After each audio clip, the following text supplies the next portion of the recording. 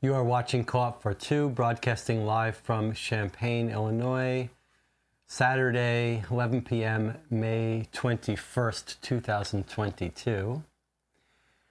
And we are back with Razorhurst, Session 2.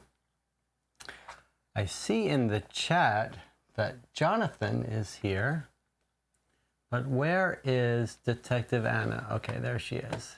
I don't know why the chat is darker than normal. I'll have to fix that at the next break. That's okay. I've got the audio again set to the lavalier mic. I don't know. I assume it's not as pleasant as usual, but let me know how unpleasant it is. If you'll remember, we're using the lavalier mic to try to improve the volume when reading text on the paper, and maybe in anticipation of hot summer months to come when the air condition may have to be running. Session 2 of Razorhurst. Session 1 last night took us 8.5 hours or so and was far exceeded my expectations, quite extraordinary. And I know that the two detectives who have played with me, Drunk Tiger joined us as well, but Jonathan and Anna, who were here for the whole thing, I could tell that they were engaged by it because they both independently, without prompting, sent me notes. And yes, I do have them here. I have Jonathan's notes and I have Anna's notes, and we're going to review the facts of the case before we start. We'll go over notes from Jonathan and Anna. What do we need to say by way of preliminaries before we jump right in, which I think we need to jump right in because we're a little less than halfway through. We've blocked out Friday, Saturday, Sunday if we need it. And so we need to finish Sunday. And it's conceivable we'll finish at the end of tonight, but probably quite unlikely. All right. Is the audio and video okay? I'm asking the chat, and I don't know. Oh, there we go. Now it's not so dark. And I asked if I got the notes. Yes, I did. I've got them printed out. We'll go over them. Before we go over the notes, in the chat can tell me if there's anything else, since yesterday hasn't been very long. I did want to mention two quick notes.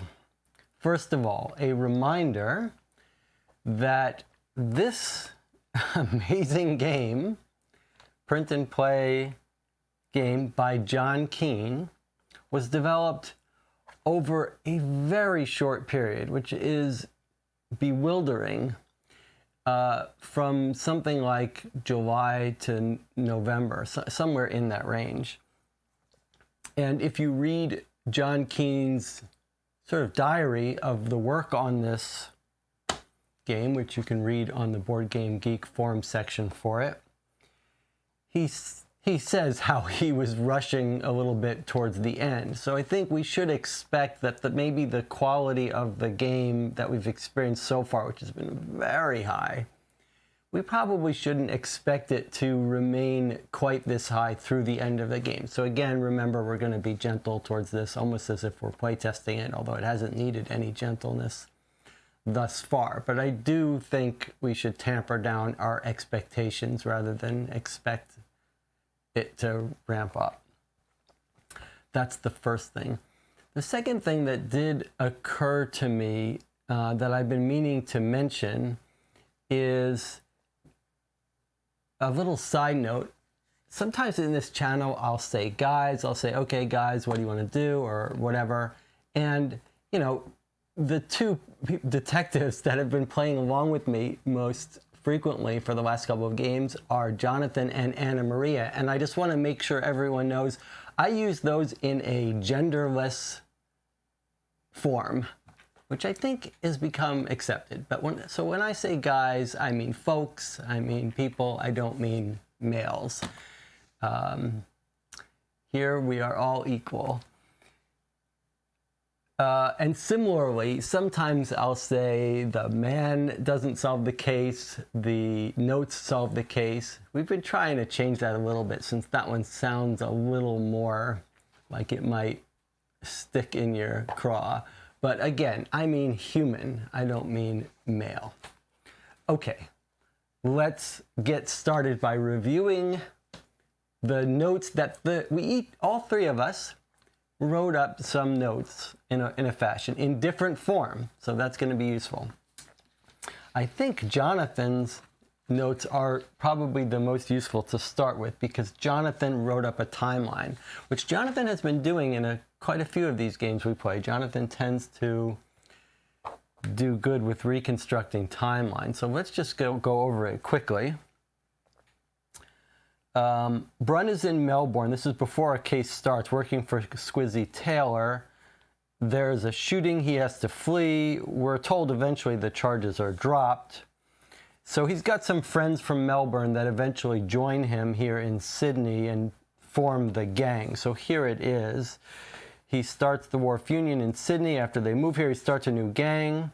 We're told members of this gang are George Wallace, this big fat psychopath, Snowy Cutmore, who we've met, a low-level cocaine dealer, Razor Jack Hayes.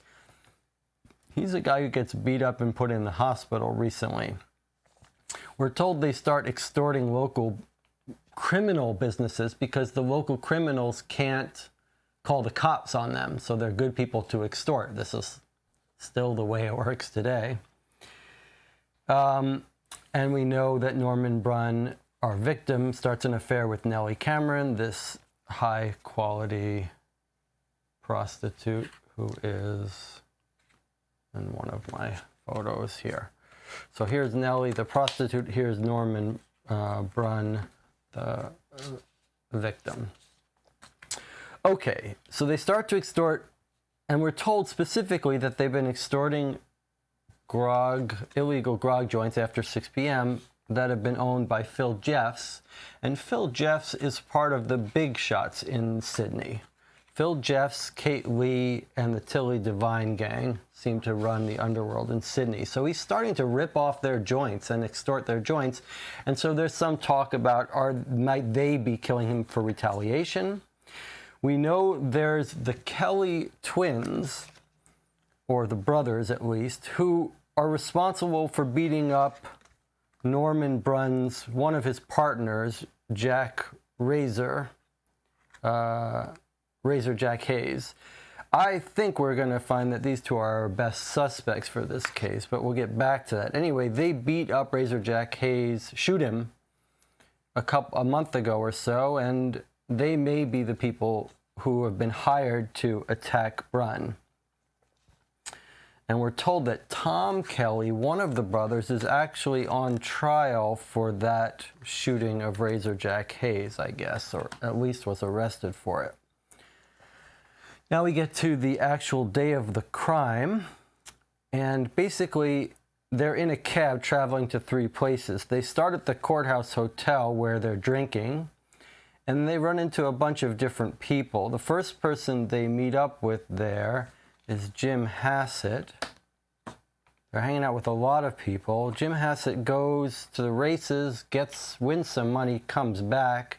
Brun runs out of money. So he's starting to befriend everyone.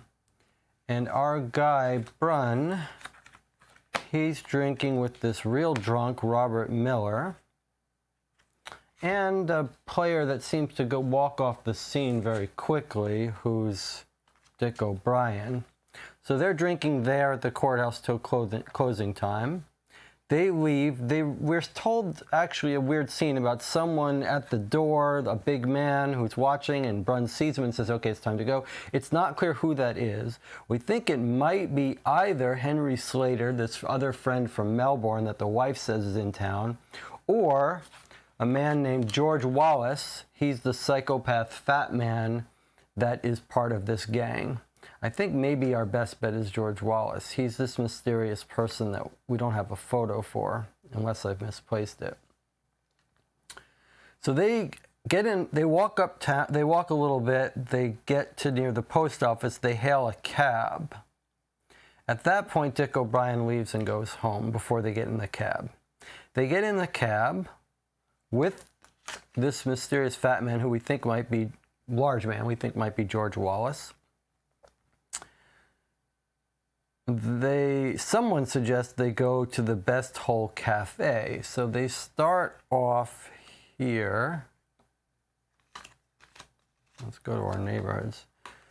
They start off, this is where they end up as their first stop in the cab, their second place where they're drinking. The first place they were drinking was where?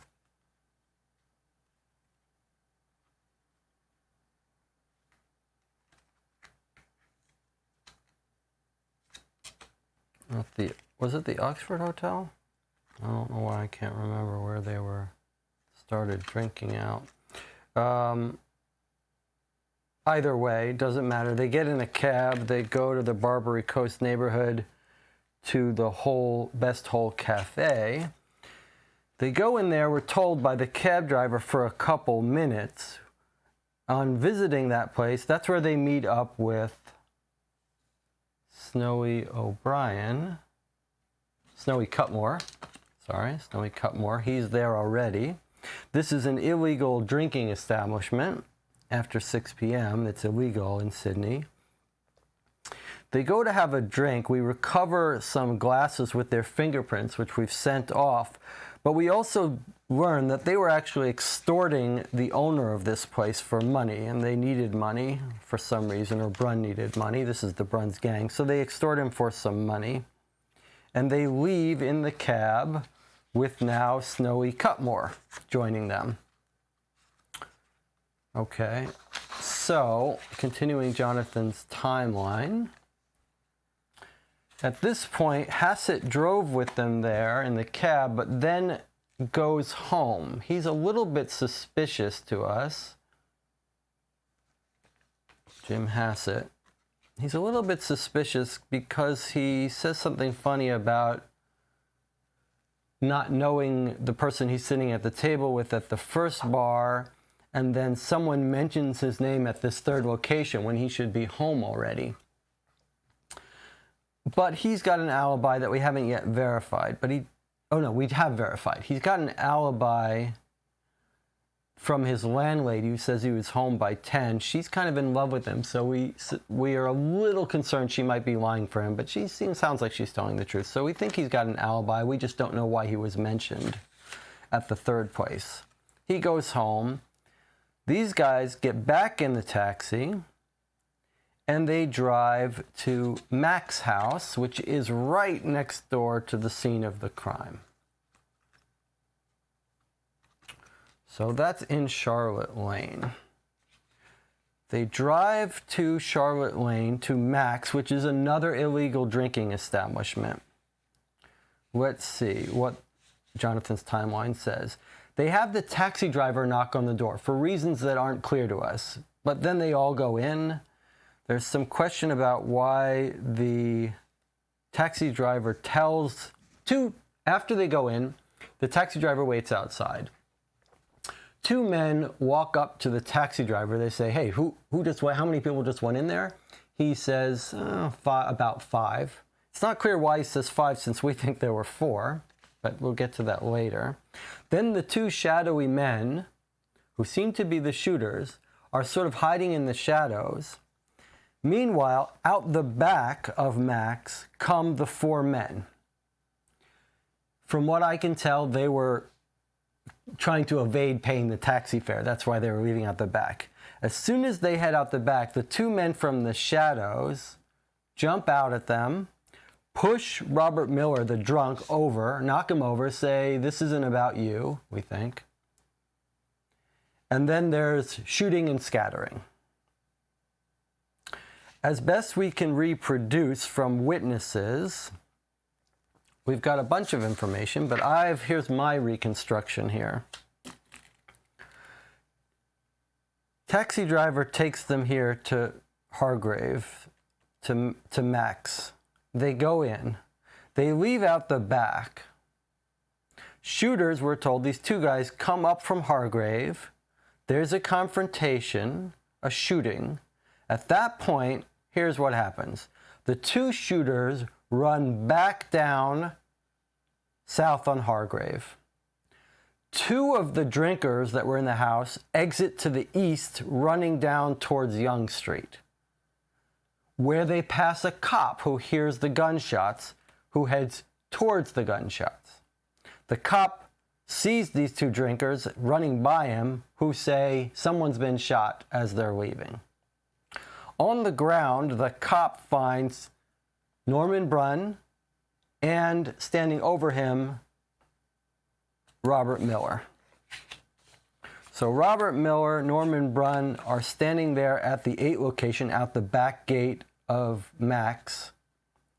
The 2 people that have run past the cop are going to be Snowy Cutmore and this large mysterious person who could be George Wallace. And the 2 shooters unknown have run this way. The cab driver is right on the scene. The cab and the cab driver are standing over the body, something like that, or the cab driver is called over from nearby. They get in the cab. Shows up on the scene is Joe McNamara, Mac, who owns Mac's place. He comes out of there and sees the body. At some point, he goes and tells the wife. It's not clear when that happens, and then he joins them, taking the body to the hospital. They go to the wrong hospital first, etc. We did find a bloody boot print here at this location, so we've got some possibility of the number of people who could have left it. Okay, going back to Jonathan's notes here. We've got some descriptions of the 2 people from various witnesses. One was bouncy, one was calm, one was shorter. They both had hats. They both had gray suits, one a light suit, one a dark suit.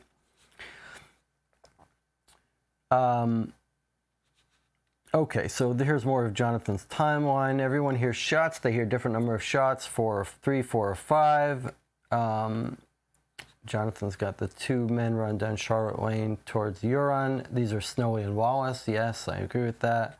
2 men run down Hargrave Street. These are the shadow men, the shooters. 1 shooter and someone else. This is a very important point. Jonathan found it as well. I went back and found it when I went through my notes. I was wondering, we talked to someone who said that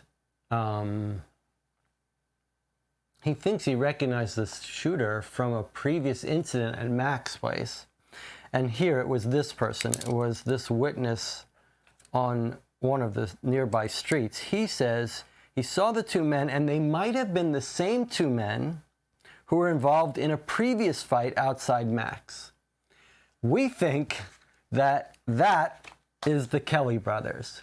We know that the Kelly brothers had a previous fight outside Mac's with Brunn and Razor Jack Hayes, in which Tom, we think, shot Razor Jack Hayes. So this was a really key piece of evidence confirming remember, I was the one who was so clear in my mind that someone had mentioned they think they recognized the shooter from a previous incident at Max. And here Jonathan found it, I found it as well. So that would be, that's some good evidence that it could be these two. Okay, so then this is again more description of the way the cop ran. This was good. Jonathan was helping pinpoint that the cop was coming from Young Street and runs into the two drinkers running away. Okay, finishing up with Jonathan's notes.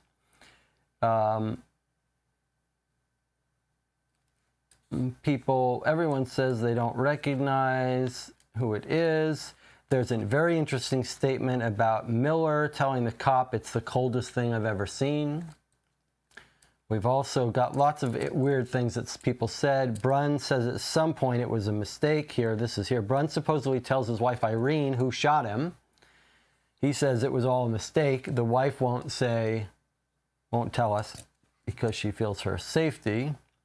And then there's an interesting thing how the cabbie driver comes in for 2 lineups. And at the second one, he tells us, please pass along the fact that someone threatened me yesterday and told me, hey, it's a good thing you didn't recognize anyone at the first lineup. You should have the same outcome on the second lineup. And he said, and we asked him, was the guy who threatened you here in the lineups? And he says no. So assuming he's telling the truth, and I don't know why he would lie about being threatened. And the description is he's quite naive about how this could be putting him at risk. So that means if we look at the 2 lineups, the person who threatened him won't be someone in that set of lineups, which is a little weird. So that's Jonathan's timeline reconstruction. Very helpful. Jonathan, you let me know if I missed anything important here. And then I've got some notes from Anna, which have got some interesting thoughts about who might be lying and stuff. So, and some memories, some reminders about some stuff that we've been glancing past. First of all, she reminds us something that I wanted to go back and double check on about the actual wounds, which also reminds us we need to go back to the hospital and see his dead body. We've almost forgotten that. But Anna says, okay, here's the reminder. He was killed from 5 wounds from 3 bullets, for what that's worth. If there really were 5 shots, it's the cop that remembers, the good, observant cop who says 5 shots. So if there were 5 shots, that might mean there's a couple bullets floating around on the ground somewhere or something. In his pocket, he's got a coin, a razor, and a note from Jim Hassett. Here's what I said just now. The constable heard 5 shots, 1 in a light suit and a hat and 1 in a dark suit and a hat. Remember, these are not the shooters. These are the drinkers that are running down towards Young Street. Then the cab driver line up his bunch of things he says. He heard 4 shots. He sees people running. Second lineup, he says no one from Paddington, but maybe from somewhere else. I mean, maybe we should check this. I don't remember that he specifically said no one from Paddington. Here's Anna's memory of, or note about how he said someone threatened him. Could he be telling the truth or afraid like everyone else? It's hard to imagine he's lying about being threatened. You would just not mention it. No need for him to mention it. Doesn't help him in any way to mention it to us. Okay, Robert Miller, the drunk. So I think Anna is making a little confused point here. Robert Miller, she's got a note about how he saw 4 men, not 2. Was he drunk and saw double? Oh, I see. Robert Miller, did he say he saw 4? I don't know. We might want to check that, but I don't think there's any question about him seeing 4. Let me make a suggestion to you detectives. This is quite an important point about taking notes And if you paid attention during your remedial detective school video, you would remember that you should be noting where you learned each piece of information so that one can go back and double check. Like a bibliography, you need to be noting in your notes that Robert Miller said he saw 4, and then it should be here a paragraph number where that information came from. Just a little suggestion for our detectives.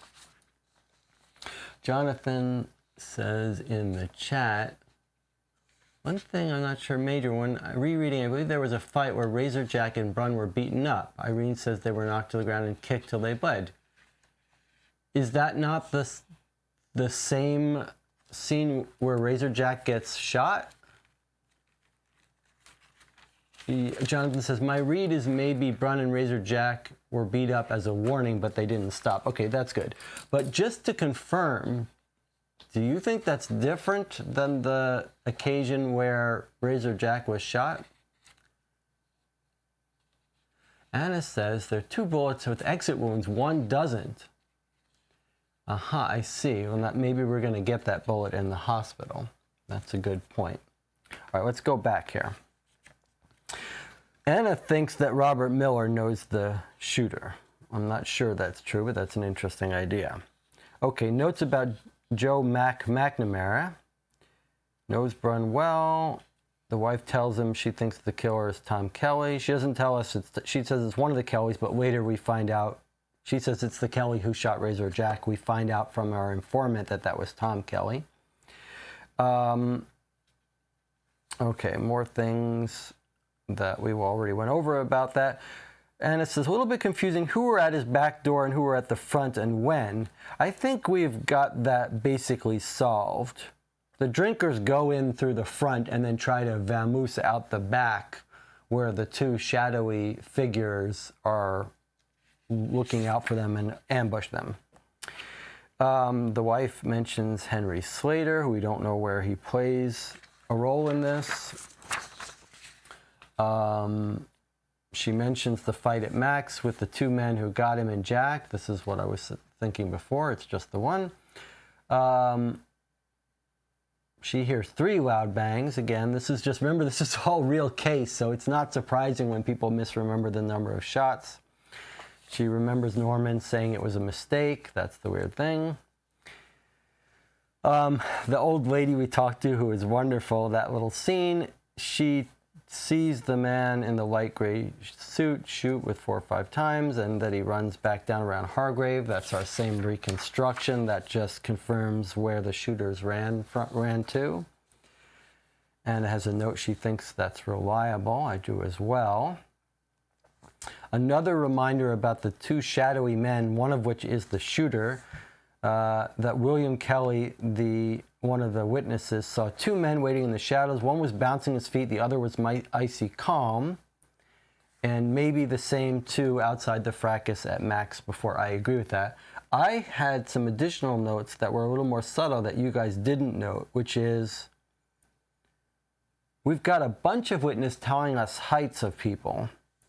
I believe it's this guy, and I did note where I read everything, so we can go back and check. I believe one of these people, one guy, I've got a card here of the shooter notes that different people tell us.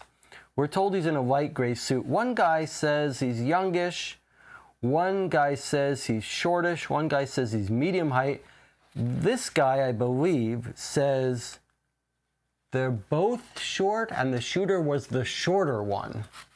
I believe he says explicitly the shooter was a shorter one. Now, I think this helps point again to the Kellys, because look at the Kellys. They're 5'4" and 5'2". They're on the shorter side and one is a little bit shorter. If the shorter one is the shooter, that would make the shooter this time Sid Kelly.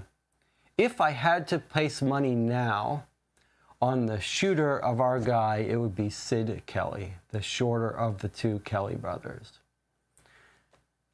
I think this is going to be our shooter, but that's just a preliminary guess based on the witnesses saying it's the shorter of the two. We can go back and read that if we want. Here's Anna's notes on Jim Hassett, who we're a little suspicious of, and Anna is quite suspicious of him. And Anna recaps the timeline of him, but she notes that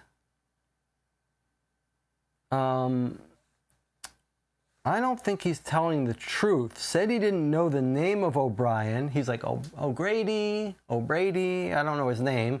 But then in the description at the hotel, we're told he was sitting with them, it seems. He said he met Brun that day. It doesn't seem likely. He also mentions races like the wife. The wife mentions Brun's involved in the races. So she does note that the landlady gave an alibi, but she's in love with him, so maybe she's making... I think he did go home, but somewhere, I don't remember if it's mentioned later, his name comes up at Max when he should already be way at home. We asked him about this guy he doesn't recognize, which I think is probably George Wallace, but it could be Hassett. Is he a tall man? He's 5'7". He's not that tall. And he says someone mentioned Hassett. So either they're talking about Hassett or Hassett's there. We don't know. Okay, John McGrath. This is the courthouse hotel guy. He told us a bunch of interesting stuff. He tells us that Jim Hassett and Dickie O'Brien were sitting together. That's why it's weird he doesn't know. He's claiming he doesn't remember his name, but maybe they're all drunks. They don't remember their name. That's the big guy who comes in, and Anna has more notes here that I think are important, that it is weird. The big guy comes in and is just looking at Brun, and then Brun says, okay, time to call it an evening, and they get up. Nellie Cameron, the hooker, gives us her alibi, and she alibis Frankie Green as well, who's another criminal who we have no knowledge of being involved in this case, although we have his mugshot. But if she's telling the truth, then she's given him his own alibi if she was hanging out with him. She's the prostitute, if you remember. I don't see his card here. I'm going to have to find the Frank Green card. Don't let me forget that, please. I don't know why I don't have it. Oh, here it is, Frank Green. So the prostitute says she was with him. She does actually is fond of Norman Brun, but, you know, she's got to take care of herself. We get our fingerprints from the glasses at the Best Hole Cafe where they were extorting. Here's Anna's notes about no one wants to tell the police or the papers the truth, but they do know who is the shooter. They're just afraid. We read an interesting newspaper about the Razor Gang, which we think is Brun's gang, or he's part of this new movement. Remember, we're told that Sydney passes a tough law against guns, so the criminals are taking to these razors. And the newspaper had a story about 6 people slashed in the 2 months, so people are scared of them. And then here's Anna saying, it does look like Hassett went home, but then why did the cab driver say 5 men, and why do people mention Hassett? Frank Fahey was our undercover operative who was full of great information. He gives us more background about Brun teaming up with Snowy and Frank Hayes from Melbourne, and George Wallace, the psychopath from Adelaide. That's who we think the big guy might be, what they're doing. A reminder that the big bosses in Sydney are upset at Brun ripping off their joints, and maybe that's why they murdered him. Here's background on the Kellys shooting Razor Jack Hayes. He was shot with a .38 caliber revolver on Liverpool Street. And then this is evidence how they got Tom Kelly, how they caught him. A cab driver seized the getaway car, which is registered to Tom Kelly. So we need to keep at least in mind a possibility that the brother borrowed Tom Kelly's car, so maybe it was Sid Kelly who was the shooter.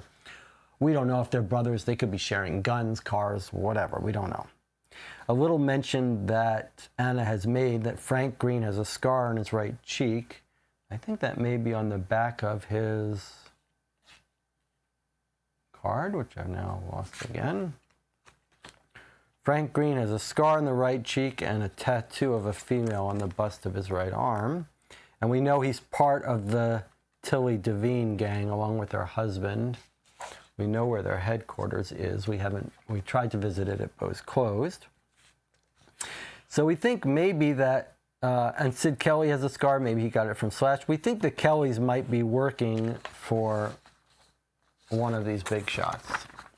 Okay, so there we've taken some time. We've gone over notes from Jonathan and Anna. Catching up again on the chat. Just a thought. Everyone in the underworld knows if they talk, they die, so they're going out of their way saying they didn't know the person they saw. Yes, that's true. I will say this, though.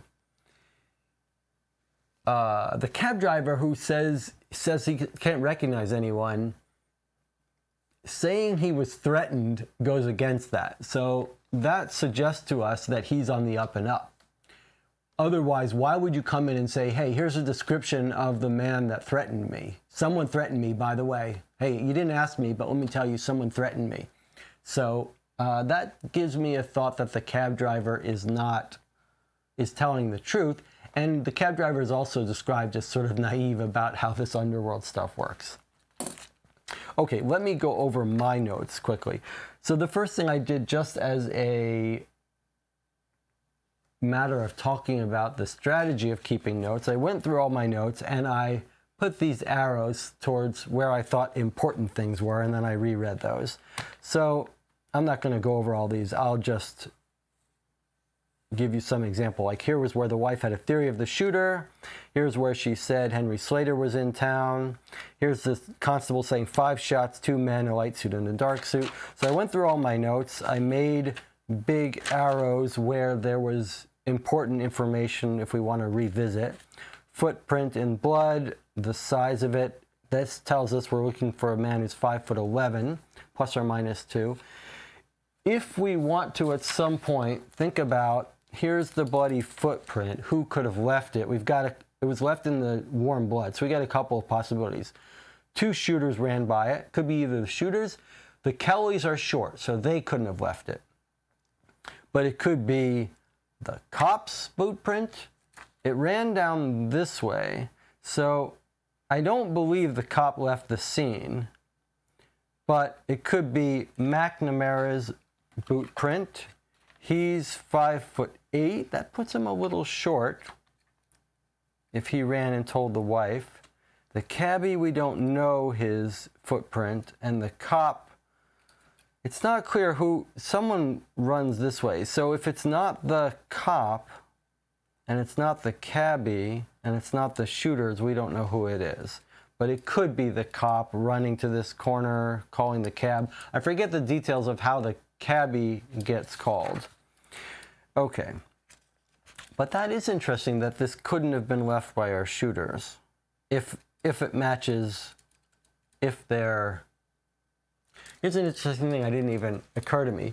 We're told in the forensic a match to the shoe size to foot size. So a 13-inch boot matches a 11.5 foot, and then 11.5 foot gives you a 5'11". And it says this is assuming the shoes fit. And it just occurred to me that it didn't before, that shoes probably only don't fit in one direction, right?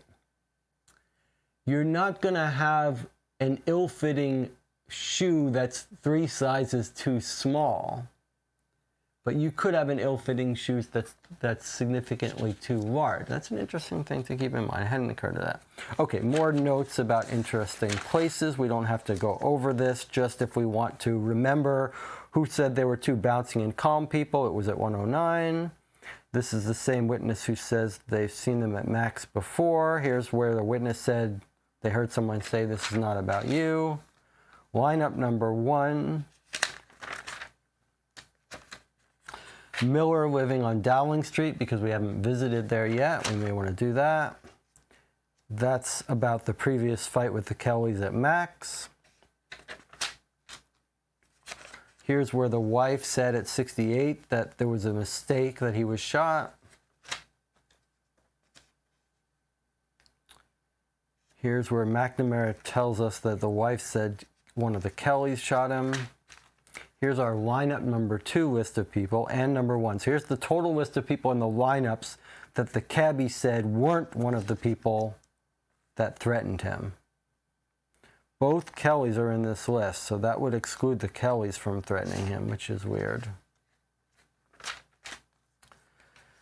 Here's where we're told at the Hole Cafe that Snowy lives nearby, so we might want to try to find Snowy's address. Hopefully, if we can track down the 2 extra drinkers, we might get more eyewitness statements from them. Here's a description of the big guy being quiet and menacing and somewhat sober, which is a little odd. Our fingerprinted glasses.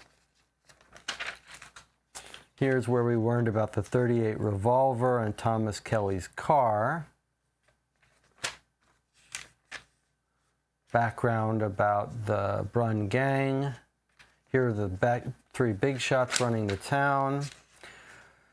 We tried to go in Kate Lee's joint, and it was password. There was a password we didn't know to get in. So we want to try to keep our eye open for a password of some form related to Kate Lee, who's another of the big shots running Sydney.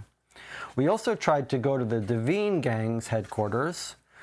They're only open from 2 to 6 p.m., possibly. So we probably want to put on our schedule to go back there at 2 to 6 p.m. We'll get to that in a second. More notes on the big guy.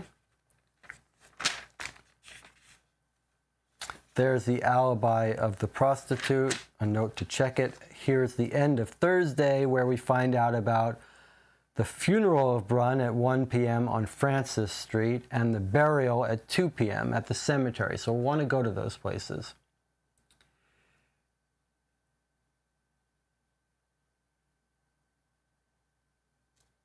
Jonathan has an interesting point here. He says, one thing to note about Hassett is he did pop into the Best Hole Cafe with them briefly before he leaves. That's a very good memory, Jonathan, because if we do find his fingerprints and he says he went home at that stop of the cab, it's useful to know that he was actually in there drinking with them briefly. Okay, so that ends Thursday, the last day we played, and then I just made a couple of summary notes for us. Let's go through these quickly. There are 4 or 5 men who go into Max. I think it's important for us to identify them very clearly. We know one is Norman Brun, the victim. 1 is Robert Miller, the drunk who stays with the body. 3 seems to be very clearly Snowy Cutmore, another member of the gang. The 4th is the big man, who we think is probably George Wallace, maybe George Wallace, but possibly also Henry Slater or someone unknown. We know he's described as a big guy, sober, and menacing. The cab driver says about 5 people went in when he's asked by the threatening guy. Maybe he's nervous, so he lies, but I just did make a mark in case there's a 5th man that no one is telling us about. It's hard for me to believe that that would happen, though. The 2 shadowy figures are the key people we're trying to look for, because one of them seems to be the shooter. So we're not sure who they are. I think they're likely to be the Kelly brothers. And I just made a note here, notes that what we know about them is 1 bouncy, 1 calm. 109 says they're similar in height. They were seen at Max before, and I don't know why I didn't write down here, but the shooter is shorter, I believe. And from my notes, the shooter was in light gray, which we learned at number 28. That's important. And he was youngish, which we learned at 70. So I think we've got good information on the shooter. And we're going to learn what caliber shot, hopefully, at the hospital. Okay, this might be more important. I wrote down some evidence for us to make sure we understand before we get to the end. We've got the bloody boot print. Here are the locations where we found it. We got fingerprints from the Best Hole Cafe that were waiting to come back from the fingerprint shop. We got various eyewitness statements on the shooters: gray suit, bouncy, calm, they ran south, hat low in the face. No casings at the scene of the crime, which we found quite suspicious, meaning probably a revolver. I don't know where I got this .38 caliber. I mean, I know that the .38 caliber was owned by Tom Kelly. Tom Kelly's shooting, but I don't know if there's any tie to that. There's no tie so far to a .38 caliber to our shooting. There's the password for the Kate Lee joint. I was thinking maybe we could ask the undercover about Kate Lee. He might know the password. Taking a break here, there's a comment here on the chat, and it says, regarding the big guy Wallace, we wasn't drinking with him at the courthouse hotel. He's the muscle at these extortions. I think maybe they went to collect money at night to the cafe and to Max, rather than going for drinking. My read is maybe number 5 is just referring to Mac himself, 5 men in the house. I think that's I think those are both very good comments from Anna and Jonathan. And I think the idea that Wallace is not so drunk because he missed all the drinking at the courthouse hotel is a very good observation. Although, yeah, it still doesn't point to Wallace. We're not told Wallace isn't a drinker. We're told the big guy is sober. So it makes sense he wasn't drinking, he was sober. We still can't connect him to Wallace, other than we know Wallace is part of the gang and Wallace is a fat man. Okay, so going back to my notes here, who's the 4th man? Is there a 5th? How many shots and where? Probably these aren't important. Cadby was threatened by a man in a dark gray suit who's not in either lineup. And do we need to recheck the news article?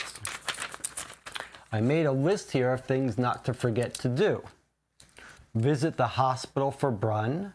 Find the password to Kate Lee's joint. Visit the Divine headquarters. Revisit the Hotel Boutiquin. Remember, we went and met Jim Hassett here, but it was possible to go to the hotel not for Jim Hassett. And maybe there's some other reason we would want to go there. We've got the funeral, the burial. More tips we're going to be able to get today. I think we should see if we can get maybe the password to the Lee place. I thought maybe we should be checking the backs of these mug shots for any information and previous known prior addresses in case that's useful to us. Maybe we need to reskim the newspaper. And let's not forget the Dowling Street address and maybe Snowy's address. We know what neighborhood he lives in. So there are my to-dos, and then I just had one last question, which was, based on the location of the bloody footprint, do we know who could have left it? And I think we know it's not the Kellys, which is a little confusing, because they're my best bet for who was hiding out there, and they're too short to have left that. And so could it be the cops? Brent, or his name is something like Brecht. Brent. Or the cabbies. Or McNamara. Those are our choices. McNamara is a little short for that. I don't know about the cop, but the cop probably wouldn't wear boots. So it's probably not the cop. It's probably not McNamara. And I don't know why a cabbie would wear boots. So this could be a tiny bit of evidence that the shooter was not the Kellys. Just a thought. All right, so let's catch up on the chat and then we'll take a little break before we start. And it says, maybe first we should go to the hospital about the body. I was thinking the same thing, that would be a great place to start out. Don't forget, we're going to get a morning introduction that may change things out a bit. And we have to decide how late to sleep in to recover some of our skills. So let's decide all that, and then when we're ready to wake up, we'll take a break and then do that. Okay, so here are our skills. Very low on everything. Low on persuasion, which really hurts because that seems to be useful a lot. Okay, it's Saturday morning. If we wanted to recover to full health, 1, 2, 3, 4. If we wanted to recover to full health, we'd have to sleep well past 5 p.m. and miss the funeral and burial. So we know we need to wake up. The funeral and burial are at, one is at Brun's house.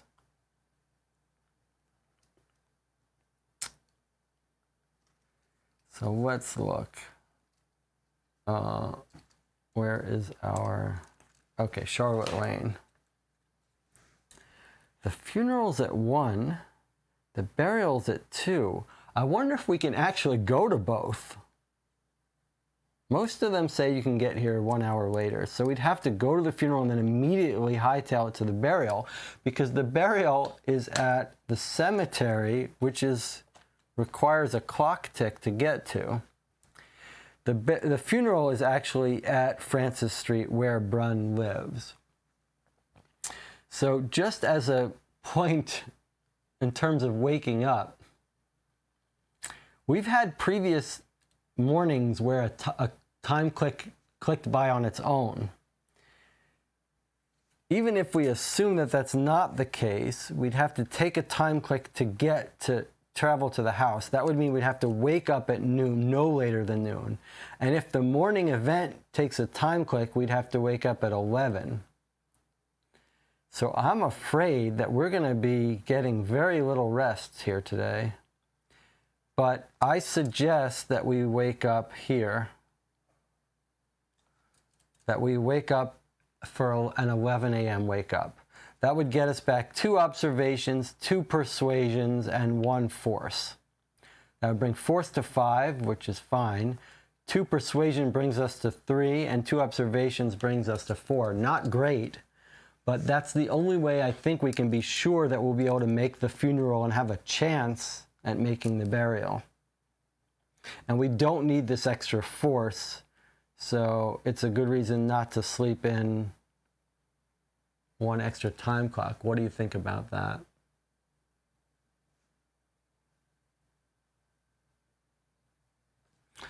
Jonathan says, maybe the game will let us go directly to the burial if we go to the funeral, so it won't have to count against us. That's possible, but I don't want to take a chance on that.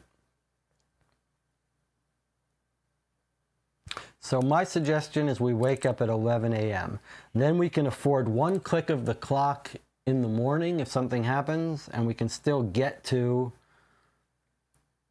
the Brun's house in time for the funeral. Maybe a little early. Here's an idea. Here's my idea for you. Yeah.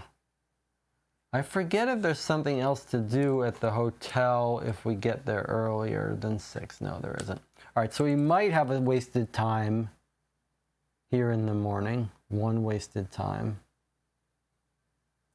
which is gonna hurt. But I don't see there's no point in sleeping till noon, even if we don't take a risk that the morning has something, because then we just get an extra force, which brings us to 5, which is overkill. We don't need it. All right, Jonathan says 11 a.m. is good for him. So that's what we'll do. We're going to wake up at 11 a.m. and start our day. I like it. It makes sense. And let's remember that I've got a note here in the side and here in my book that between 2 and 6 are when we can meet the Devine gang. So maybe funeral, burial, and then go try to knock on the doors of the Devine's headquarters and see if they'll talk to us. But this might be a short day if we start running out of skills. I guess that means we're not going to go to the hospital right away. What neighborhood is the hospital in again? McGuire Street. So well, I don't think we're going to McGuire Street in the morning. I wanted to, but we don't have time. We'd have to wake up very early to go to the hospital and come back. So I think what we have to do is go to the funeral, the burial, and then we'll go to the hospital later in the day when we probably don't need skills for that, right? the doctor's going to tell us what we need to know. That's another reason not to go to the hospital earlier, right? Because we need the skills for the funeral and the burial, but we don't need them for the hospital. Okay, that all makes sense to me. Feels like a good plan. I feel like we've got everything under control. So let's take our 8-minute break. We'll come back and we'll read the beginning of Saturday morning and we'll get our game started. I'll see you in 8 minutes.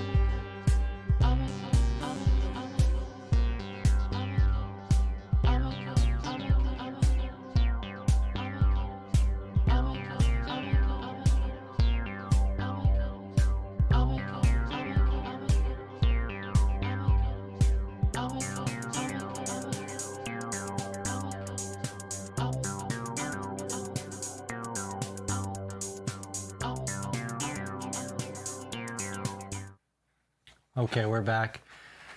We're about ready to start Saturday. I wanted to note two things. First of all, I've gone back to the rules to clarify something I wondered about. We know that you can cross off one of your skills points, a different skill point, to boost your score on an ability roll. 1 point. And I wanted to clarify whether you could do that as many times as you want or just once. So the rules are actually quite clear. It says you can optionally increase your aptitude further by decreasing your other abilities on the detective cards as long as they are not already at their minimum, adding 1 point to your aptitude for each ability point sacrificed. So you could theoretically, if you had a very important skill test, you could drop, 3 points of other skills to bump you 3 points if it was really important. And along the same lines, I wanted to point out how agonizing this decision of sleep and wake is, because, so I said something erroneous. I said, well, let's wake up at 11 a.m. because sleeping, we can't wake up at noon because then we won't have time. We might not have time. If we wake up at noon, we might have time to go to the funeral. But we obviously can't wake up at 1 p.m. because then we won't have time to travel to the funeral. So then the question was, we could either wake up, the latest we could wake up is noon. And then I said, well, we should probably wake up at 11 just in case something happens in the morning with our morning report that takes a time to pass. And I said, because we don't need this extra force, we're already at 4. We're going to get 1 bonus. That would bring us to 5. So do we really need to get to 6? No. So we'll just wake up here and spend it. But that's not quite the way to think about it. There's 2 subtle points. The first one is that we can sacrifice these if we have extra forces. So each extra point in any skill is a point you can sacrifice to complete a different skill test. So it is useful to us, even if there was never going to be a force test. Having those force points are useful. The second little subtlety is waking up at 11 means we're going to have to pay a force after that clock ticks by, where sleeping through it gains us. So it's actually a delta of 2. If we sleep through it, we'll have 5 force by noon. If we wake up for it, we'll have 3 force by noon. So it's actually a 2-point difference to sleep past it. If we were sure that we weren't going to have something that ticks by our clock on Saturday morning, we would definitely sleep through it because we have nothing to do with that extra hour of time after we wake up. Our plan is to go straight to the funeral. So now I put the question back to you again. Should we wake up at noon instead of 11? And then, assuming there's nothing that takes up our time in the morning, we won't waste an hour and we won't be down 2 points on our skill check. Let's take a little peek at what Friday morning brought us. Did Friday morning eat up a clock tick? We woke up, no clock tick Friday morning. That was 42. What about Thursday morning? We woke up Thursday morning at 106. 106, no clock tick. If you know S, read 19. Let's see, actually, maybe it did. 19 sent us to 120. 120 did give us a clock tick. Okay. So Thursday morning, a clock ticked by before we could even start the day. Friday morning, it didn't. Agonizing. So Anna says, it's still true something can happen, still vote for 11. Okay. Given that the ramifications for a clock ticking by in the morning are so high because we'd miss either we'd miss the funeral. We'd miss the funeral. Do we care about, actually, is the funeral important? I mean, yeah, it could be important, right? Okay. So we're gonna wake up at 11. Let's do it. It's gonna hurt if there's nothing to do. I guess if there's nothing to do, we'll go to the house early and see if Miss Brun will let us in early to the funeral. And then I'm gonna tell you a little story about my father's memorial. Okay. So we're waking up at 11. That means we're sleeping through 1 observation, 2 observation. So our observation goes to 4. Okay, we're sleeping through 2 persuasions. So our persuasion goes to 3 only. Yikes, that's not much persuasion. And then we're sleeping through 1 force, which brings our force up to 5.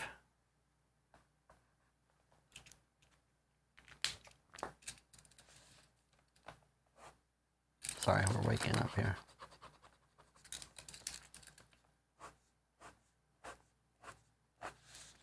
Okay, so we wake at 27. Okay, 4, 3, and 5 are our skills, not so great. And now we're going to we're going to read our morning and see what happens. All right. I'm going to tell you a little quick story about my father's memorial. I'll try to make it quick since we don't have all night. We do have all night. So my father died a few years ago. He was an amazing guy, and I really do miss him. And we had a memorial at his house a loft in Soho in New York City. And our cousins, my father's brother's son was there, Brian, he's a doctor, and my father's brother, who's also a psychiatrist. Anyway, so my uncle and my cousins came early while we were setting up for the memorial, where the idea of the memorial is we all are going to gather around in the living room of my father's house, wall to ceiling books all throughout the house. Thousands and thousands of books. We're in this big living room, and we're going to go around and share thoughts about my father. Stories or thoughts. That's the idea of this memorial. So I've written up something I want to say about my father. It's sort of emotional 2-page thing. And my mother comes to me. My mother and father were divorced when we were quite young, 7 or 8, but they remained very good friends throughout his whole life. My mother's still alive and doing great. So my mother says to me, Cousin Brian and Bob, Uncle Bob, can't stay for the memorial. They came early. They came unexpectedly early with Brian and his kids and all that. Okay, so she says, Brian and Bob can't stay for the memorial. So let's have a sort of early memorial. We'll have like a short memorial beforehand with just Brian and Bob and the close family, or the people who are there already. And I was like already on edge. You don't know me, but I'm very like, I get anxious. I have social anxiety, or a better way to say this, I'm high strung when it comes to occasions of stress. Like I have a very low tolerance for inconvenience and stress. So I'm like very agitated about this, but and I've got this thing I want to say, but I'm like, all right, whatever. I was like mad at Brian and Bob for making me do this twice, etc. So we gather just this small group of us, and we have this little first pass of the memorial where I read this thing I've written, probably the first time, definitely the first time I've read it out loud and sort of gone through it. It was very emotional. We all go around, and then trying to be spontaneous. Like in addition to reading this, we just talked a little bit about my father. Okay, so an hour or so this happens. I'm like, all right, that was emotional, draining, stressful, but it was probably a good idea because, it's Uncle Bob, it's his brother. It would be a shame for them to miss it. And so that I'm like, thank you for coming. Thanks for coming early, and I'm glad we get to do this. And they go, what do you mean? We're not leaving. We wouldn't miss the memorial for anything. And I'm like, what just happened? What did we do? And it was so upsetting that then in a couple hours, we had to do it again. I had to do read the same thing again, have the same sort of spontaneous discussion. And there's Brian and Uncle Bob again. Like, why did we do that? What was the disconnect? I was very upset that I had to have this, it felt weird to be giving this speech twice in front of the same people. It was ridiculous. I don't know how that happened, but it wasn't a pleasant experience. All right. Sorry for that long digression, but that's what you get. That's what this has to be. Okay, 27, we're starting our day. Let's do it. No time tick, we wasted some effort. Okay, 27, which was start of day. Saturday, 25 June 1927. As always, Kreuter is already at his desk when you arrive. He calls you over.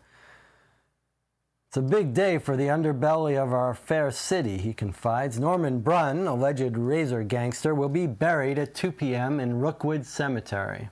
No doubt his grave will be danced on shortly afterwards by half the good citizens of this town. They're leaving at 1 p.m. from Francis Street to the funeral train. Then the actual burial is at 2. Now, Brunn's brothers arrived last night from Melbourne. They're staying with Irene, and I believe they're going to take her and her kids back to Melbourne with them after the burial. So if you need any information from her, you'd better get it pronto. Aha! The brothers are going to take the kids back and the wife back to Melbourne. We say, gotcha. Anything else? Well, Fahey said he'll be outside King's Cross Theatre this morning from 9 till 11 a.m. if you need him.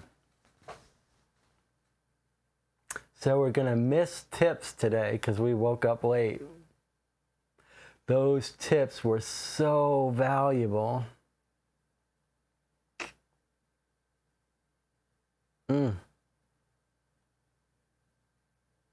All right, we'll have more days to get tips. That is painful. Well, we couldn't wake up later. We needed to recover that stuff. Thanks, Kreuter, he replies modestly. Yeah, I'm quite a catch now. Get to work. Okay, so we missed the undercover because it's now exactly 11 a.m. I will mention that the time the people tend to hang around for one extra hour. So Jonathan says, we got the tips the previous night, so I think there might have been a bit of a trade-off. Okay, maybe. Interesting idea.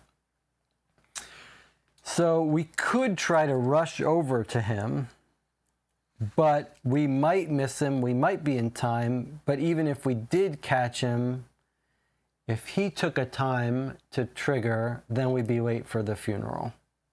So we can't afford to do that. So we're going to have to skip our tips for today, which is okay. And I guess it's not the worst thing that we have an extra time click because we'll stop by at the house and maybe we'll get a chance to talk to them before the funeral starts. Which is not a terrible idea. We probably don't need it, but maybe we do. Okay, so at 27, we learned the brothers taking wife, and we learned the tips 9 a.m. to 11 a.m. King's Cross. That's a neighborhood we haven't been to yet. We don't know anything about it, King's Cross. There's a King's Cross in London too. What does it mean? Why are neighborhoods called King's Cross?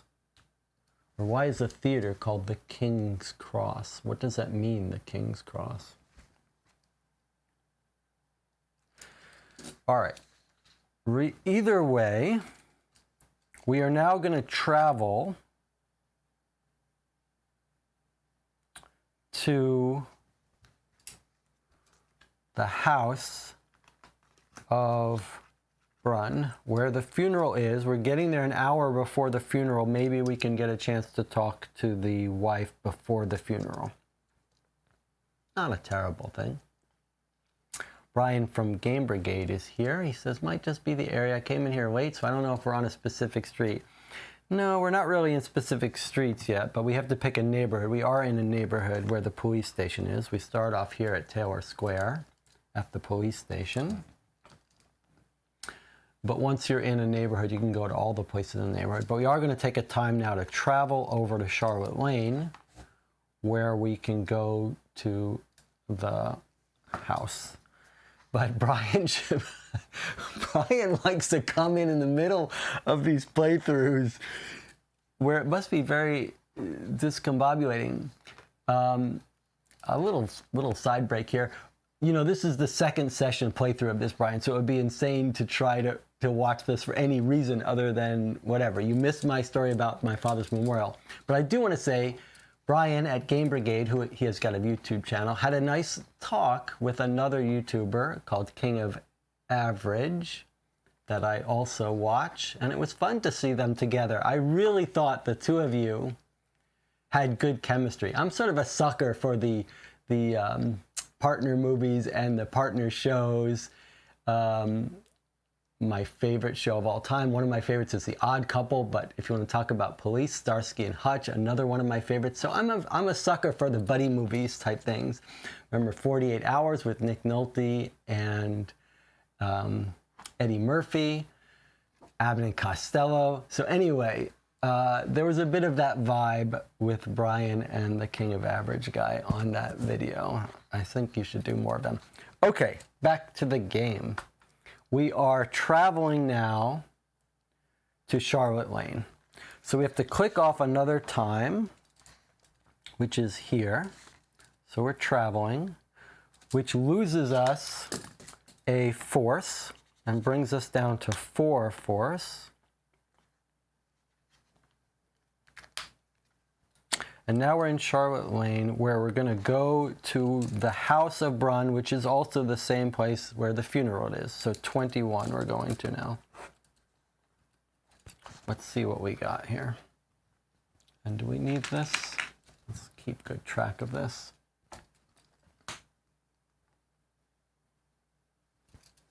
All right, 21. Let's see what we got.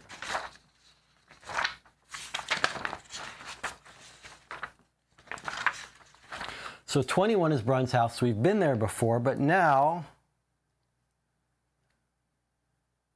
Okay, that's interesting. So we are going to get, by getting here a little early, we are going to get a chance to have a different dialogue. So it's now noon. If it was 1 p.m. on Saturday, we'd read this entry, which is going to be the funeral. Otherwise, we're going to get this entry because it's Saturday. So Saturday, Sunday, Monday, anytime on these other days, we get to read this. But that's going to be a little weird. Like the same entry for Saturday, Sunday, but we thought he's taking them away. So it's a little confusing. So now we're going to read 117 because it's not 1 p.m. and it's Saturday. Okay, it's a little confusing to me because I thought the brother was taking them away. So like, is this dialogue going to be about taking them already gone? Your knock is answered by a burly man with a family resemblance to the murdered Brun. This must be one of his brothers. He and the other brother from Melbourne, their names are Stanley and William, flank Irene Brun around the small kitchen table where you are invited to sit. They say nothing but watch protectively over their brother's young widow. Okay, so Stanley and William are the brothers. 117 from 21. So 117 are the brothers. Stanley and William. It looks like they're probably not going to play much of a role in our case. I thought they were going to come into town shooting up the place, but it looks like they're just taking care of the house, and they're not bringing her away. They're just going to hang out with her there. And that sends us to 35. Okay.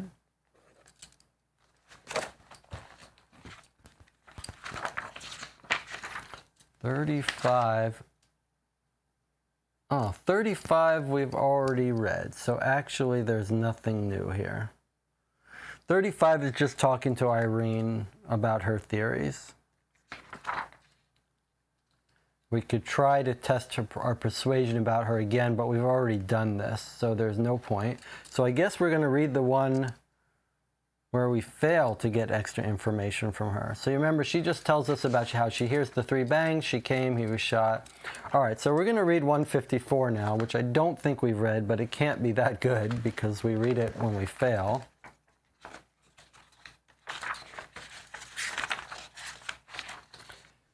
Oh, that's weird. Here's the time passing. Irene Brunn's dark eyes contemplate yours for a moment before hardening. She shakes her head, lips pressed firmly together. She will say nothing more. That's pretty painful. So this visit to their house not only didn't give us anything, but just wasted time. 154 from 35. Useless. Okay, well, that's not an auspicious start to our day. And we just lost a persuasion. That's an interesting lesson for us. We revisited a place we had already been where there was a test. We could have tried to pass that test. We didn't even try. Well, if we had passed it, we just would have reread something and either the clock would have ticked or the clock wouldn't tick, but we have to force it to tick anyway because we're not going anywhere else, right?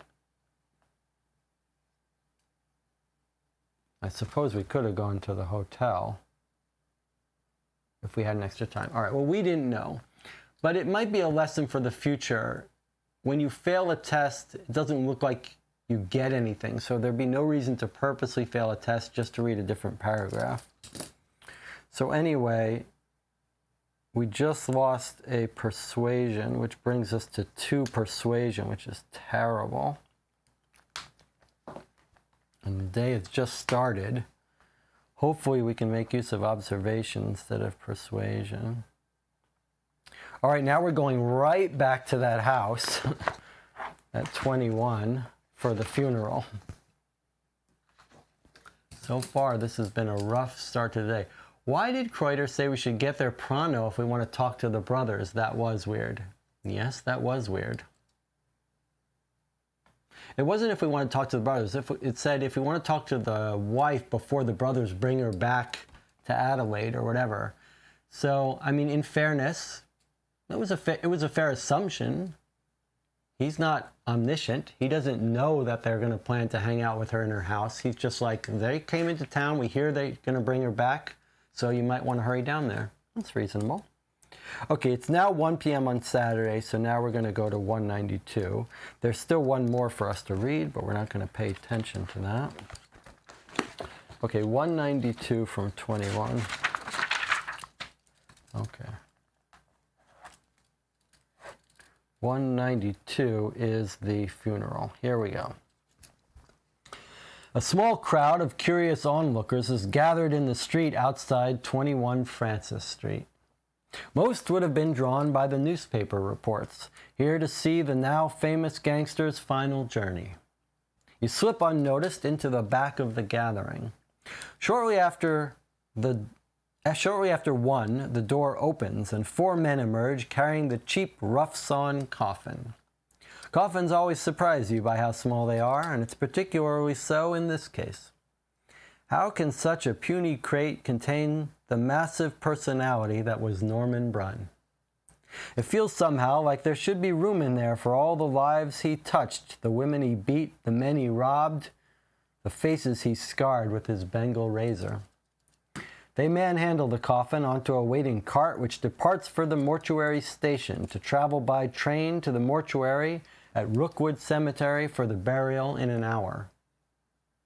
Test your observation. If it's bigger than 7, we're going to notice something. Otherwise, it's just a total waste to go to this burial. So we have to check our observation. Thankfully, we're at 4, so there's a very good chance we'll pass this. We need a 3 or higher, but we have our cheat method, and we could maybe spend something if we need it. All right, here we go. We need a 3 or more to beat this. Actually, we need a 4. Sorry, I'm wrong. We need an 8. We need a 4, so actually our chances aren't so good. Okay, so we got a 4. We got lucky. we had a pretty bad start to the day, so it's nice to see that we got a little bit lucky. We didn't even need our cheat. We got 8 observations, so we're getting 165. Whew. Whew. That was a close one. And it has a good point that we needed to talk to the wife at some point, and if we hadn't already, that would have been a good time to do it. Okay, 165 from 192. 165 from 192. Let's see what we observed. As the crowd disperses, you see Snowy Cutmore huddled in conversation with 2 men in the shadow of a neighboring porch. The men have their back to you, but as they turn to leave, you recognize them as the Kelly brothers, Tom and Sid. So it's Tom and Sid, who I think are the shooters. I think Sid is the actual shooter. And they're talking to one of the run gang who was at the scene, Snowy Cutmore, who was running away from the scene. No reason to think he set them up and was friendly with them. They might just be pressuring him, threatening him, not talking. We're not told that they were talking friendly. They're huddled in conversation. So we'll just note it's a conversation with Snowy Cutmore and the Kelly brothers. No indication that it's a friendly talk or anything. They're just huddled in. I don't think that helps us know what kind of a talk that is. All right, not that useful. And we now leave. And now we have to travel to the burial. So we're in Charlotte Lane. And for the first time, we're going to go down to Rookwood Cemetery. So we travel to Rookwood Cemetery, which eats up a clock tick, which loses us a force down from 4 to 3.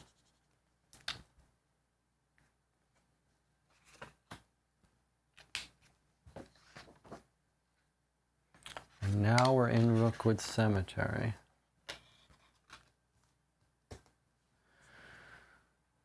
All right, so before I turn to 50 and read Rookwood Cemetery, I'm going to move these around a little bit so that book isn't on top of them.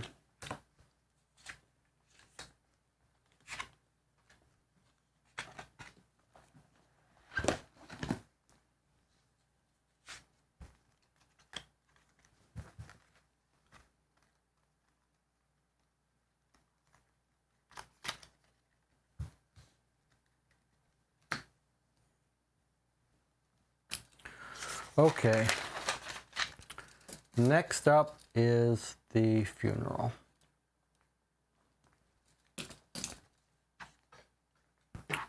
$50.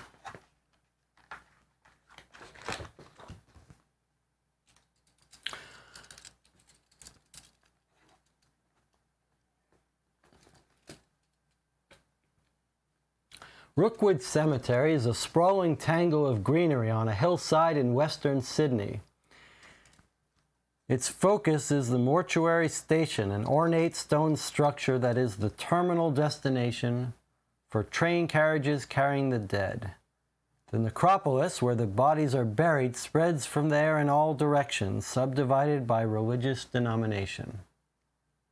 Okay, so the Christians, the Jews, they're all buried in different areas.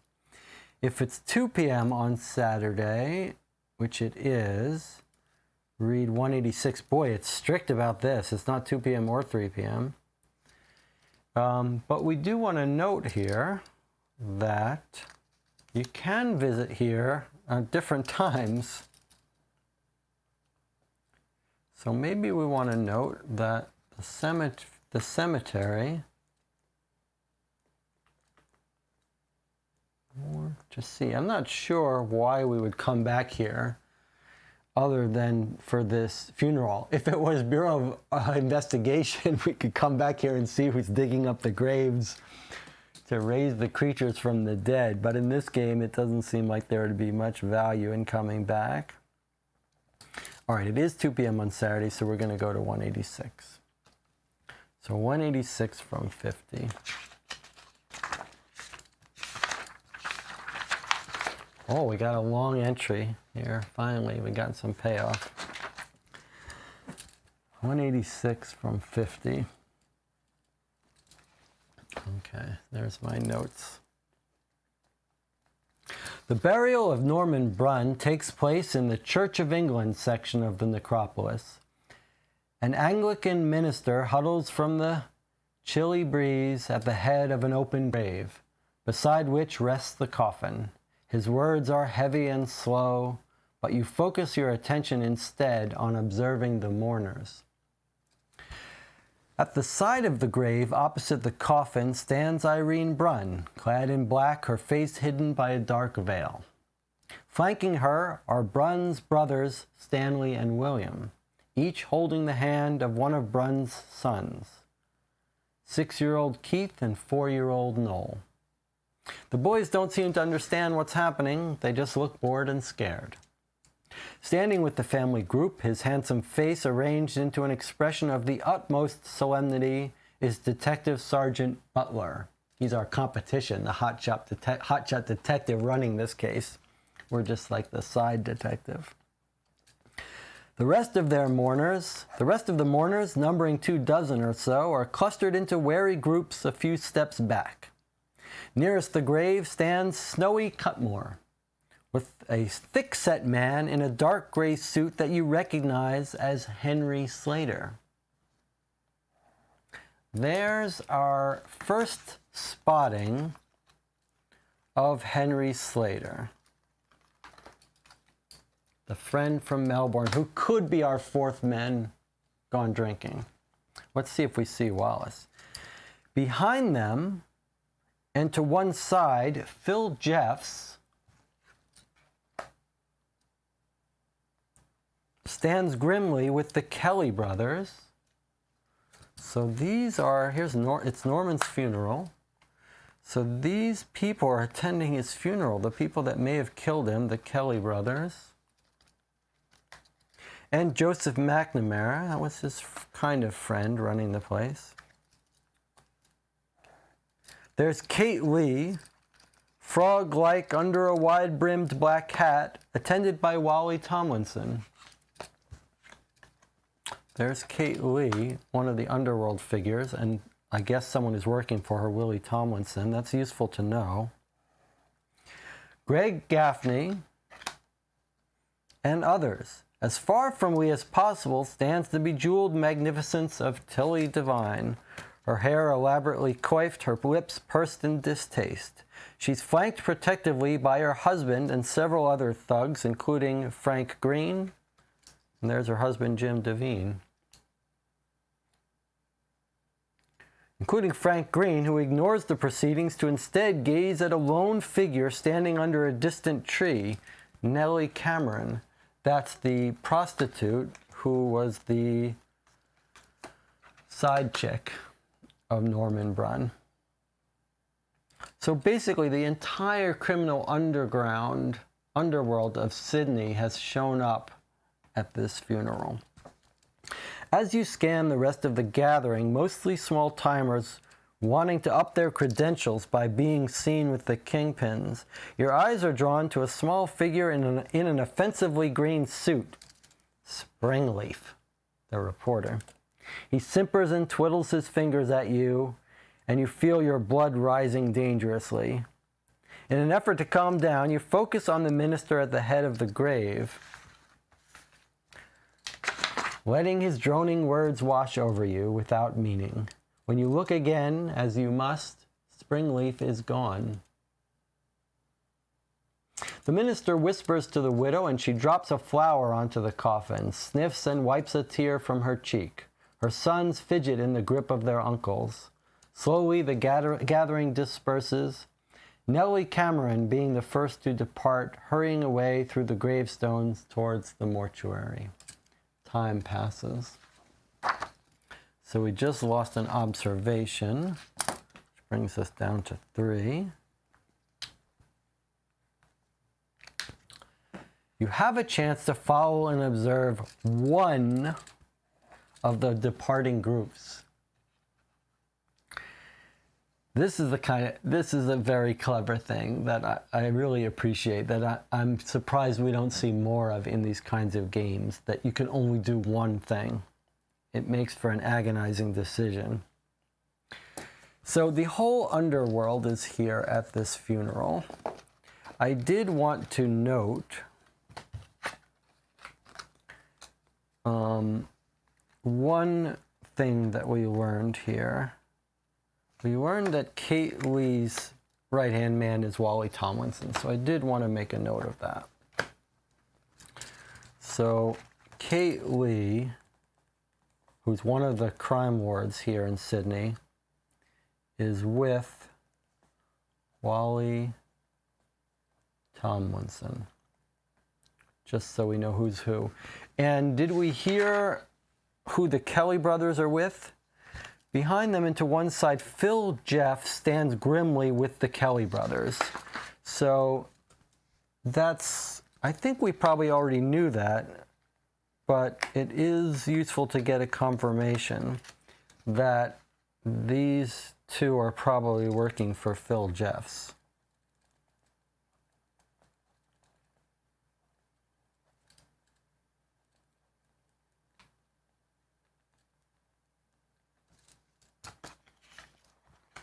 All right, let us look at our choices now. Anything else I missed here?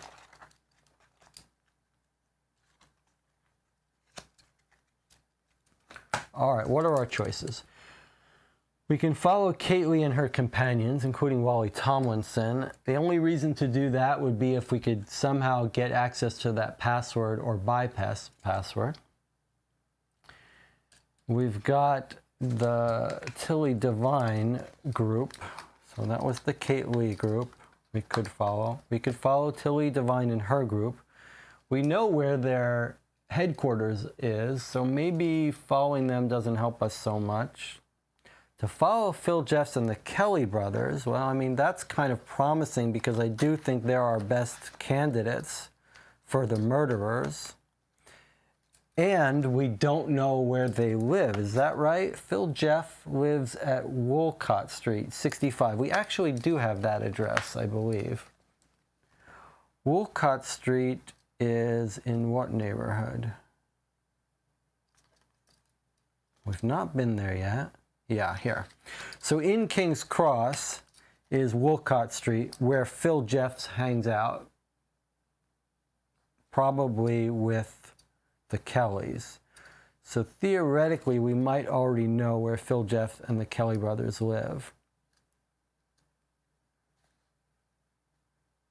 The other option, however, is Cutmore and Slater. Now, Slater is one of our mystery people that we haven't been able to track down. So it makes sense to me that we would probably follow them. Furthermore, he's a witness to all this. And we don't exactly know where he lives. We know what town he lives in. We know he lives near we know he lives in Barbary Coast because the proprietor of the Best Hole told us that he lives in the neighborhood. But we don't have his actual address. So I'm guessing he's going to live at the Elizabeth Street Hotel because that's the only place here we haven't been, I believe. But we don't know that. So I think, from my standpoint, it makes sense to follow Cutmore and Slater, the old friends of Brun. Let's see what the chat has to say about that. Also, maybe they'll meet up with George Wallace and we can find who that is. The chat says, Slater was Snowy. Jonathan says, Kelly or Slater. And Snowy could be in on Brun's murder. That's right, since he was talking to the Kellys. Okay, Drunk Tiger says, I didn't watch most of yesterday. How many times have we had to use our second die so far? We've been keeping track. 4 times. 4 times have we semi-cheated. Well, cheated. And rolled our second die. Okay, so we're going to follow these two that we don't know where they live. So we're choosing the last option, 155.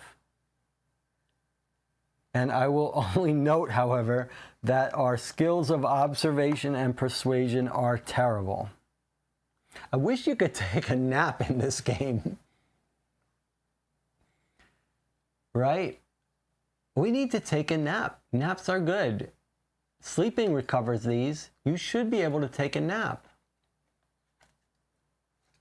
Are we sure the game doesn't let you take a nap? The rules do say if you just want to wait. There is a rule instruction for if you just want to wait in place. But are we sure it eats up a time and not gives it back to you? Where does it say that? Okay, cross off until you start to work. Time passing. Whenever you encounter a clock, each time you move from one square to another, or if you choose to simply wait. I would suggest to this game that that rule be reversed. That if you choose to just wait, you should be taking a nap in your car and get back a thing. That might be a little house rule we could cheat with if we wanted to. Let's put that on the shelf in case we need to think about that. That is a cool mechanic. If you could, at your given step, if you needed to recover that, you would sleep through that. That makes complete logical sense to me. So it's now 3 p.m. If we needed a force, we could take a nap and get a force back. I like that rule. I think we should consider, since we're open to house rules of that kind of thing, it's logical, thematic, I think we should consider using that rule. But right now, we're going to continue here to go to 155. Okay, 155 jumping from 186. You guys in the chat tell me what you think about that. 155 from 186. Here we go. We followed Snowy and Slater, the two old friends from Melbourne. Cutmore and Slater linger near the grave, and you are forced to wait half concealed behind a tree. They speak in low tones, watching the departure of Phil, Jeff, and the Kelly brothers, then turn and stroll off in the other direction. As they pass near your tree, Cutmore is tapping one end of a sheathed Bengal razor on the palm of his left hand. Slater's jacket is tight against his bulk, and you can make out the dimensions of a long-barreled revolver measuring at least 6 inches. Concealed beneath his dark gray suit. Fortunately, they're looking down and neither of them notice you. All right, so we're gonna have to consult our forensic booklet now. Okay, so this is Cutmore and Slater. Don't forget that Norman Brunn tells his wife it was a mistake that he got shot.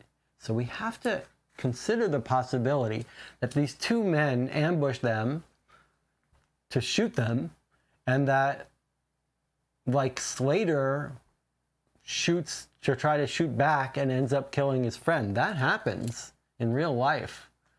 There's a shootout on the friendly fire. The criminals shoot each other on their same side because they're so going crazy.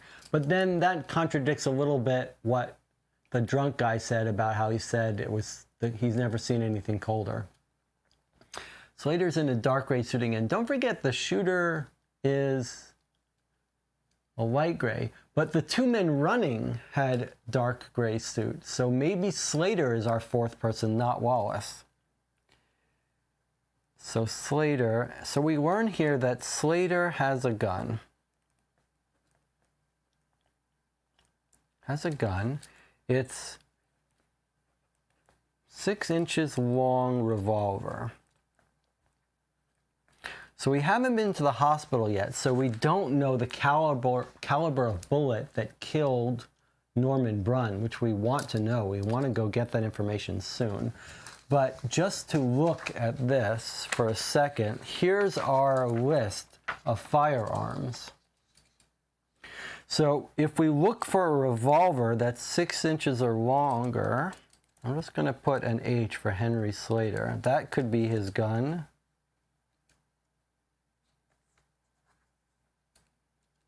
That could be his gun. That could be his gun. That could be his gun. That could be his gun. That could be his gun. That's it. These are pistols.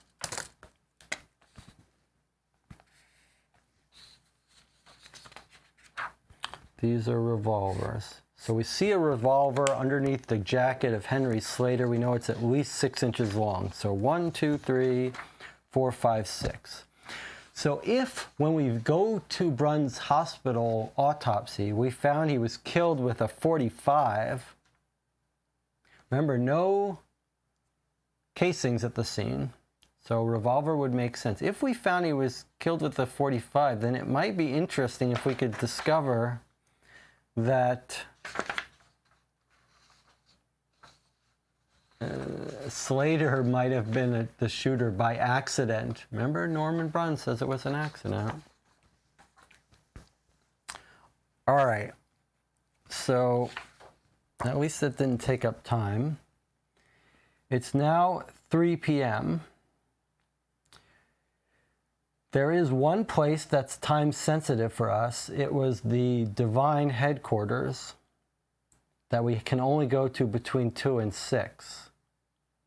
So I think I'm inclined for us to go there while we have time. Jonathan says Henry Slater is 5'9", so he would match the boot print. Interesting. But, yeah. But I wasn't thinking of it that way. Oh, that's an interesting theory, Jonathan, but I was thinking he was the other drinker that ran down this way in the dark gray suit. But then you have a good point. How could he have shot him if he was running down this way? I don't see how he's the shooter. The shooter got to be the Kelly brothers. So, yeah, maybe he's not going to be the shooter. All right, anyway. So my inclination now is to go to the Divine headquarters that we have to go to between 2 and 6. We're at the funeral home. There's nothing else to do here, so we're definitely going to leave here. But where are the places we want to go next? So we could go to knock on the door of Phil Jeffy's, one of the bosses. We haven't been to his house yet. Or we could knock on the door of the place that we know is only open from 2 to 6, which I think is where we should go. Or we could go to Robert Miller's house at Dowling Street.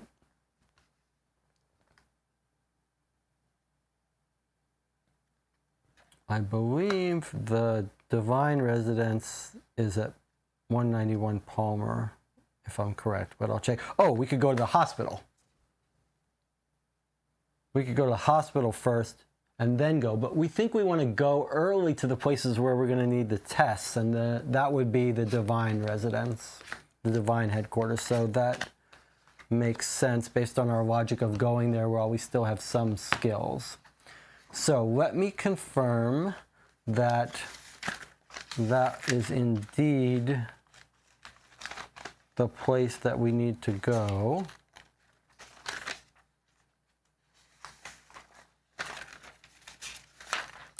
To do, visit the hospital, visit Kately's password, visit the Divine headquarters. Okay, so the Divine headquarters, I should have written down where their location is, but we know it's 191 Palmer Street.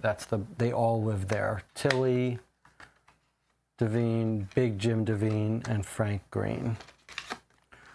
So why are we so hot on going here? Well, because they're the underworld big shots. They run everything. They would be the ones who would know. And we think they may have been involved in hiring to get him killed. Although, if we had to guess, it's not going to be Devine. It's going to be Phil Jeffries. But we do know that you can only go there between 2 and 6. Jonathan says, well, at the hospital, we could get our fingerprints back as well, maybe, or is that morning at the police station? I'm guessing that's going to be at the police station. But either way, if there's something that's going to need a test, it's going to be at the Devine place, so I think we should go there while we still have some skills. And then we'll go to the hospital where we hopefully won't need skills. And it says Slater wasn't in the lineups either. Clearly, he threatened the cabbie. He's thick-built, he's got a dark gray suit. It was more complicated than just the Kellys killing Run. Well, that's a very good theory, because he wasn't in the lineups, and he would match the description of who threatened the cabbie.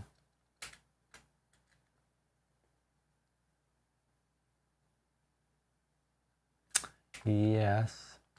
And we don't know that he was a friend, he was really his good friend. Just the wife says his old friend, but the wife is sort of out of touch with what was going on. Do we have Miller's house? Yes, we do have Miller's house, so we could go there too. Well, Miller's house might require a skill.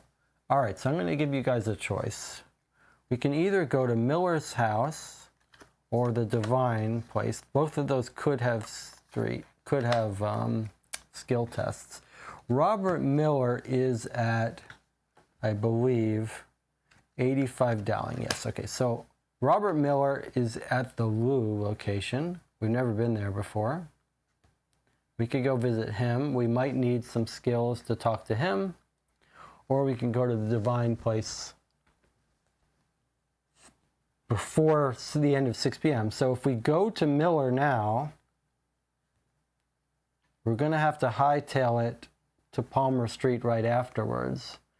I think logic suggests that we should go to the Palmer Street first because we don't want something to click our time off, whereas we can go visit Robert Miller at any time. So I think we should go first to Palmer Street just because we can only get in there early. So we're going to travel to Palmer Street.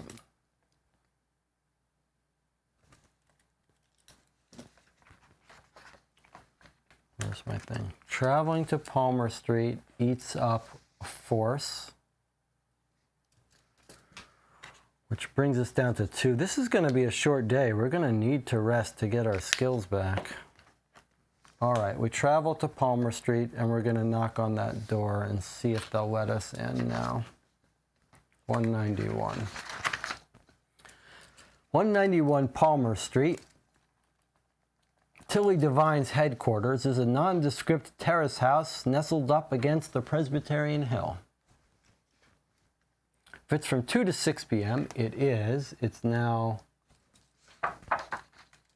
4 p.m. Read 96. Okay, so we've now finished this one. We can get rid of that.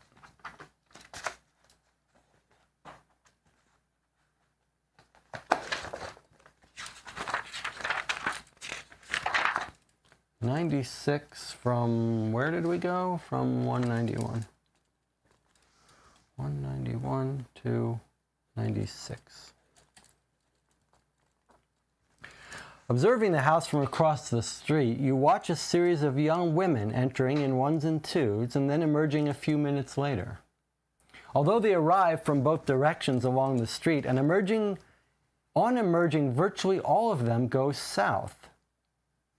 Turn into Liverpool Lane, which is this street here. So they come here, they go south, they turn into Liverpool Lane. And from there into Woods Lane. Where's my glasses here? They come down, they turn into Liverpool, and then they go to Woods Lane, which isn't on our map. Okay, but they're going into the bad neighborhood to walk the streets, I guess. Choosing a lull in the arrivals, you cross the street and slip through the door. In the first room off the hallway sits a tall man behind a table. He's hunched over, writing in a register of some sort with lists of numbers. On the table, you also see a hat and a pistol. The man looks up. It's Big Jim Devine. His expression doesn't change as he recognizes you, but without breaking eye contact, he slips the hat over the pistol, concealing it from view. Fun. All right, so he's got a pistol.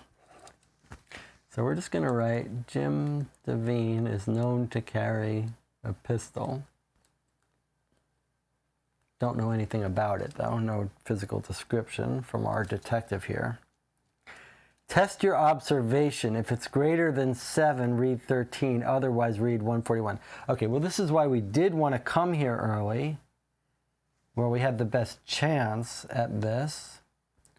We still have pretty bad odds. We'd need to roll a 5 to beat this. However, it looks like we can come back here.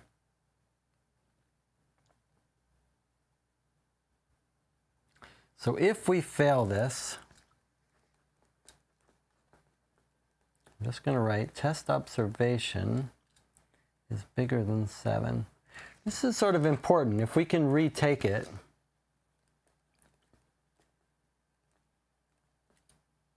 that's important. If most of these tests we can retake, then it's not so bad, right? So I'm just going to write 191 between 2 p.m. and 6 p.m. So we could come back and do this again if we fail this. I wonder if this is going to be, it's the first time in this game that we might be sort of traveling back in time if we do that, right? If we fail this and come back and do it again, it feels like it might be not in the spirit of the game. We would encounter this scene again, he'd hide the gun again, and we'd test again. So I don't know how we want to think about that. That's a fascinating thing. Mostly the game has avoided us being able to do that, but I don't see anything that's stopping us from coming back here and encountering this again. And I feel like that's maybe something, an oversight. But let's test. Maybe it won't matter for us. We need bigger than 7. We need to get bigger than 7. We're at 3, so we need a 5 here. Okay, I'm not going to touch anything. I'm just going to go to the top camera. Okay, that is not a cocked die. That's clearly a 5. So, look at that. So we had a rough day today, but we've been pretty lucky on our rolls. So we don't have to break the game and travel back in time. We can go right to it. All right, let's see if our skills of observation are going to let us notice something about this gun. So we don't need to retake this. We succeeded. So we go to 13.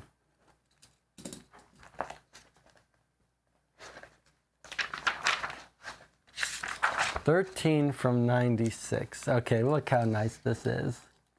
I was complaining that he's a detective, he didn't notice anything. He did notice something.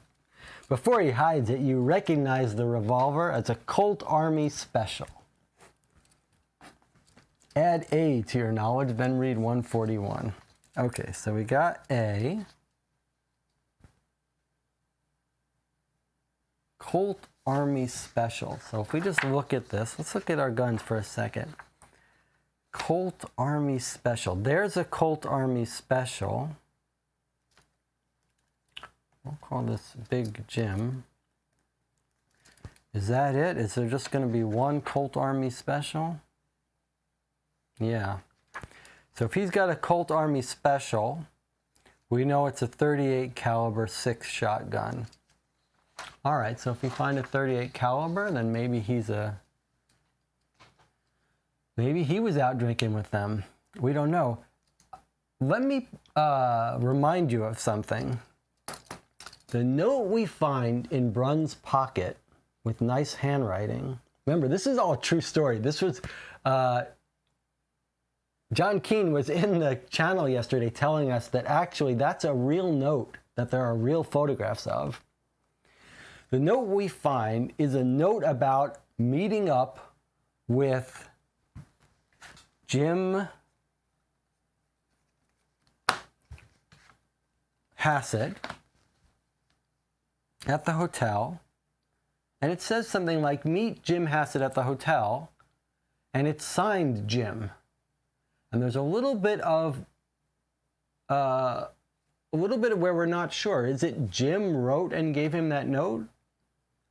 Or the original idea was, this is the other Jim in our story. Did Jim Devine give him that note while they were drinking because Big Jim Devine is the fourth man? It's a possibility. Seems unlikely, but just a possibility. All right, let's read 141. 141 from 13.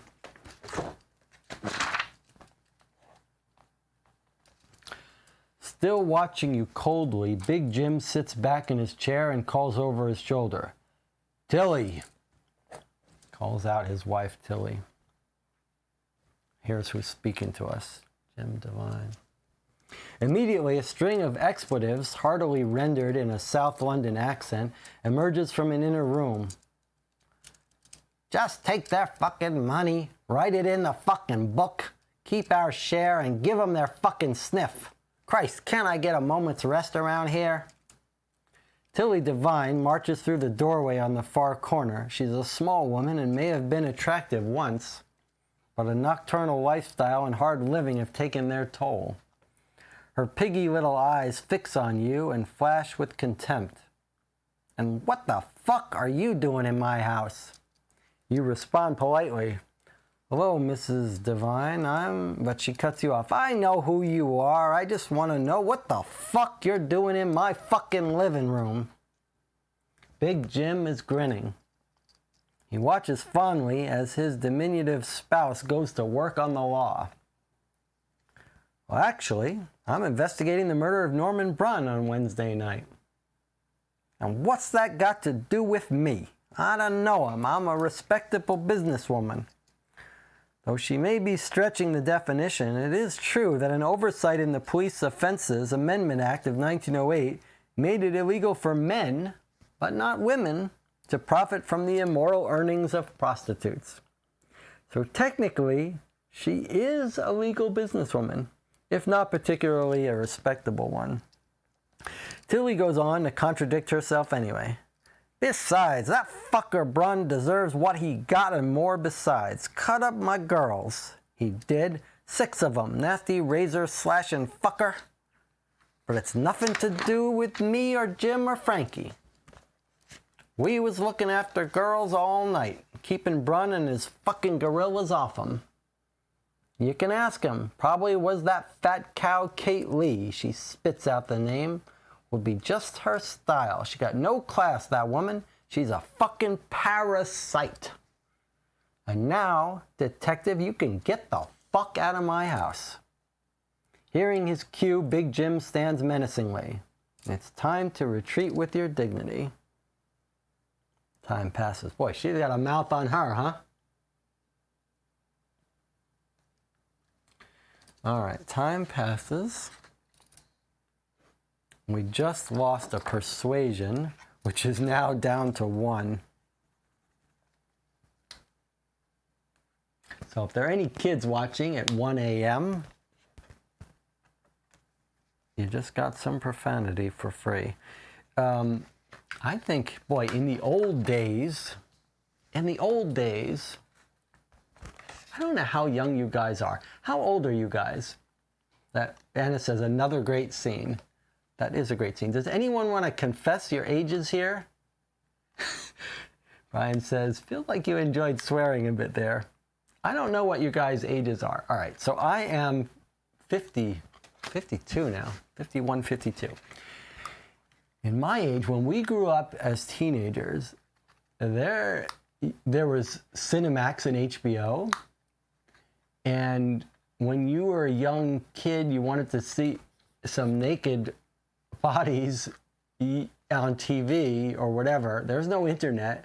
you have to like, there were some things you could do with the channels, the scrambled channels. You guys are too young for that, but the channels that would be scrambled, like the adult channels like Cinemax or whatever, or something like that, they would sort of be scrambled, but you could kind of make out things sometimes, and you could actually turn the channel a little bit to get it to kind of scroll through, and you could just catch some stuff every once in a while. And then occasionally we would watch my friend Robert Burton. He had Cinemax, and we would occasionally watch those movies.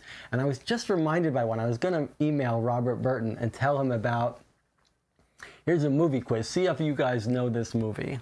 It's sort of like a teenage comedy movie, and it's about a female reporter who goes undercover with like a football team as a man. And it was called something like, it's not Top Gun, but it's like a 2-word title. And there's one scene where she's telling the guy that like there's another guy on the team that they have crushes on each other, but he thinks she's a man, so that's a little bit of ambiguity there. And eventually in this movie on Cinemax, she opens her shirt up, and it was very memorable to a young kid in high school. But the point I was making with saying the curses here, like, it's a scary world now. If you're a young kid growing up now, 10, 11, 12 years old, the one wrong search term in YouTube or on the internet, and you're watching, you know, the highest level of hardcore pornography and nudity that you could imagine. It's a little scary world here that it's so easy to see stuff that kids didn't used to have access to. It's a little concerning. So I think that's a long way to tell a story that I think hearing some cursing now is probably the least of the young kids' concern. Like a parent who found out their kid heard a bunch of cursing words on YouTube would be like, whew, thank God. Bring the curses on. I'll take that over what's currently available on YouTube. Like the YouTube videos of people trying on clothing and cleaning their house in scantily clad. There's all kinds of crazy worlds on YouTube. Okay, back to the game here. So we read this very cool scene with Tilly Devine, quite convincing that they're not involved in all this. But we got a little picture into the underworld. And she tells us that she suggests that it's the other underworld boss woman that she's in competition with, Kate Lee. She says it would be just like Kate Lee to have him killed. And she says Brunn cuts up girls. Now remember, one of my early theories was that it was the Kelly brothers getting revenge for Brunn mistreating their sister, Nellie Cameron, whose real name is Catherine Kelly.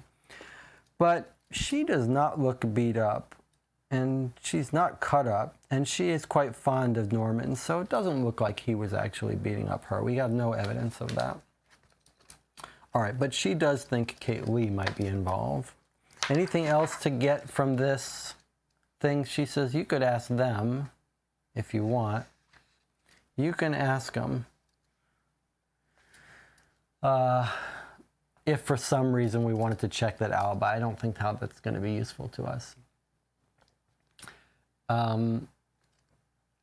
Okay, and now we leave.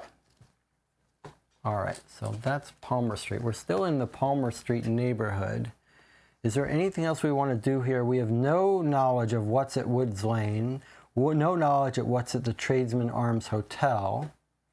And we're not supposed to go to places for no reason. The game punished us for that at some point. And Anna agrees they're not involved. So there's no reason for us to stick around the Palmer Hotel.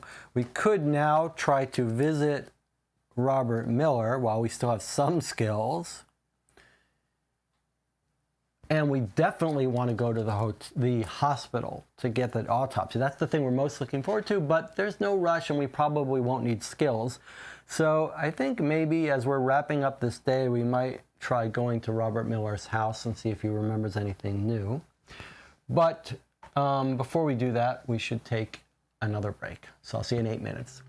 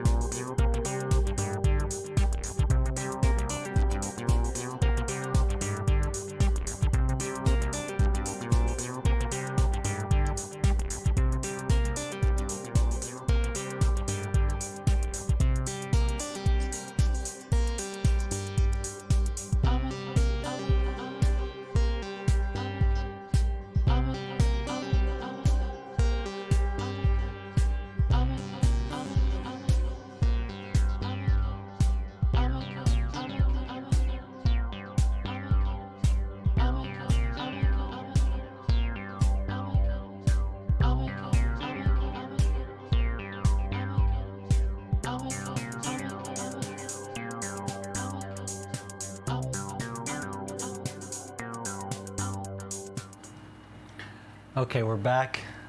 You're watching Caught for Two. We're playing Razorhurst. Forgot the air conditioner. We just visited the Divine headquarters, one of the underworld bosses in Sydney. They don't seem to be involved. We had a colorful interaction with her, and we took our exit when she was ready. The chat is discussing theories about Slater being one of the bad guys from Melbourne that followed Norman Brunn here and is actually out to get him. Jonathan and Anna are both theorizing about it. I have my doubts. I feel like Brunn has his loyal group, and then one of the bosses is trying to get revenge on him. So the fact that Henry Slater, here's the way I'm thinking about it. I'm not ruling out the possibility that you're right. And we saw Snowy, one of the gang, Snowy Cutmore here, talking to the Kelly brothers.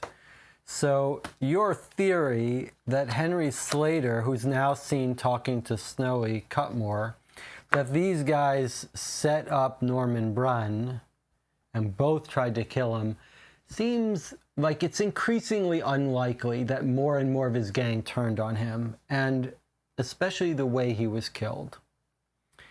So I think I don't agree. I think it's more likely that Snowy Cutmore is a loyal member of the gang with Miller and Norman, who got killed, and that if Snowy Cutmore is hanging out with Henry Slater, I'm more inclined to believe that they are part of Brunn's gang and are not involved in the killing, but are sort of discussing what to do about the fact that the Kelly brothers just killed their boss. That's my theory.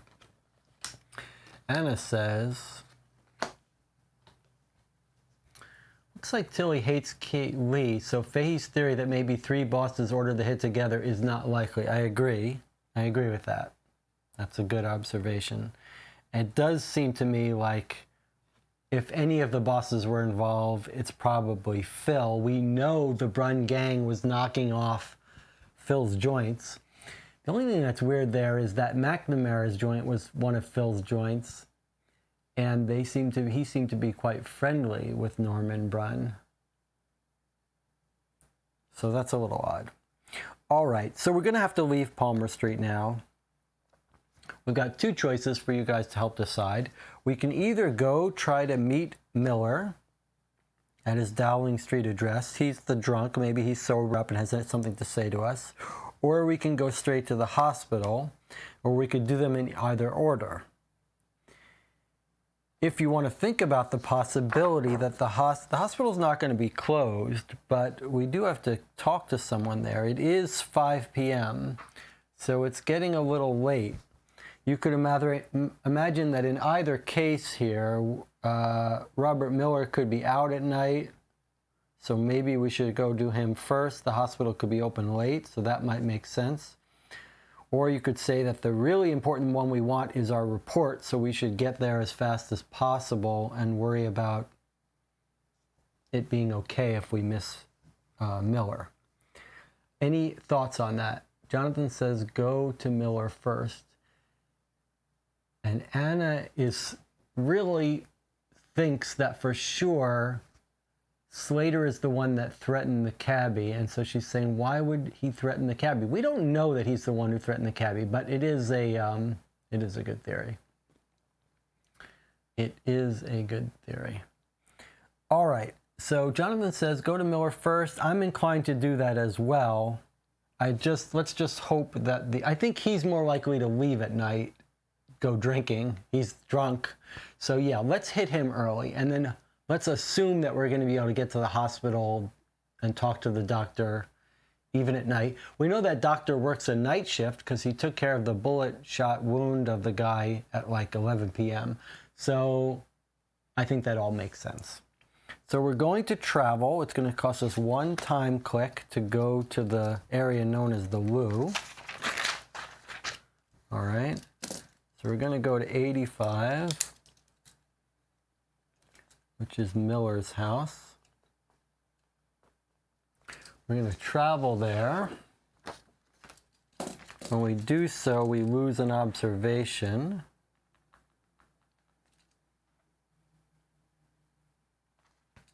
So we're going to 85. So let's lose our observation, which kicks us down to 2.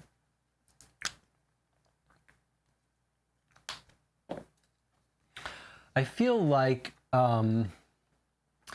this day has been a little inefficient in terms of when we woke up, but it's been made, and sort of what we saw, but then it's been made up for by having a couple lucky die rolls, so I don't feel so bad about it. All right, so we're at the loo. We went to 85, down Dowling Street to talk to Robert Miller once again. Remember, we talked to him already at the hospital. Here he is. He might be able to give us some information about Slater as well. Robert Miller lives at 85 Dowling Street. Let's try to remember when we encounter someone again, let's flip them over and look at their back thing just to familiarize ourselves with these people. 5'4", brown hair, brown eyes. We should be doing that more. We should be flipping over their backs when we spend some time with them. All right. So we already, yeah, we went to 50. Okay, so 85 we're going to.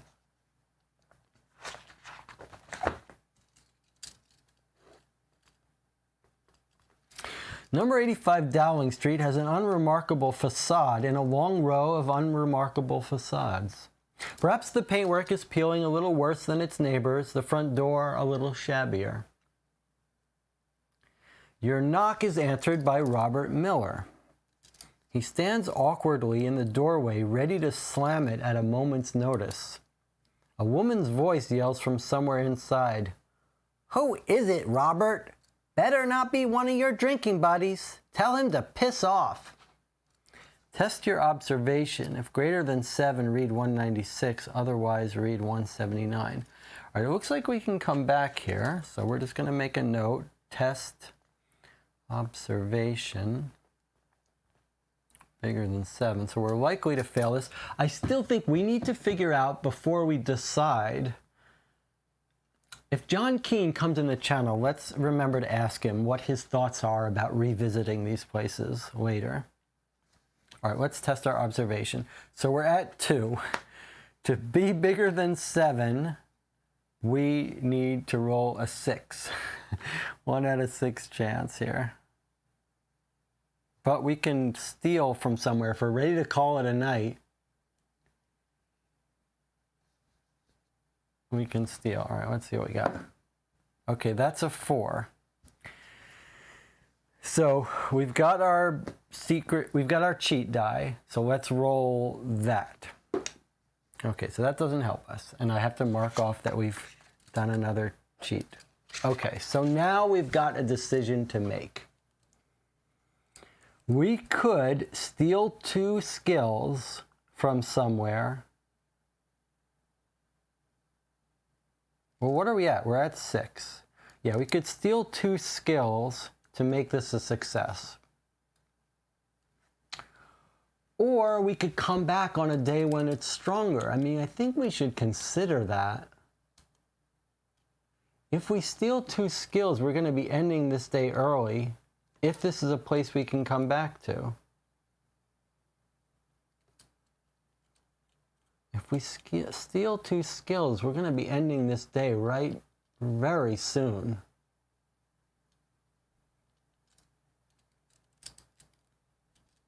I'm inclined to just have a fail and come back here, as long as we're interpreting the rules to say we can come back.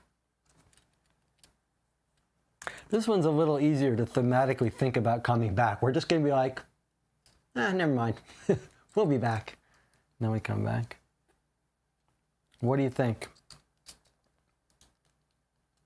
What are we going to notice? We might notice he's carrying a gun, but we don't think he's the shooter, do we? Probably not. I think it's too costly to spend 2 skills. I think we just try to come back here when we've got more skills. I mean, I don't think we're going to need the skills of the hospital, so if we're ready to call it a night, do we have other stuff to do? That's a viable question. Where's our to-do list? I mean, maybe I'm overthinking this. Maybe we don't have other stuff to do. Visit the hospital, visit the password. We don't have that, we can't do. We visited the headquarters of Devines. We went to the funeral, we went to the burial. We can't do tips today. Dowling Street address is Miller. I think I've changed my mind. The only place left is hospital and this guy. I've convinced the channel, Jonathan and Anna, to save it, but now I've changed my mind. Like, we have nothing else to do. Do we really have to persuade someone else in the hospital? I think it's unlikely. I'm going to use the skills. I changed my mind. I'm going to use the force skills. Surely we're not going to need to force someone in the hospital to tell us something. Although we could use the force skills at the hospital to use on other things. But we'll be able to come back to the hospital if we need to. I think the odds are we aren't going to need skills. And if we do, we can come back there. So I'm going to use them up. I'm doing it. I'm going to use up we're testing observation. So I can take from persuasion, or I can take from force. The advantage of taking persuasion is that nothing will happen to us when we have to click it off here. So I'm going to take off 1 from persuasion and 1 from force. So that brings us to 0 persuasion and 1 force. And with that, this clicks up to a 6 and we succeed. Might regret it. If we need to observe something in the hospital, we're in trouble, but hopefully we can revisit. All right, 196. I made a judgment call. 196 from 85.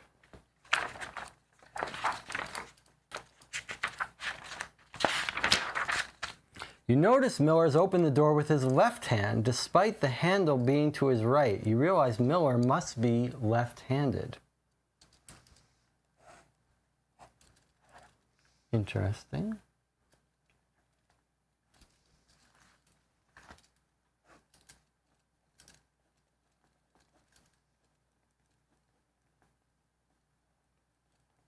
Is that going to be relevant, you think?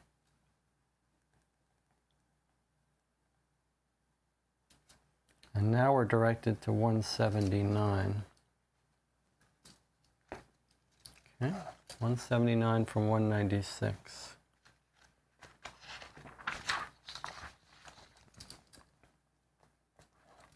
You greet him cheerfully. Hello again, Mr. Miller.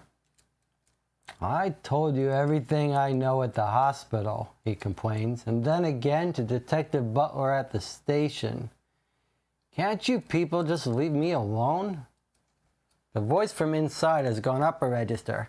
You'd better not be going out. Tell him to get lost, Robert. Robert! Miller yells back to the interior. Shut up, woman.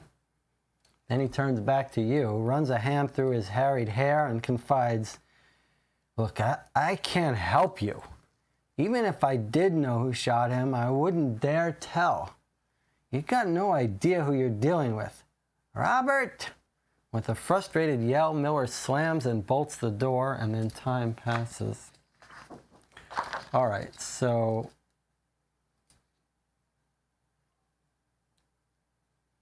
I shouldn't have taken from persuasion. I should have been smart enough to realize that, because this kills a force. And if I had taken from persuasion, we'd still have one. That was stupid. I was just looking down ahead a little bit. but I should have looked at the next step. All right, so we're at 0, 0, and 2 observation, which means we won't be able to work past 9 p.m., but that's okay. We're not going to need to. I mean, we weren't going to do that anyway.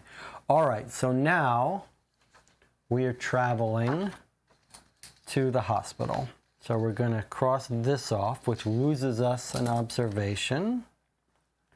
Brings us down to 1 observation. So we've got 1 observation, 0, 0. Anna says, this is what I said. He knows, but he wouldn't tell. I don't believe it. He says, even if I did know you, no, I wouldn't tell you. Even if I did know, I can't help you. Even if I did know, I wouldn't tell you. It doesn't mean he knows. He might.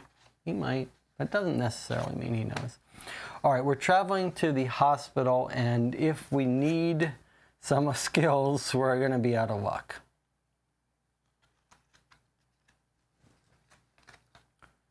All right, Sydney Hospital. So we're traveling to McGuire Street, which I didn't pay for. I paid for this, right? So actually, it doesn't matter what I did before. Now we travel. We lose a persuasion, which we don't have to lose, which is okay, right? The rules just say, if you can't cross it off, you don't. Down to a minimum value of 0. Yeah. Okay. We're going to have to sleep in tomorrow.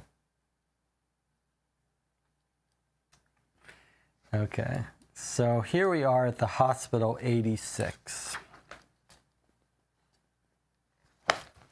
You guys are going to be mad if we need a skill, but we can come back if we need a skill.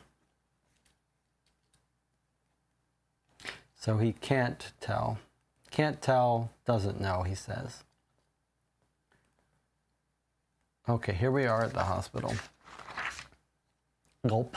There's a test. Sydney Hospital is busier at this time of day. The Ward 6 waiting room is packed with tired and concerned relatives awaiting news of their unfortunate loved ones. Dr. James looks no more weary or harried than before, though. You have to lean close to hear him above the background hubbub. I assisted Dr. Sheldon with the post-mortem of Brunn, he confides. Detective Butler has the report. There was nothing much you didn't already know. Bullets passed through the neck and abdomen, and one lodged in the back. He reaches into a pocket and pulls out a small ball of metal. And here it is, a .32 caliber, I'd say. He presses it into your hand.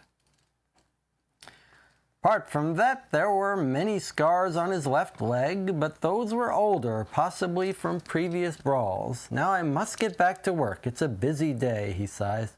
Good luck, detective. We could certainly do without the extra razor slashes and gunshot wounds we've been seeing lately. Time passes, we add F. So there's F.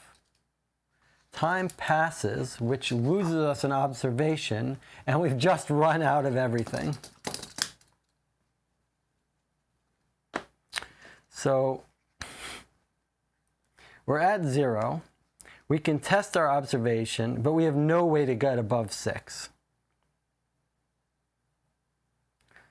So otherwise we leave. So we just have to leave, and we're going to have to come back here.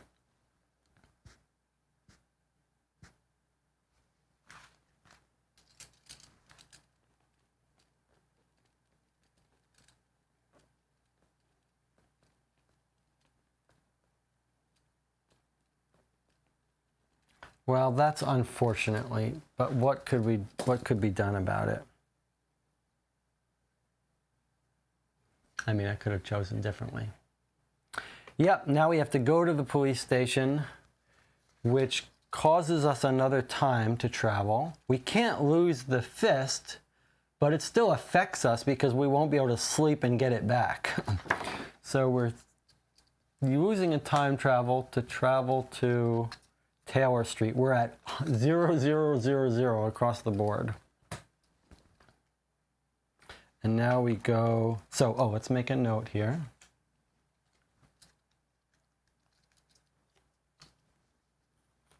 come back to the hospital. So we have to come back to the hospital, unfortunately. 32 caliber.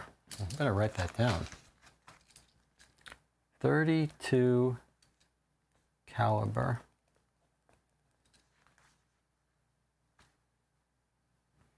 Now, remember we saw in Slater, and I don't think Slater is the shooter possibly, so let's just look.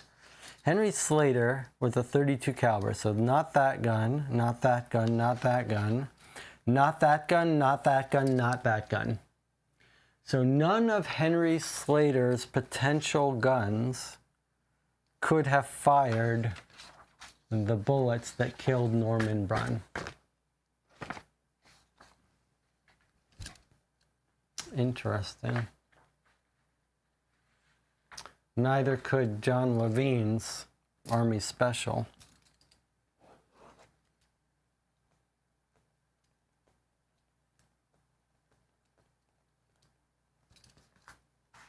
That's interesting. All right, so we're auto jumping to the police station, which is 111. Reminder, cross off an hour, which I did. If it's Thursday, if it's Friday, otherwise read 115. Here we go. So, police station experiences usual bustle for this hour. Croyder's busy on the telephone. We want to finish work for the day, get some sleep. So it's Saturday, so we're reading 119. So 119, end of Saturday, which is corresponding to this little moon here, 119. So we're going to circle and read that. And then we're going to have a very late night sleep. In fact, I think we have to sleep through all of Sunday morning. It makes sense. It's a weekend. You sleep in on Sundays. It makes sense. Jonathan reminds us, he said probably a 32. So maybe we need to recheck that with observation. That's a very good guess. Well, we're going to go back there. All right, let's read our 119.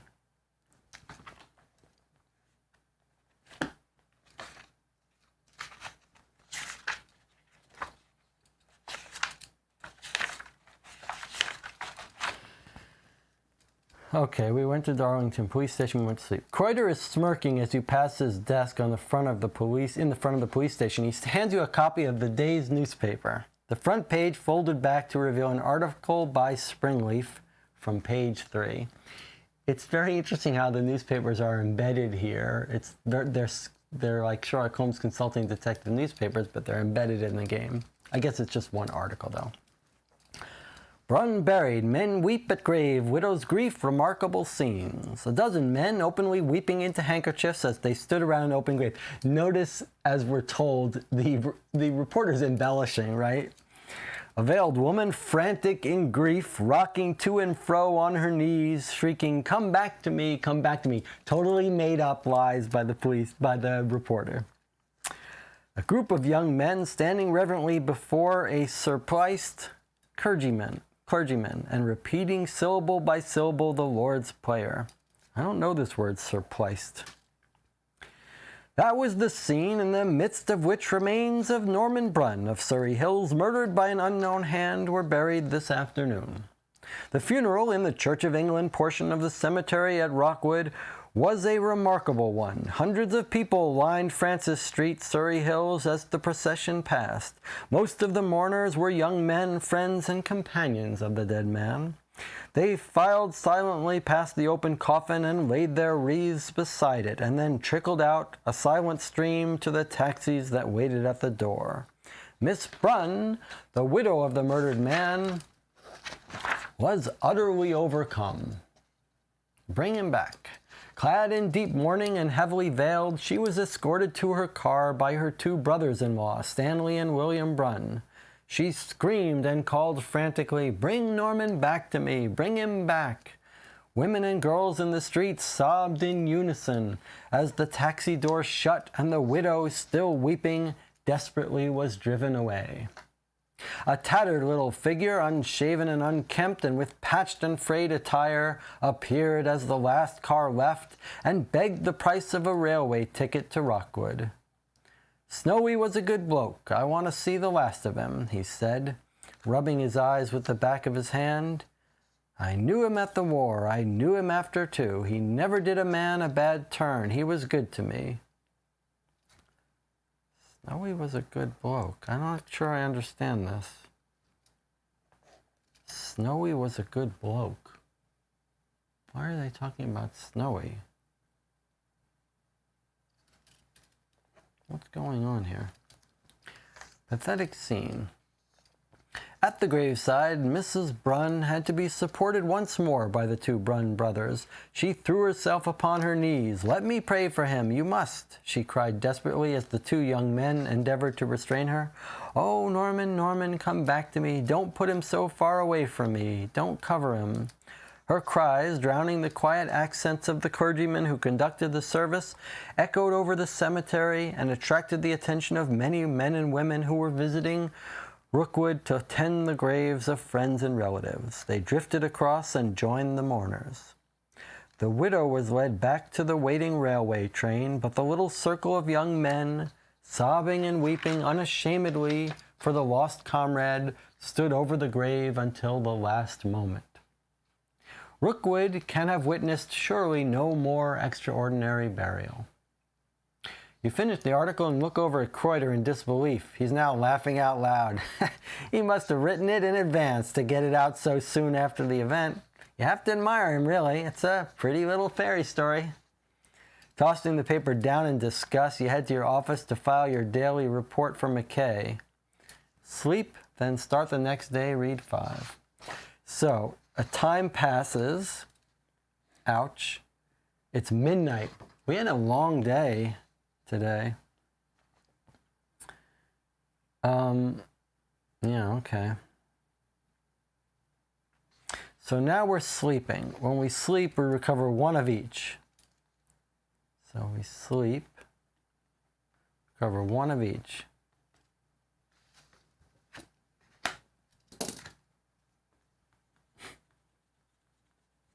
The good news is we've got no events scheduled.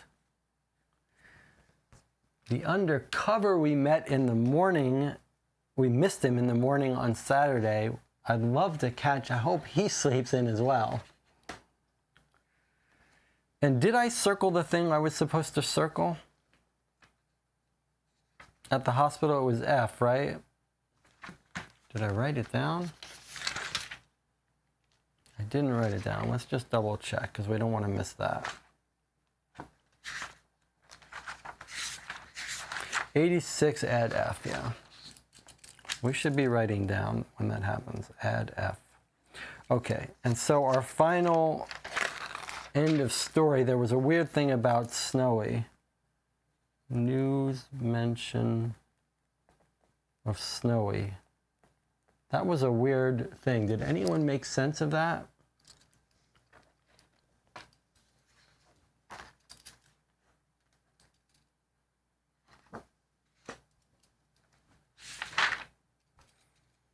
A tattered figure, unshaven and unkempt, and with patched and frayed attire, appeared as the last car left and begged the price of a railway ticket. So this is, they're at the funeral, I guess. They haven't made it to the burial yet at the thing. So someone's begging for money to get to the burial. And they're saying, Snowy was a good bloke. I want to see the last of him. I knew him at the war. I knew him after, too. He never did a man a bad turn. He was good to me. Is it possible this is Slater? Is it possible this is Slater? No, right? Slater seems well dressed. Yeah, Slater's a dapper guy. He's not begging for money. Scars on the right side of his nose, on his knee, mole on back of his neck. 5'9". His nickname is Long Harry or Sullivan. All right. Assuming no one else has a theory about what this is, someone is in for a pleasant surprise. Snowy's alive. Okay, maybe that's a good reading. Like this is just someone who's sort of drunken out of it and doesn't realize Snowy wasn't the one who was. Yeah, that's interesting. Okay, so the day has ended.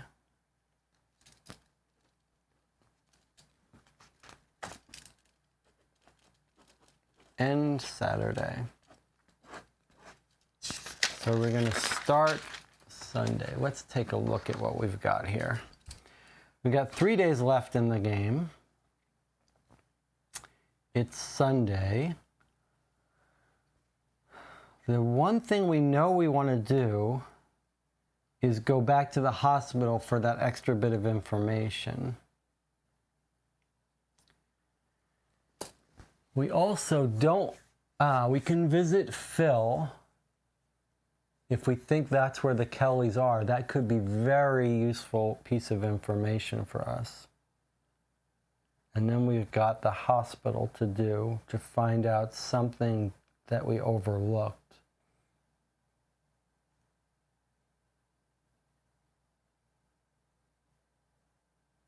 So we have to decide how late to sleep in. Let's just take a look at this to see if we wanted to get our skills back up. We need 5 of everything. So 1, 2, 3, 4. We'd have to sleep until 5 p.m. We'd basically have to sleep in the entire day to get our skills almost to the top. 3, 4, yeah, 4 of everything. So if we sleep till the most we could at 5 p.m., we would get up to our max, or almost our max, the most we could. We're not allowed to sleep past 5 p.m. I'm inclined to do that.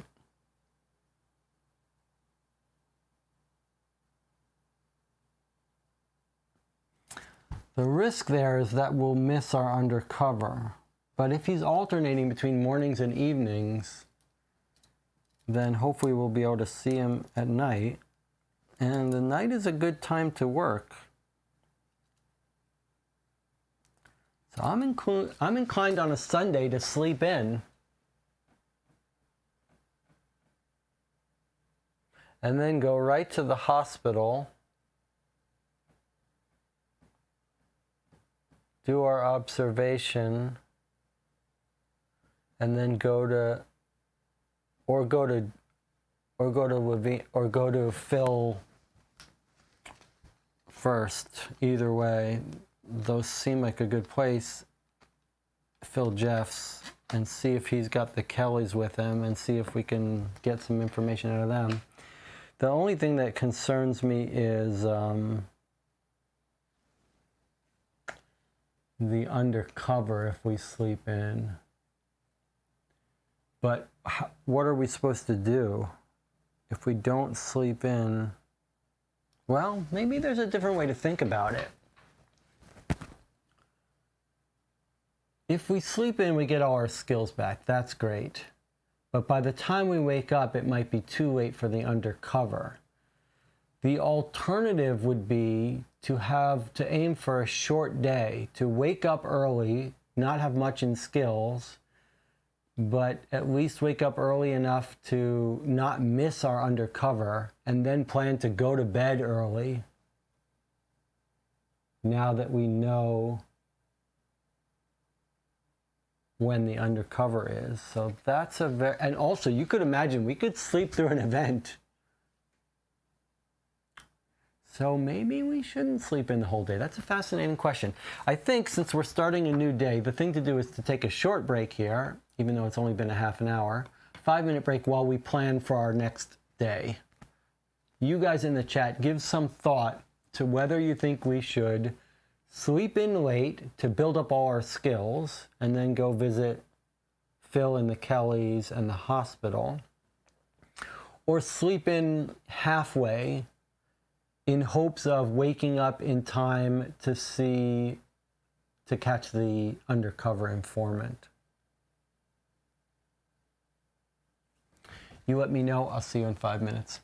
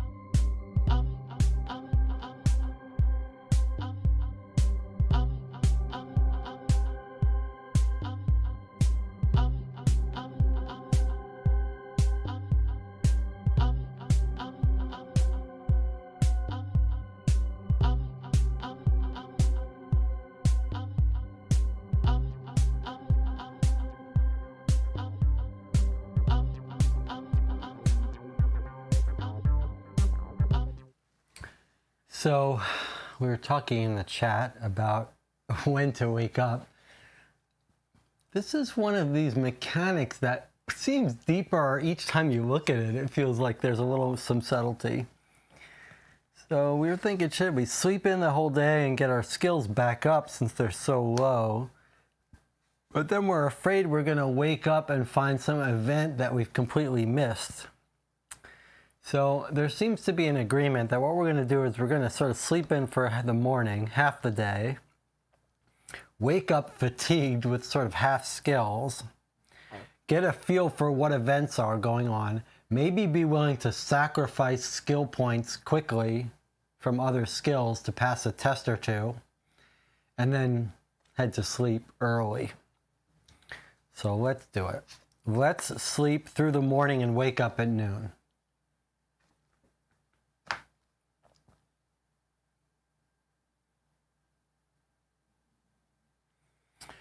So that gets us 2 of everything.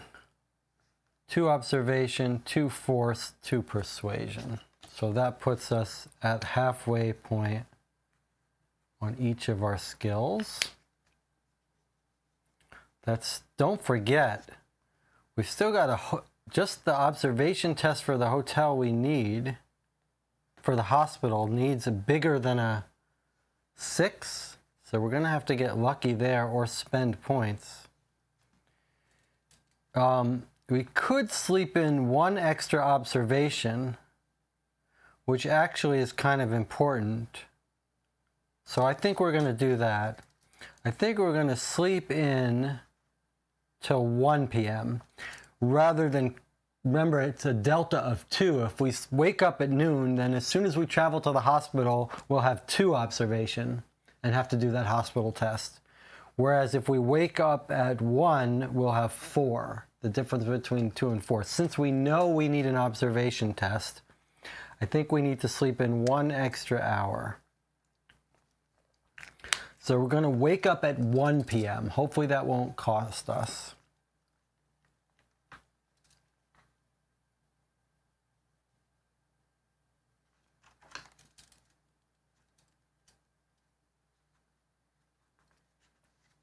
All right, I can live with that. Catching up with the chat. John says, support for the theory that Slater and Snowy are in cahoots. Snowy was the one who suggested go to Max, I believe, which is where the Shadow Men were. That's interesting. Is Snowy the one that suggested? That's quite important if it is. Do we really know that? Would we learn that at the whole place? Let's reread that. Let's read if Jonathan is right. That's kind of important. The best whole cafe was 20. Let's just take a look at that, see if Jonathan was right. He visited on Wednesday. He had some friends. He stopped in with for a quick drink. Okay, then we went to 193.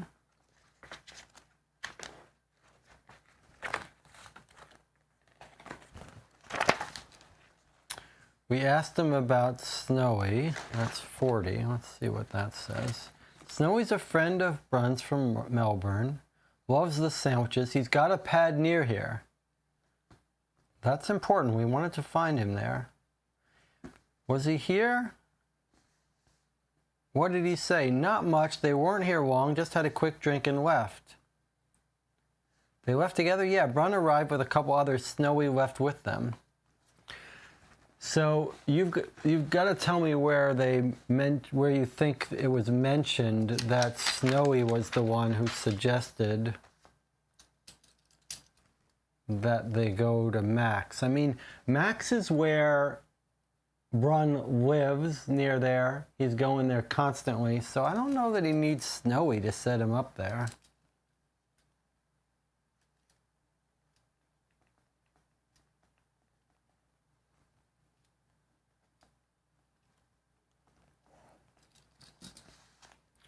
All right, here we go. We're reading Sunday. Let's hope that no events occur while we were sleeping.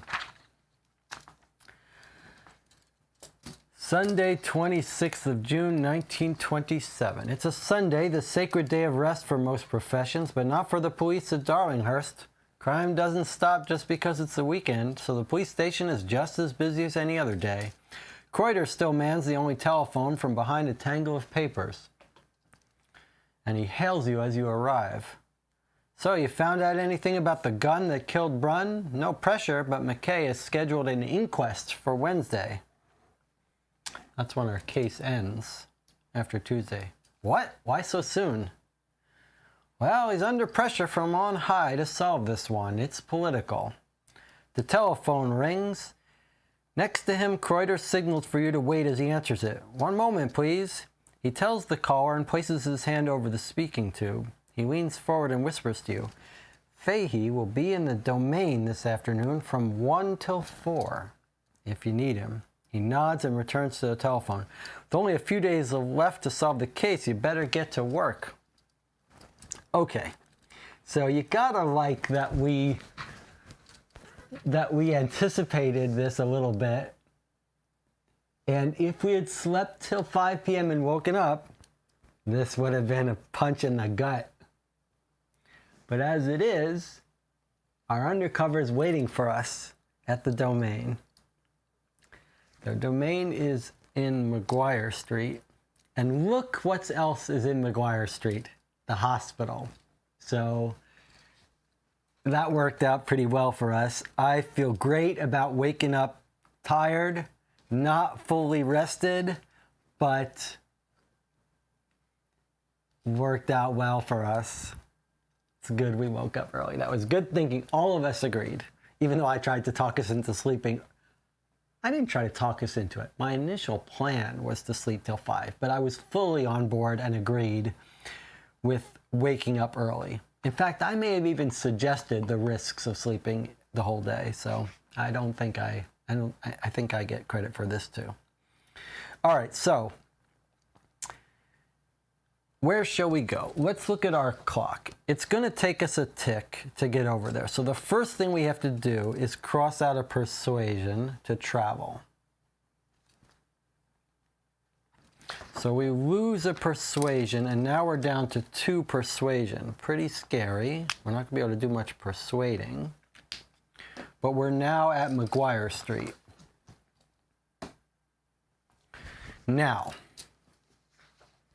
if talking to the undercover passes time, we'll lose a force. That's not so bad. What we want to make sure is we get to the hospital before we lose our observation. But maybe it makes sense to go to the hospital first in case we get some information from them that we want to ask the undercover about, right? Yeah. So let's start by going to the hospital to continue right where we left off the night before. Anna says, wait a second, can we think a little more about what we just heard? Okay, sure. Let's go to the chat. Let's talk about it.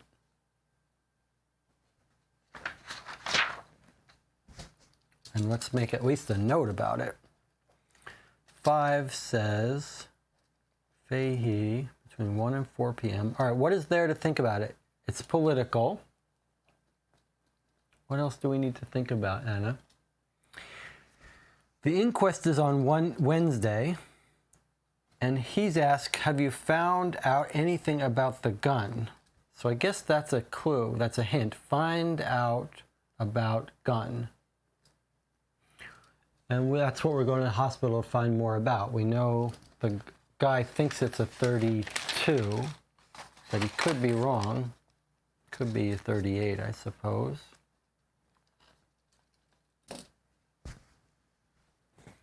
What else were you thinking, Anna?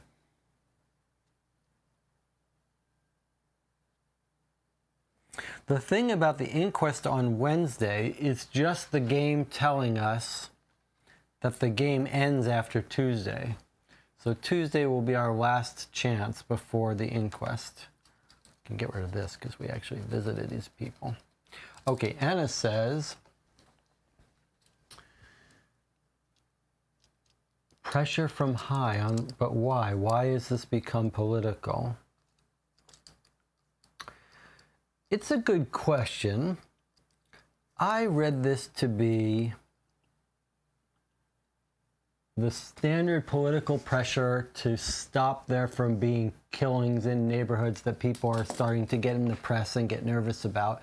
Just like one of my favorite movies of all time, Year of the Dragon, where the blood is flowing in Chinatown and the political mayor wants it stopped.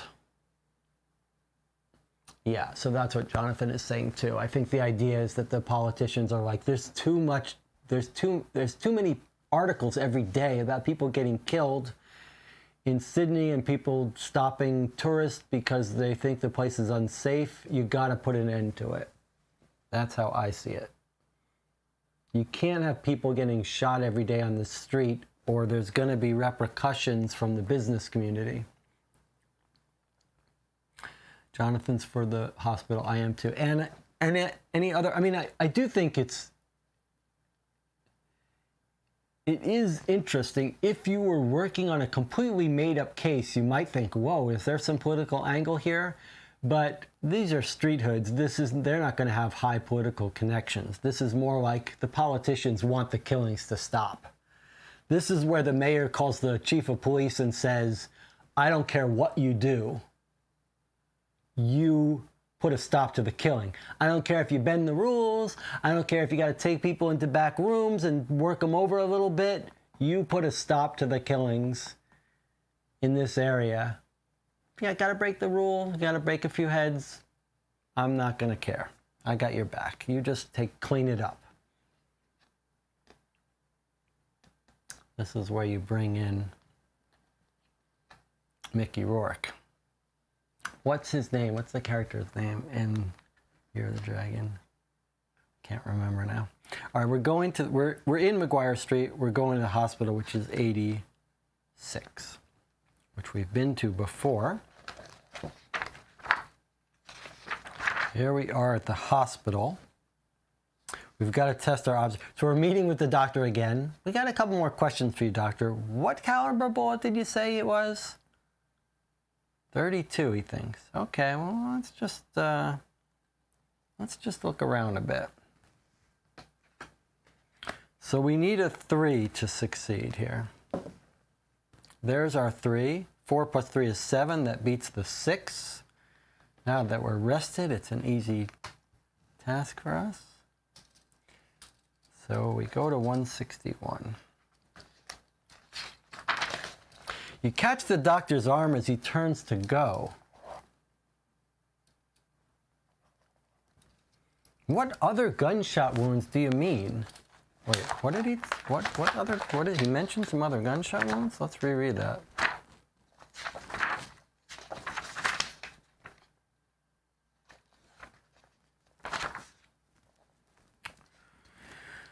I assisted Dr. Sheldon with the post-mortem.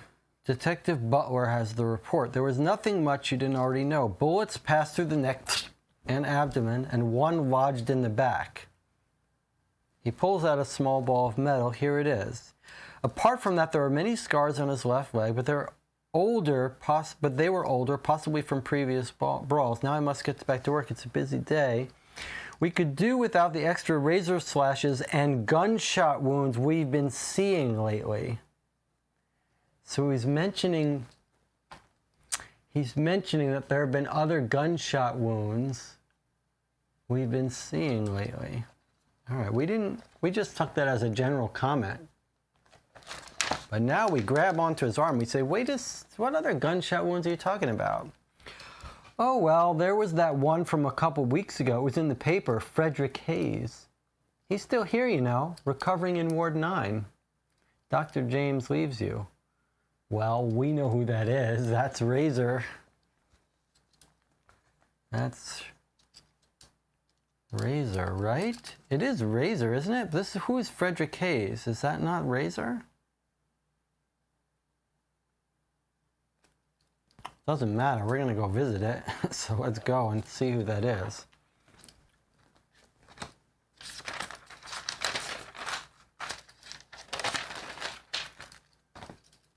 So we went to 86 hospital, which took us to observe at 161, and we found out that Frederick Hayes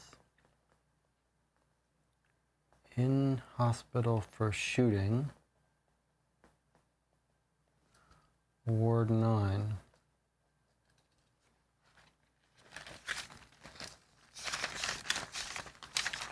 Who is our Razor Jack?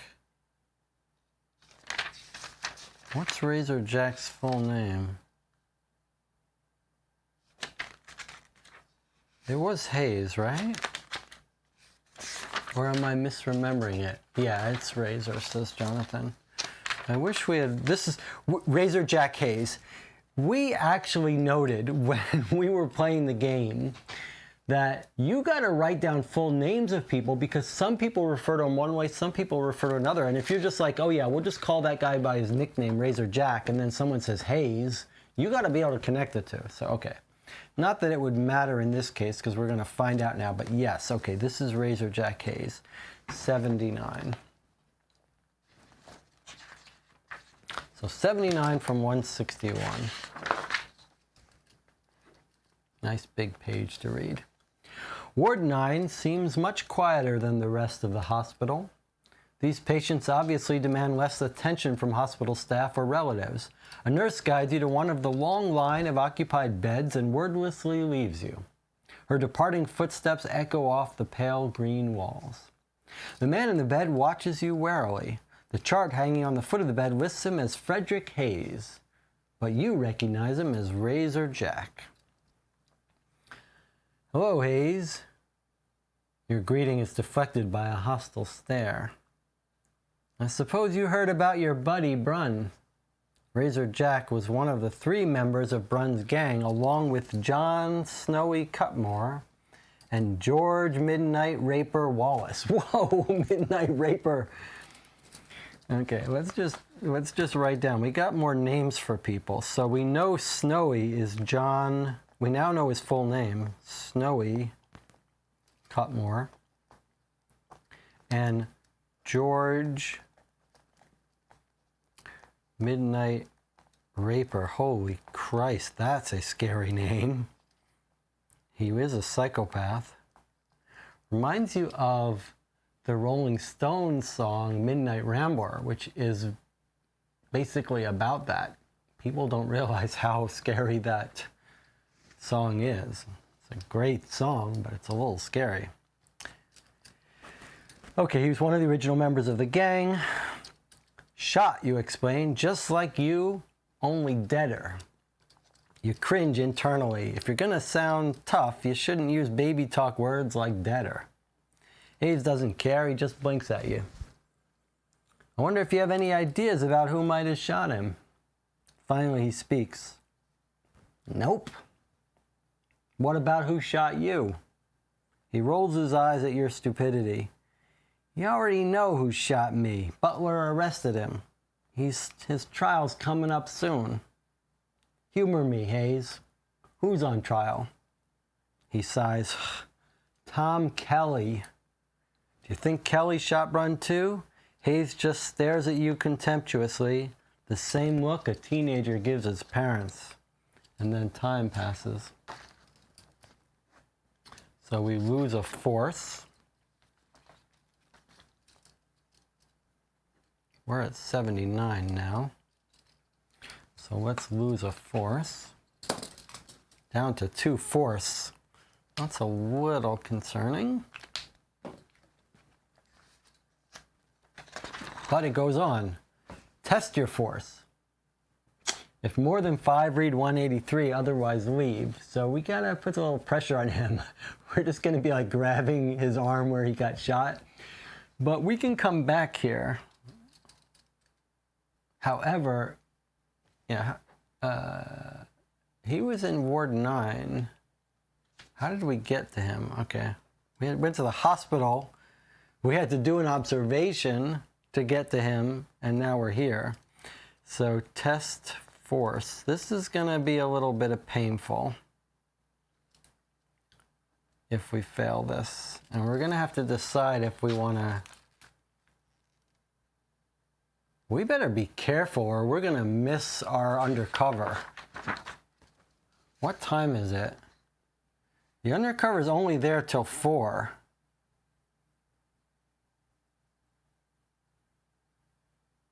We might miss our undercover.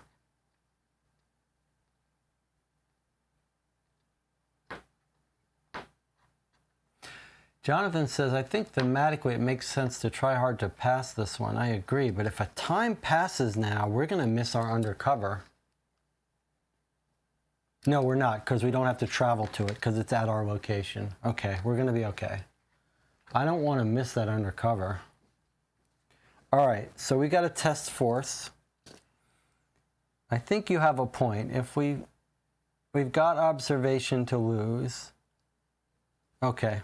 Yeah, we've got enough observation to pay to pass this if we need to. Okay, let's do it. Let's test our force.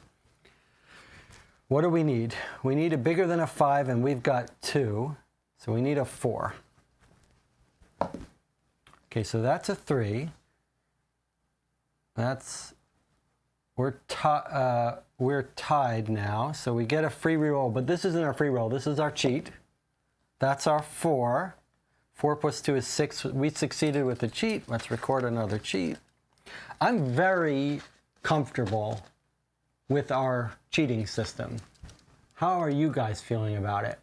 Like, it's making it easier, but it's not taking away any of the stress for keeping our skills high. And when they get too low, the cheat system doesn't do much for us. I'm very happy with that. I think it's worth a post on BGG about it. All right, so we passed it. Whew. 183. So now we're going to 183 from 79. So he doesn't want to tell us who shot him. Well, he did tell us. He says, Tom Kelly. Do you think Kelly shot Brun too? He stares at you contemptuously. The same look a teenager gives his parents, who like punch him in the stomach or squeeze his arm where he was shot. 183. Or maybe we're just intimidating him. You take a quick step forward and pin Hayes onto the bed with a heavy hand on his chest. That's pretty good. Your other hand seeks out the bullet wound now covered by a thin dressing. Hayes' eyes go wide with pain as you dig a knuckle into his wound. Oh, we're not messing around. But he doesn't cry out. You lean in close and ask him, and why did Tom Kelly shoot you, Hayes? What did you do to him? Razor Jack's eyes are full of pain, defiance, and a little respect. He answers through clenched teeth, I cut his brother. Abruptly, you release him and step back. Good man. Now, where can I find Mr. Kelly? He's got a gym on Oxford Street behind the greengrocer's. Hayes is gently examining his bandages where new bloodstains are blossoming. You leave him to it. Yikes. Add P and T to your knowledge, then leave. Okay, let's see what we got. So, T is new to us. P we already had circled. Well, Jonathan was right about this being important. So he says, he confirms what we had heard, that Tom Kelly was the shooter, shot Razor. And he says the reason is because I cut his brother, because he cut Sid Kelly. So it was revenge for cutting Sid Kelly. Then we ask, where is Kelly? And he's saying Kelly has a gym on Oxford Street behind Greengrocer, which is on our map. It's a place we had no reason to go to before, but now we do. Let's take a look at that.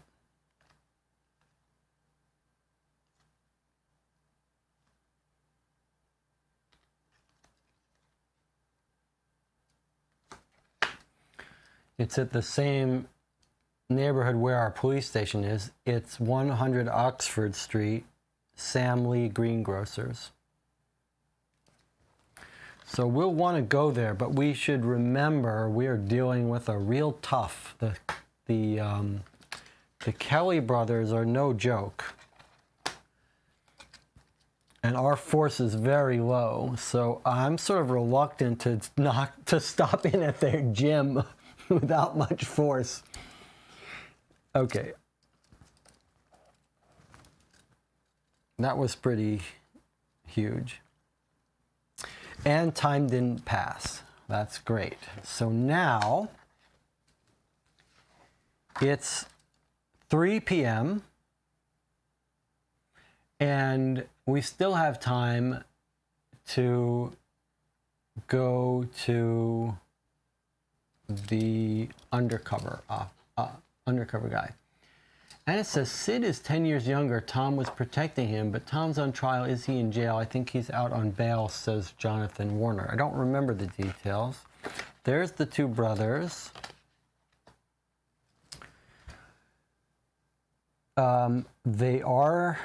Sid Kelly is 10 years younger and shorter. That makes him the perfect shooter description. He's the younger and shorter of the two people. One bouncing around on heels, one calm. It really makes sense that Sid Kelly is going to be... And look at that, scar on neck from razor slash. That's the razor slash from Frederick Hayes, Razor, the guy who's in the hospital. He says he cut him, and then the brother shot him. And he's a boxing instructor, so he's at the gym. Makes complete sense. Complete sense. Now we'd like to find a .32 caliber on them. We know Tom Kelly actually used a .38 caliber to shoot this guy in the hospital right now, Razor Kelly, because we got that from the previous arrest of Tom Kelly. So it's not a .32. I think Sid Kelly is going to turn out to own a .32 and be our shooter. I think Tom Kelly carries a .38. The younger brother carries a smaller gun, a .32. That's my guess. And he's our shooter. But that's for later. Now we go to our undercover. Next up, we're going to the Domain, which is in the same neighborhood.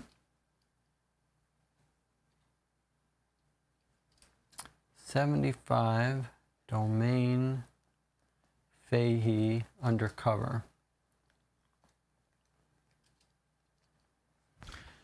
Jonathan says, Sid is the kicker, so the large boot print could be his if he wears a large kicking boot. Uh-huh. And Anna says, this makes sense. It could be revenge. First on the shooter, put him in the hospital, Hayes. And then secondly on his boss, Brunn. Yeah, it could be. All good theories, all good theories. So now, with those theories in mind, we're going to go meet our undercover and decide what knowledge we want to get. So 75 into the Domain.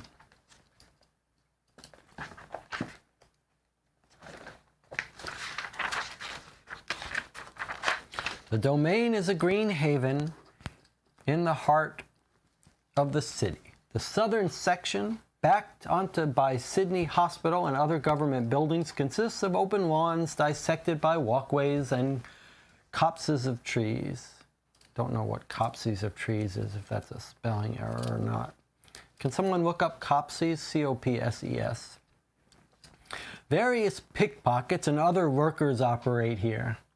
But for now, you take a seat at one end of a bench and try to let your mind wander from the challenge of the case as you idly watch passers-by.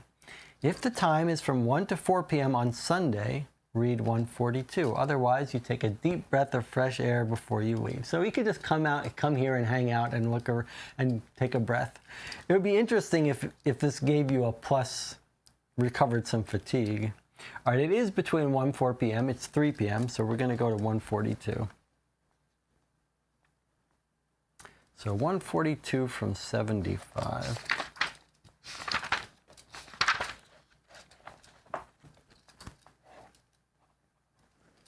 A thin man in a shabby suit takes a seat at the other end of your bench. He's utterly remarkable. Was that our undercover who was the beggar in bad clothes begging for a railway ticket to the police officer, to the reporter? A thin man in a shabby suit takes a seat at the other end of your bench. He's utterly unremarkable, and even with your honed skills of observation, you know you'd struggle to describe him later. He withdraws a paper-wrapped sandwich from his pocket and, taking his time, begins to devour it. Between mouthfuls, he speaks to you quietly without ever looking in your direction. Onlookers would never guess you are anything other than strangers temporarily sharing a bench in the park. "You look tired," says Frank, the shadow Fahey. "What's eating you?" Place 3 tip tokens on your detective card. Then read 145. Okay.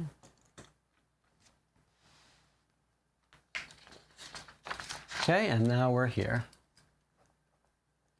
So, it's back to the same page, and we can ask for more hints. Now, let's think about where to spend our 3 hints. First of all, Sid Kelly is our best suspect. We have a location where Tom Kelly has a gym, but maybe that's not where Sid Kelly lives.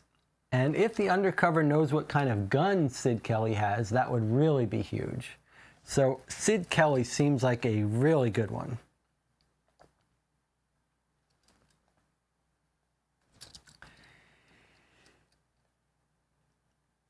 Phil Jeffs, his potential boss, if we're still locked in on the Kellys, he might be a good person, although we've got his house, so we can knock on his door.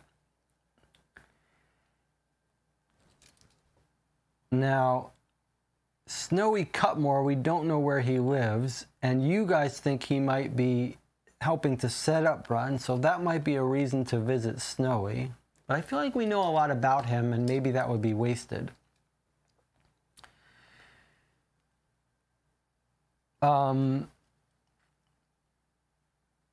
George Springleaf would be for flavor. But look, there's George Wallace near the bottom. He's a big mystery in our mind, and we don't know if he's the guy that came along with him. However, if he is, he's not going to be the shooter. So he's not going to strictly help us find the shooter. So he would be, he's the mystery to us, so he would be good to know. And then another person of real interest to us is Henry Slater. So Sid Kelly, Henry Slater, and George Wallace would all be good. However, let me just give you the one wild card. Kate Lee, the other boss, we don't think she's involved in this so much, but you need a password to get into our headquarters. And I think there's a reasonable chance that if we ask our undercover about Kate Lee, he may know the password.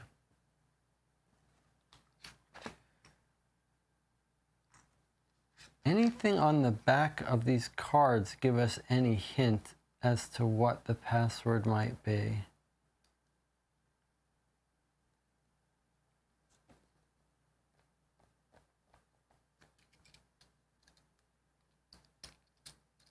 Not really. She's got a scar on her upper lip. So, like, it's a bit of a wild card, and we don't even know why we want to get into our headquarters, but we do. We do want to know the password.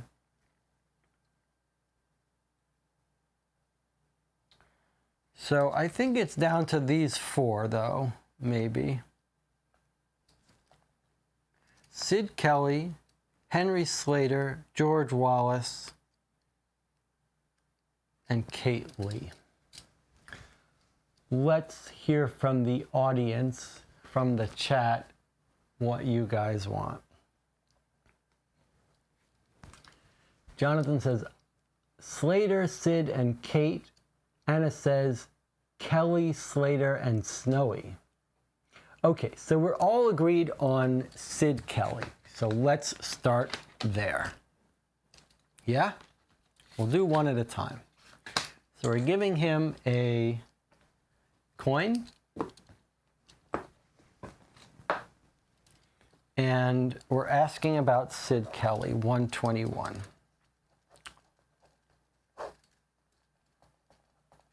Sid Kelly.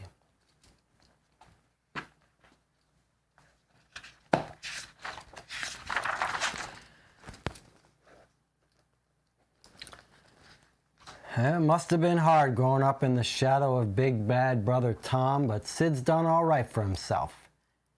He's got a bit of thing for gambling, which might be how he became associated with Phil Jeffs. Now, Sid is one of the most feared men in Sydney, which might have been why Brun's gang targeted him a few months back. They held him down while Frank Hayes had a slash at his throat. That's what earned Hayes his nickname, Razor Jack. But Sid retaliated just as soon as he was out of the hospitals. He and Tom found Hayes and Brun at a sly grog joint at Mac's, actually, and goaded them into a brawl. The Kellys had by far the best of it, giving the other two a solid walloping and a sound kicking to boot. And that earned Sid his own nickname, Kicker Kelly.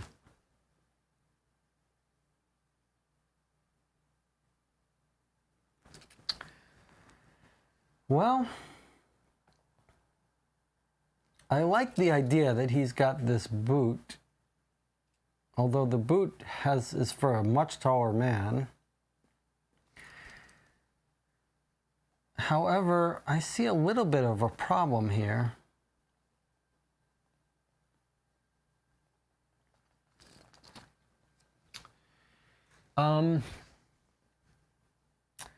So they go get revenge on Brun and Razor Jack. They shoot Razor Jack. They beat up Brun. Are they not like calling it even at this point? Like if you wanted to kill him and assassinate him, why wouldn't you do it here? Isn't it weird that you would beat him up and then come kill him? Like if it's for revenge, I'm saying. We didn't really learn anything here we didn't already know. But maybe another way to look at it is he's working for Phil Jeffs, one of the big shots, who owns these grog things that are getting extorted by the Brun people. So maybe Phil Jeffs calls Sid Kelly in and says, hey, calls the brothers in and says, hey, I know you hate the Brun gang. I know you've had history with them. I want you to kill them for me. And they're like, sure. We already tried to kill one of them. So maybe like you beat him up for revenge, but then puts you on the radar of this guy who's like, I know you're the enemies of Brun. I want you to kill him for me. All right, but we didn't gain information. We didn't gain much information about Sid, and we didn't get his gun he carries. In fact, from everything we've heard, he doesn't carry a gun. That's disappointing. All right, we got 2 clues left. If we're going to go to Kate Lee, we should go to her last. So that means we should pick which of Henry Slater and George Wallace is more important to us.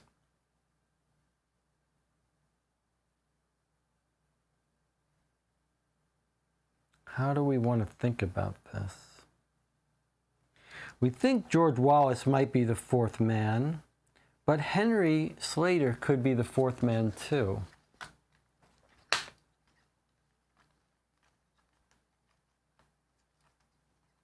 Oh, Wallace we don't have a card for.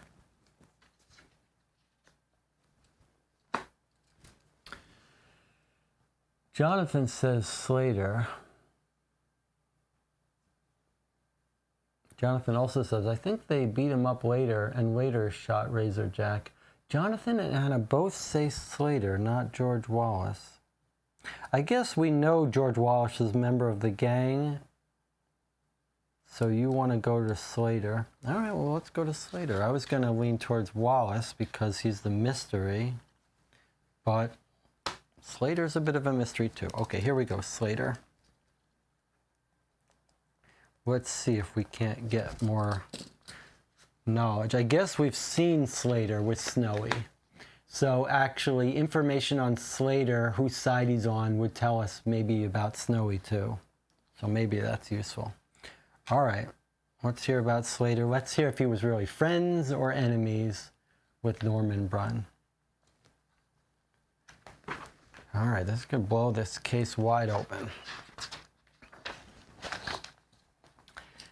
Henry Slater is a hard man from Melbourne. He's probably considered one of the toughest around, a hired gun, as they say in America. I'm not sure what he's doing in Sydney, but whatever it is, it's not helping little old ladies cross the road. Perhaps he was aiming to join Brunn's gang. I really don't know. But trouble follows Long Harry Slater like flies on a dead possum.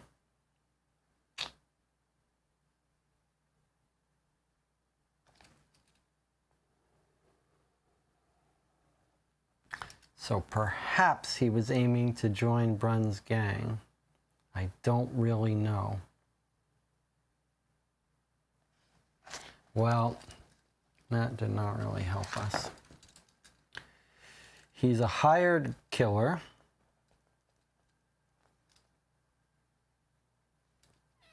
Perhaps joining the gang.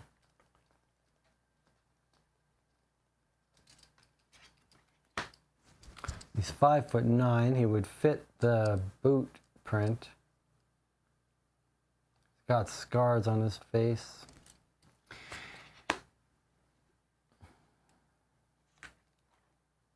He's 5'9", so he's relatively tall, so he could be the one they talk about, the tall man who met them at the bar and was there with them, or that could be Wallace, we don't know.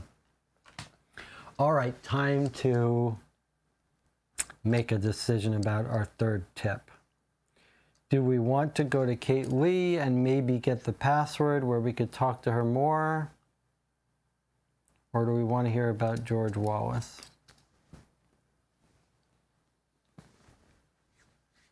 What does the chat think? These clues have not been as useful as the other one. John says, after we wrap this up, let's reread where we got those fingerprints and make sure we need to go where we need to go to get them back. I agree. I think it was just saying you got to wait for it, but that's a very good point.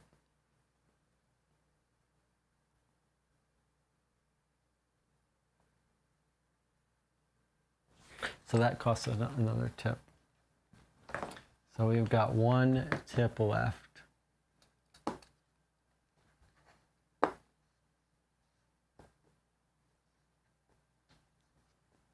George Wallace or Kate Lee?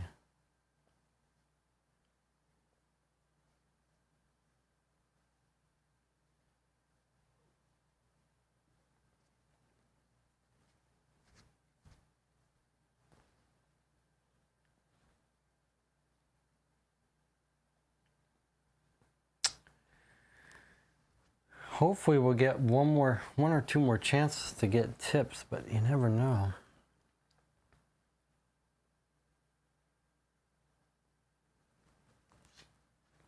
Kate Lee. Let's look at Kate Lee for a minute. So we've got her place. We went to the place. They just want a password. So we have no way. We don't know how to get. We don't have no other good way we could possibly get the password. On the other hand, she's probably not involved in our case.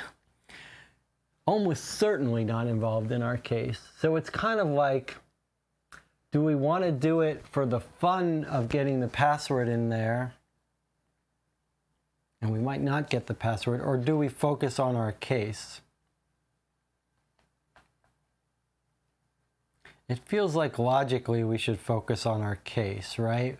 We've got no reason to think getting into her joint will help our case. No reason to think the Kellys are working with her. Yeah, I think logically, Jonathan says she might have put out the hit. Yeah, but no reason to think she did, other than that Tilly Devine thinks she did. But she just sounded like she was throwing shade on Kate. Nothing else suggested that.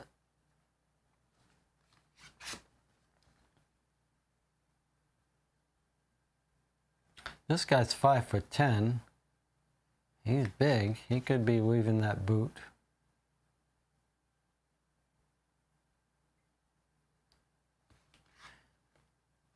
Seems unlikely.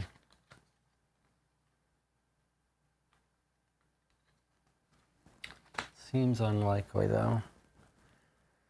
How does George Wallace help us?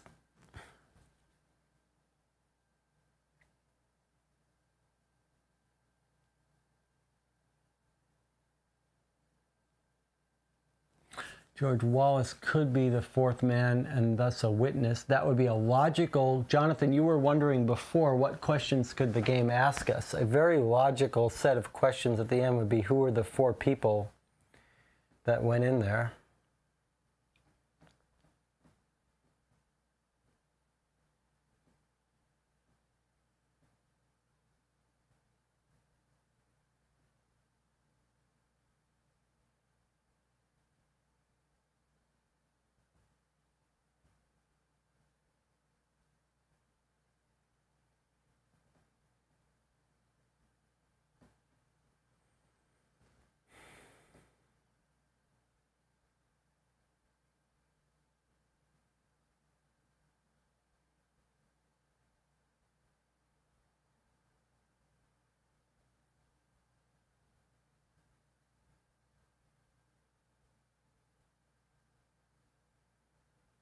Anna reminds us in caps that the introduction of the game says it's not enough to know who does it. You got to find proof. Yeah, that's a good point. That's why we need the guns.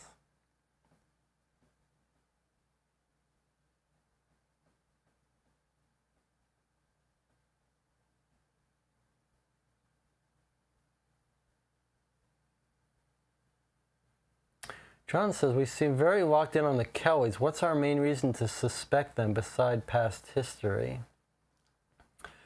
I'll tell you the reasons. First of all, witnesses at the scene see two short men, and the shooter is youngish, shorter than the other. We know the Kellys are short, and most importantly, he thinks he recognizes the shooter and the two men running as possibly the same two people that were fighting at Max a couple weeks ago. And we know that the Kellys were fighting at Max a couple weeks ago, although the old woman says there's always a fight going on. But that part about recognizing them as being possibly on the scene a couple weeks ago is very pressing. And that there's a team of two also. It just feels like the brothers to me. The only thing that's inconsistent with that are the parts about Norman saying it was a mistake.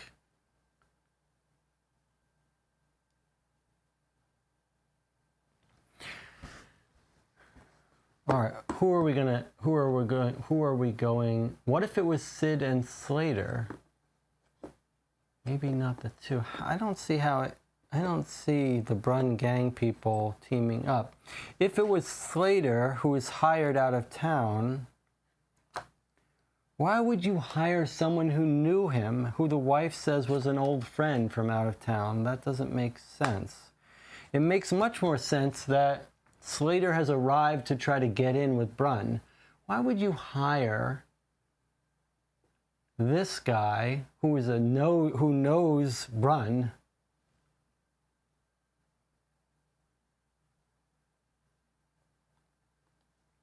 from out of town? That just seems weird. It's just a job for him, yeah, but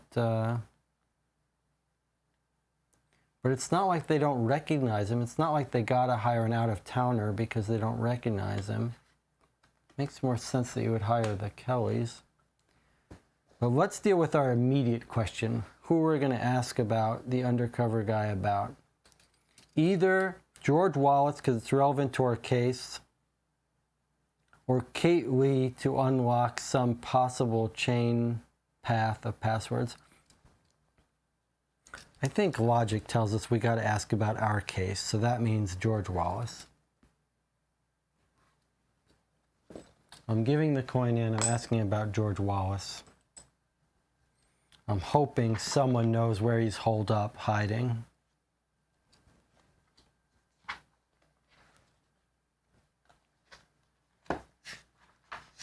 Since he is our mystery person.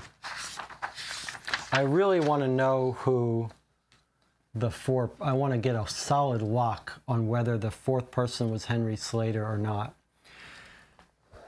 They call him the Midnight Raper, you know. George Wallace is a fat sociopath with a grudge against everyone. Comes from Adelaide originally, I hear. It wasn't so bad when it was just him acting alone, hassling the odd prostitute, earning his moniker. But when he joined up with the Brunn's gang and gained a newfound confidence in the blade of a Bengal razor. Late last year, he and a couple of cronies were hassling a working girl on the street when along came a young welterweight boxer named Billy Chambers and scared them off. If you're an arsehole like Wallace, that's not good for your credibility. So he and a couple of mates broke into Chambers' flat, knocked him out cold, ran a razor down one of Billy's legs, cutting him to the bone. Poor guy will never fight again. That was Christmas Day. Merry Christmas, Billy, from George. Fahey pauses for emphasis, then continued. Another time, Wallace jumped onto the running board of a car driven by one of Kate Lee's men. Quite athletic, really, for one of his build. Anyway, he demanded cash, and when he wasn't given enough, he slashed the driver's cheek in that L shape they do. Once the driver recovered, he went looking for Wallace and cornered him one day at the end of a pistol. Apparently, Wallace cried and begged like a baby till the gun jammed, then he cut the guy's other cheek. But Wallace is out of town right now. He went up to Brisbane for something. With him being away and Razor Jack laid up, I wonder if that made the time right for someone to take out Brunn.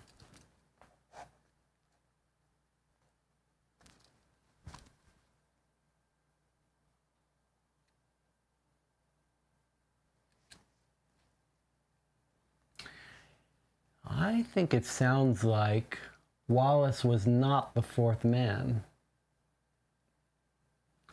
and Henry Slater was.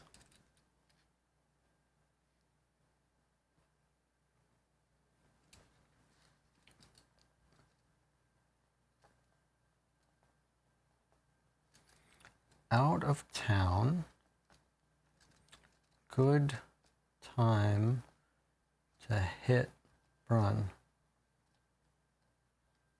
Question mark. Very interesting theory here.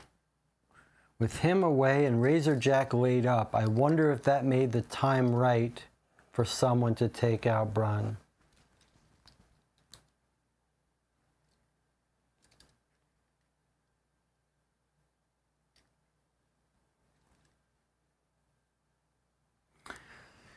So it's not exactly clear about whether Wallace skipped out of town after the murder, but it sure sounds like the way he's saying it, that he didn't skip town yesterday, but that he's been out of town.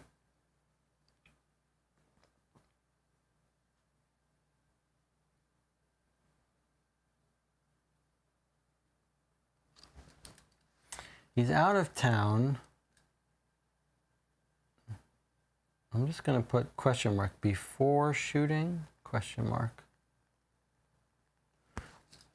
Do you read this as I do, as saying he must have been out of town for a few days since before the shooting? Otherwise, he said, I wonder if that made the right time for someone to take out Braun. He's obviously implying that Wallace was out of town when he was attacked, which makes Slater the fourth.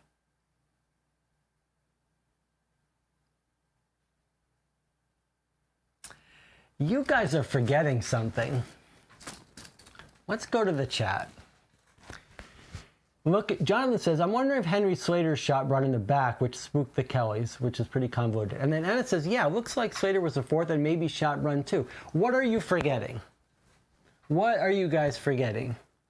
Let me show you what you're forgetting. This is what you're forgetting. At the cemetery burial, we saw Henry Slater have a gun in his jacket. Our keen sense of observation detected it was a revolver, at least 6 inches of length. When we checked revolvers, we found that all of the 6-inch revolvers, there's a 38 caliber, a 38 caliber, a 44 caliber, a 44, a 45, and a 45. The bullet found in the body of Norman Braun looks to be a 32, meaning not the bullet shot from Henry Slater. Anna says, well, there were 3 bullets and we only found 1. Yeah, it's true. It's possible he accidentally fired the final shot into his back. But isn't it, if we remember Anna's description, right? Weren't 2 shots in the neck that have exit wounds, right? And it's the shot in the back that they found the bullet from. So I can see how Slater might have accidentally shot him. And that, okay, so, but even if your theory is that Henry Slater accidentally shot him with the 38, but we didn't recover that bullet. Okay, so the other guy shot him twice in the face, in the neck. Okay, so let's find the real killer, and the one person who shot him in the neck, not his friend who accidentally did it. I just don't see it. It doesn't make. First of all, okay, stop. If there's 4 men in this cab that show up at Max, 2 of them go running down Charlotte towards Yonge Street and past the cop, and 2 of them stay here. Norman and Miller are here. The other 2, there were only 4, we believe. The other 2 run past the cop. That's Slater and Snowy. Right? So, I mean, I just don't see it. I don't see why we would think Henry Slater shot him by accident. He was obviously out drinking with them. He wasn't trying to kill him. So, I mean, it just seems bizarre why you have 2 people who actually did ambush him and try to kill them and fired guns into his throat or in his back and lodged a 32 caliber. So, I mean, it makes no sense to me that you're also postulating that Henry Slater put a bullet in him and ran away for no reason. I just don't see it. Jonathan says, I think the main thing is just the weird element with possible Slater intimidating the taxi driver. All right, well, let me give you an answer to that. I do think, all right, there's two reasons you might suspect Slater. One is that that's right. So one is that if Slater is intimidating the witness, that doesn't make sense though. It makes no sense that Slater would intimidate the witness if Slater's not in the lineup. Right? So it's not going to be Slater who intimidated that witness. The only reason you think it's Slater is because he's in a gray suit. Everyone's wearing a damn gray suit here. So I don't think Slater is the one who confronted him. Now, a better convincing case is the fact that Norman tells his wife it was a mistake. That might suggest that his friend shot him. And then one of the guys says it was so cold. It was the coldest thing he ever saw, that this guy came up and shot him. So there's that. Jonathan says, reread the description of the intimidation and then Slater at the funeral. I think they were identical. All right, let's do that. Let us do that. Let's start with let's do it in that order. Where is the intimidation?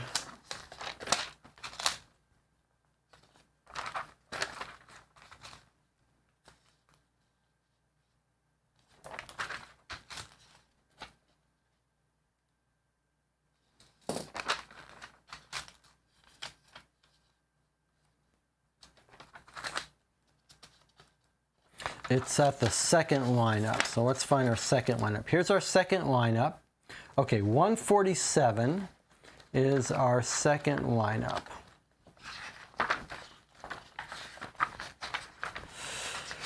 Infield hesitates. I should tell Detective Butler, but I suppose you can pass it on to him. He was sitting outside his cab at the Paddington post office. That could be relevant because that's, I believe it's in this neighborhood, right? Or is it in this neighborhood? I can't remember, but I think it's at the first place. So I think it's somewhere near here they walked to. Okay, so a thick-set man in a dark gray suit walked up to me. A thick-set man in a dark gray suit. He said, "It's just as well you didn't recognize anybody in that lineup yesterday. There'll be another one tomorrow. Be equally as careful. Otherwise, you'll find yourself in hot water." He threatened you? Were you afraid? Nah. I said, "How do you know so much about it?" Infield apparently has the boundless, naive courage of a bantam rooster. Then he said, "That's all right. Don't worry about it. Just remember what I told you." And he walked off down the street. Was the man in the lineup? No. That was the reason why you think it's him, because he's not in the lineup. We might want to make a list of other people not in the lineup. Maybe we should do that.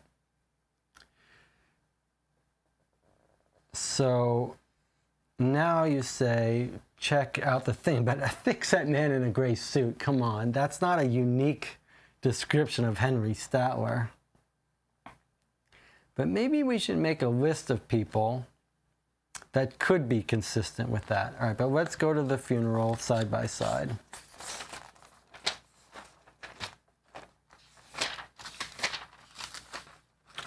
All right, funeral.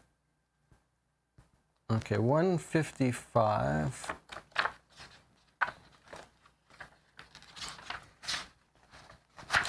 Cutmore and Slater linger near the grave, and you're forced to wait half concealed behind a tree. They speak in low tones, watching the departure of Phil, Jeff, and they're watching Phil, Jeff, and the Kelly brothers. I think because they realize that they killed their friend, and they might be next. Okay, Cutmore is tapping on one end of a sheathed Bengal Raider on the palm of his left hand. He's like, we're going to get them. That's what I think. These are the friends of Bruns, and they're like, we're going to get revenge on Phil and the Kellys. As they pass near your tree, Cutmore is tapping. Okay, Slater's jacket is tight against his bulk, and you can make out the dimensions of a long-barreled thing. Then they notice you. I don't see this description as being that important. Did I miss something else at the cemetery?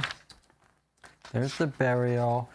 Okay, nearest the grave stands Snowy Cutmore with a thick-set man in a dark gray suit. Okay, thick-set man in a dark gray suit that you recognize as Henry Stour.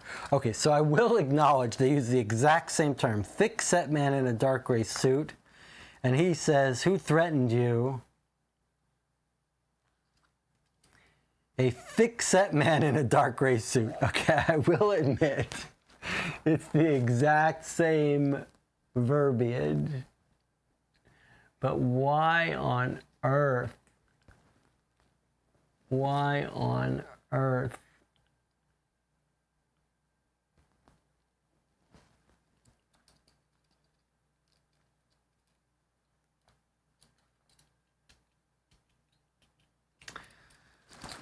So your theory is then that Henry Statler and Snowy are both conspiring to... Henry Statler and Snowy are conspiring with the two shooters. They're not the two shooters. They're out drinking with Norman. Are somehow conspiring with Phil Jeffs, who's working with the Kellys. And they're conspiring to kill Norman against their boss. And they're somehow setting him up.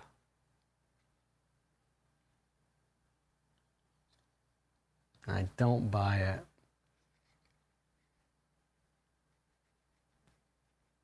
It's too convoluted.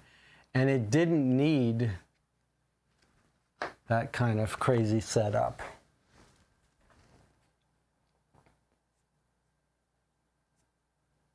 Jonathan says, maybe combine our theories. Maybe Slater just wanted to keep the shooters out of jail so they could get revenge hit on them. Anything's possible. I would say also, I mean, like a thick-set man in a gray suit. Everyone's here is walking around in a gray suit. I think that might be the game tricking you. So let's just remember, two different people are saying, we're seeing it as a thick-set man in a dark gray suit. I see what you're saying. The verbiage is exactly the same. That's either the game giving us a hint or the game playing a trick on us, and I don't know which. I don't know which. But the fact that the bullet does not match Slater's gun seems to be pretty big clue to me that he's not... Yeah. I just find it very bizarre that he would shoot. Why would you need him to shoot him also? And if it was a mistake, then he obviously didn't set him up and he wouldn't be trying to intimidate the witness. So like it doesn't make sense to me. Like, okay, if there was only one shooter and we were considering that it might be Slater, then you might have a point. But the fact is that we know that it wasn't Slater who put the bullet in his back that we found means you have to come up with some reason that two of them shot, and then why is he running away in the other direction? It doesn't make sense to me. But we'll keep an open mind. We could change our mind. And it says, we all have all these witnesses in all the directions, and now the shadow says this would be an ideal time to take out Brun, suggests something bigger is going on than personal revenge. Possibly. Or you could just be the Kelly brothers, and you're saying you want to kill him, but you're scared to go up against the whole gang. So once the gang is gone, you take their opportunity.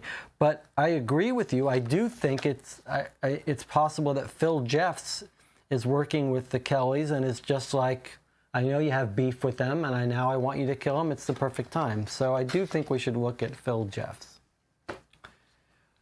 We've had a long discussion. It's very interesting. Jonathan says, I'm changing. I'm now saying Slater did not shoot Brun. He's intimidating witness so Kellys don't go to jail so the Razor Gang can get street justice. Interesting. Anna is saying the shooter was Sid Kelly, but it was a setup in my opinion. That's interesting too. I don't think it was a setup, but I'm open to a different idea. All right, let's take an 8-minute break. We'll come back and we'll decide what to do for the rest of the day. We've got the Cowley Gym we can go visit. We've got other places to go. We've just finished with our undercover operator. We'll come back in 8 minutes and we'll decide where to go next.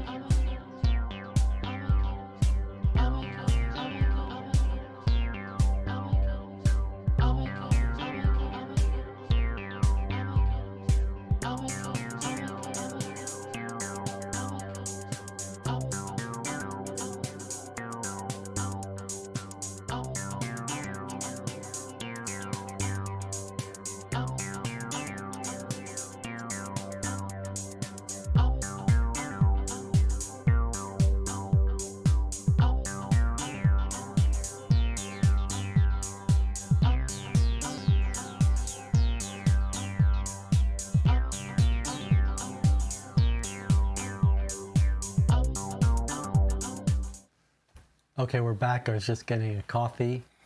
And let's catch up with the chat here. We're saying where to go next. Anna was saying to sleep. I do want us to go to sleep very early this night so that we can get up early the next morning in game and have time to see the undercover guy again. Anna says we're talking about where Snowy lives. We do know he lives near the cafe, but we don't know much more than that. There's the cafe. So it's reasonable perhaps to guess that he might live at the Aurora Hotel nearby. We could take a blind shot at knocking on that door and seeing if Snowy lives there. It's a very interesting idea. Let's think of where else we have to go, though. We have heard that the Tom Kelly has a boxing gym here behind Sam Lee Grocer. So that's a natural place we want to go. We also know that Phil Jeffs lives at 65 Wolcott Street. So that would be another very natural place to go. So Tom Kelly's at the Greengrocer.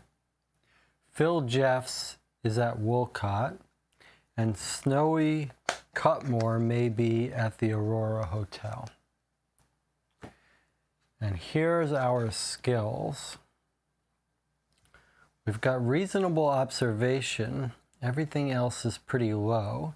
But if we're gonna go to sleep, we could eat some of that.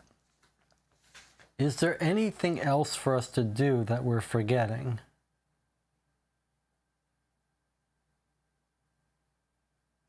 It's only 3 p.m. 1, 2, 3, 4. 1, 2, 3, 4. We've actually, even if we went to sleep right now, we're not going to be able to max out our persuasion. But 2, 3, 4. Could max out our force if we went to sleep. Observation, we got plenty to spare. So I don't think we should go to sleep yet. We got 3 good places. There may be other places. Is there any place else that I'm forgetting that we wanted to do? Where's our to-do list?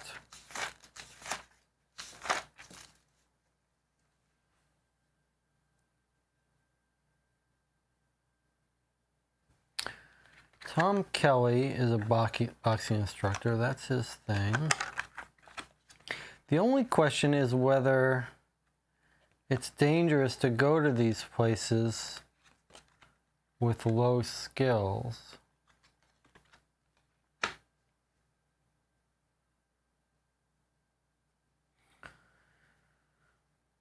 All right, well, of these 3 locations, what appeals to you most and what seems most compatible with our skill levels? And don't forget, we're supposed to try to find out where the gun might have come from. Jonathan, you wanted to check out the fingerprints thing. And Anna says maybe we should sleep now and restore our skills fully for tomorrow.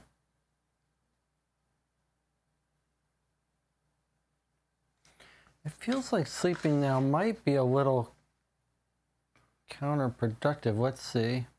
If we sleep right now, we eat a persuasion and we would gain 1, 2, 3, 4 observations. So we would waste some observations if we sleep now.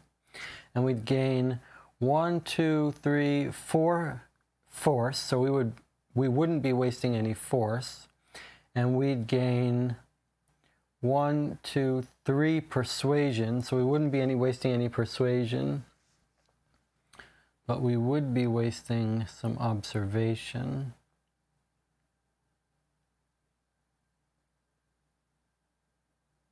But then we could wake up at like 6 a.m. on Monday if we go to sleep now. Wow, we've only been up for 2 hours today. But I suppose we knew we had to go to sleep soon.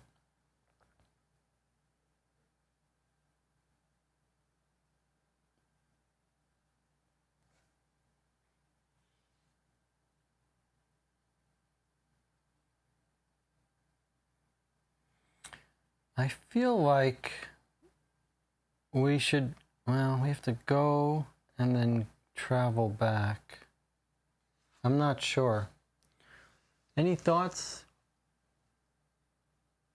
Okay, Jim is with a boxer. I think they need force.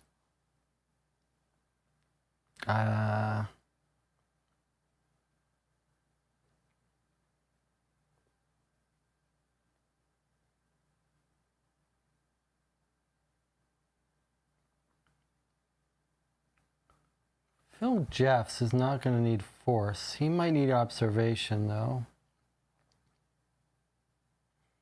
Oh, well, here's a thought. Here's a thought. We have to go to the police station to go to sleep. And the Kelly place is at the police station. So this traveling somewhere else and then here costs us an extra point. But if we go here, we will not be wasting any travel time and we can go to sleep soon after. So this is my suggestion. And Jonathan says we could spend some observation to make up for force. So let's do that. Let's go plan on getting a very early night's sleep. But we'll go and check out the Greengrocer boxing gym.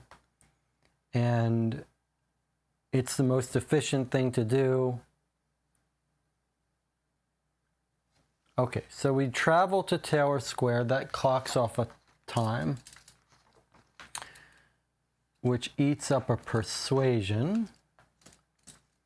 Now we're down to 1 persuasion, which we're not going to be able to fill back up to full.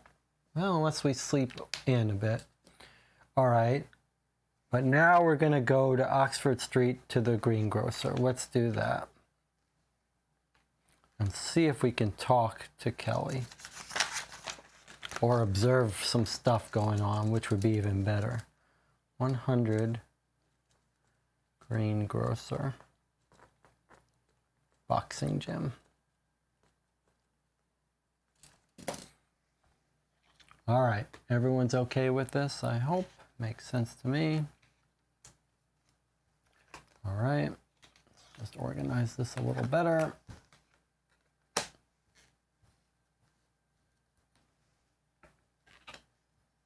All right, so we're going to Taylor Square, hoping to talk to Tom Kelly.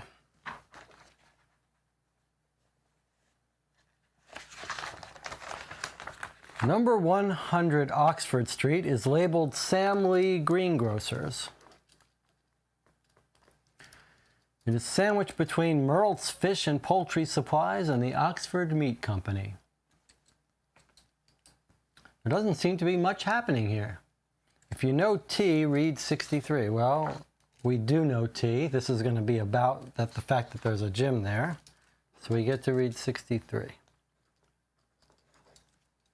Okay.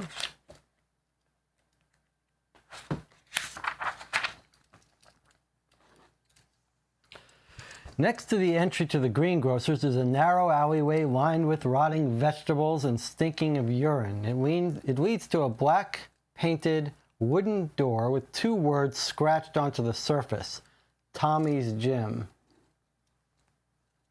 Pushing through the door, you find yourself in a dimly lit warehouse, empty but for an elevated boxing ring and a couple of punching bags hanging heavily on long chains. A scar-faced boxer, stripped to the waist and sweating, lays methodically into one of the bags, which is being steadied by a trainer. You recognize the trainer? Tom Kelly. As he meets your eye and stalks over, he throws a single heavy punch into a bag as he passes, setting it slowly swinging. Fuck off, we're closed. Test your force. All right, we must test our force. We don't have a choice.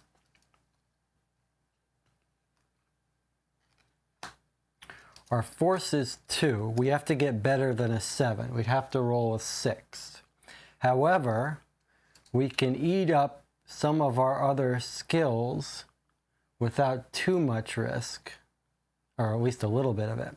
So we don't have a choice. We have to test. We suspected we might have to test force at the gym.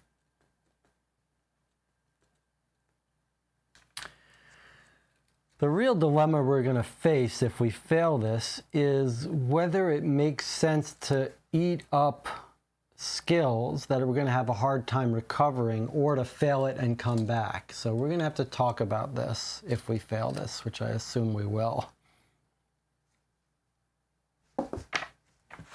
Okay. Can you see that? Because I think it's kind of important that you be able to see it. All right, I'm going to use this to push it into camera so you can see without me touching it.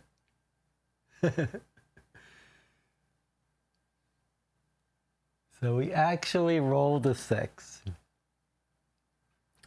would have been better if that was actually rolled in camera, but I assure you I just pushed it in. So we actually rolled a 6 and we did it. On 1 roll. We didn't even have to cheat. Leonard Almond, when he needed to, came through. Good work, Leonard Almond. I felt like I was channeling Robert Oren, the other YouTube, when I said that he gets so excited with his dice rolls. It's ridiculous. Okay, so Leonard Almond, test our force. And we got 87.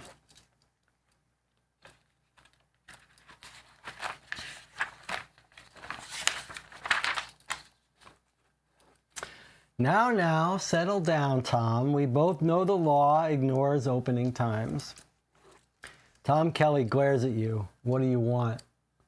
He's not a big man, but he's powerfully built and his movements have the intensity of a tiger pacing the cage. If you know P, then read 4.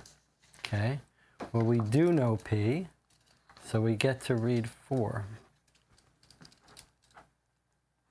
It doesn't say how we used our force to progress here. It sounds like maybe it was just like a test of our courage to not back down.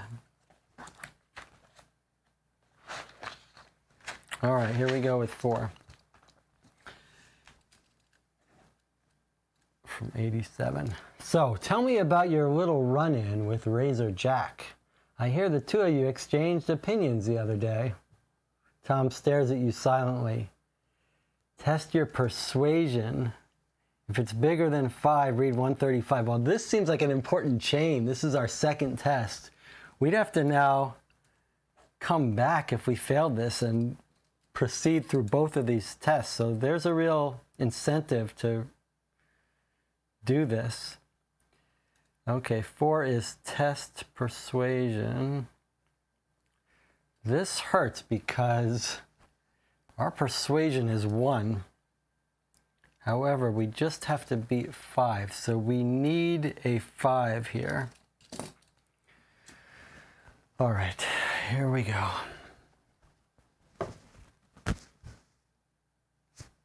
Today is our day. So 5 plus 1 is 6. We did succeed.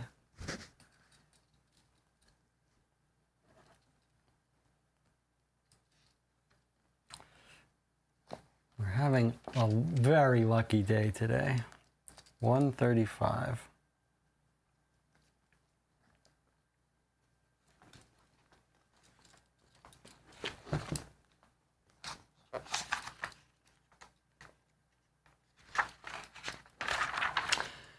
You sigh, lightening the mood. For God's sake, Tom, we both know he's a mongrel. Just tell me what happened. Kelly lets his guard down slightly. A bastard threatened to cut me up like he'd done Sid, so I shot him in self-defense like. What'd you shoot him with?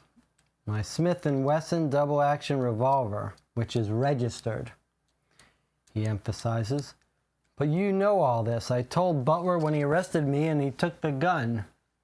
The trial's in a couple weeks and I paid my bail so you can fucking leave me alone till then. Add J to your knowledge and read 158. So Smith & Wesson double action revolver.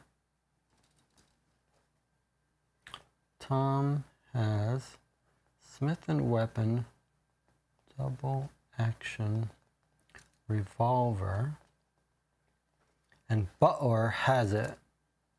But we're already told that it was a 38. Let's confirm that here. Smith & Wesson double action perfected revolver is a 38. So here's what we believe is Tom's gun.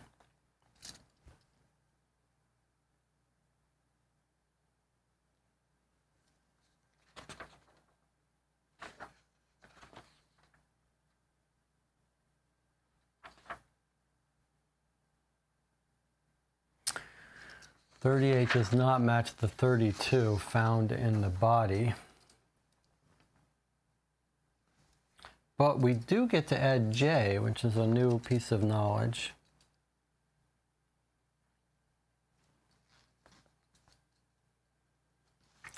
Jonathan says something that I like the way you're thinking. Jonathan says, the gaming gods are rewarding us for engaging with the game so much and having long discussions.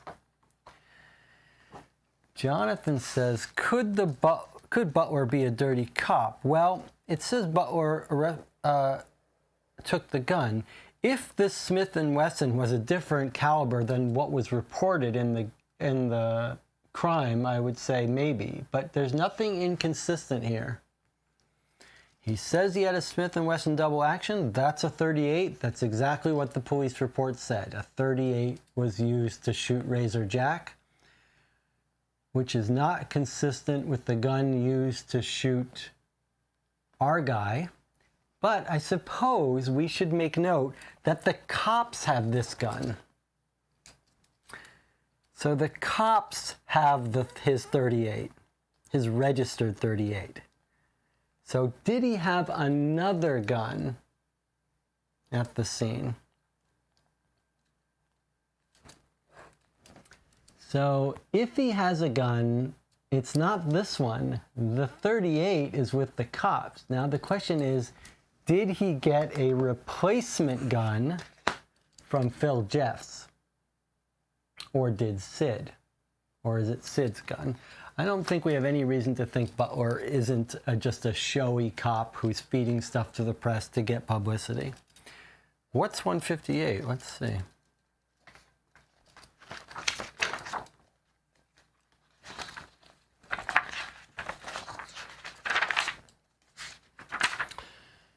We continue talking to him now.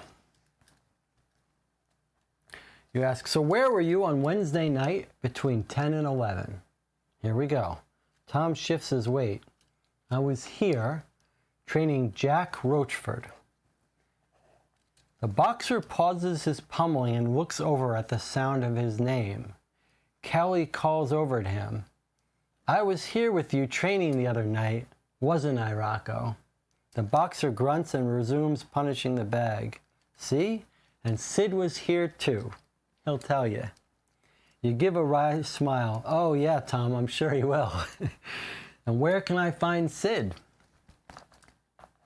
But Tom obviously considers the interview over and is walking away, heading back towards the sweating boxer. He answers carelessly over his shoulder so you almost miss it. Probably out drinking in King's Cross. And the warehouse is silent, but for the grunt and echo of fist on leather. Add V to your knowledge and a clock ticks. Okay, that was wonderful. Because, so the clock ticks, we lose an observation, which is fine. We're willing to lose that, down to 3. So first of all, this is a cool scene. First of all, he's got an alibi, but it clearly sounds like a fake alibi that a gangster can get away with. Like, on paper, it's an alibi, but we know not to trust it. So 158 is Tom's fake alibi for Wednesday. For Wednesday night. He says he's with Jack Rochford, a boxer. And he says, whose name is also Rocco, for what it's worth. This isn't someone in our mugshots. And with Sid Kelly. And he gives us a location for Sid Kelly. Location for Sid Kelly is drinking at King's Cross. So let's look at King's Cross.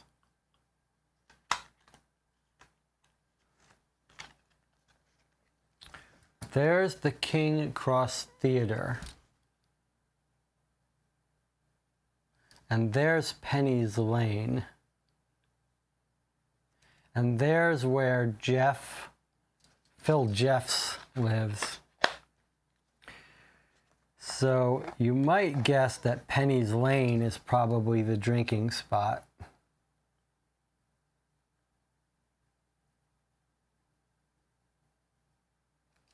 Where Sid Kelly might be drinking.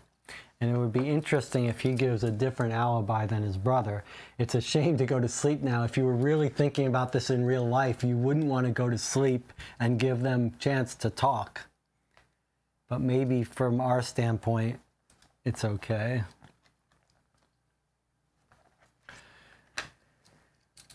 All right, and then we added V, which was fantastic. Now, that took us a couple tests to get here, and we got quite lucky. All right, so the smart thing to do, game-wise, is to go to sleep now. It's 5 p.m. We can recover most of our skills and wake up relatively early. As I said, if you were in real life, you'd want to quickly get over to where Sid was and try to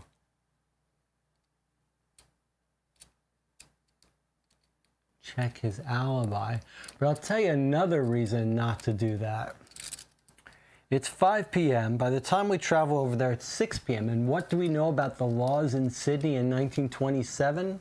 It's illegal for a drinking establishment to be open after 6 p.m. So even if he was drinking there, he's not going to be drinking at 6 p.m. We would have just missed him. So it's time to go to sleep. So we're going to go to sleep. We're going to sleep. So I guess, I forget how we've been doing it, if we've been giving us these recovered. No, first we go and we try to sleep, then we recover it. All right, so we're already in Taylor Square. So it doesn't cost us any travel to go to Darlington, and we're going to do that right now. So we go to 111.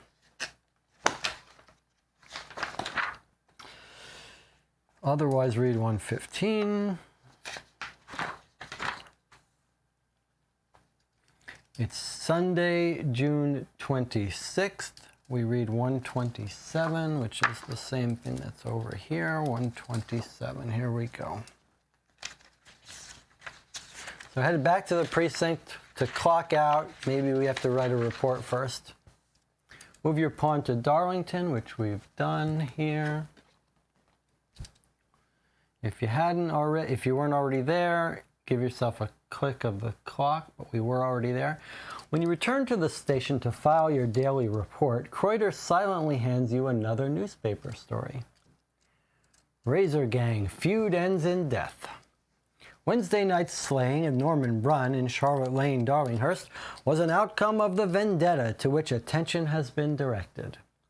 Brunn took the killer's name with him to the grave, and although it is certain more than one man in Darlinghurst knows who did the shooting, the whole affair will probably remain, as far as the police are concerned, a mystery forever. Everywhere the police met blank looks and closed lips when they asked any questions.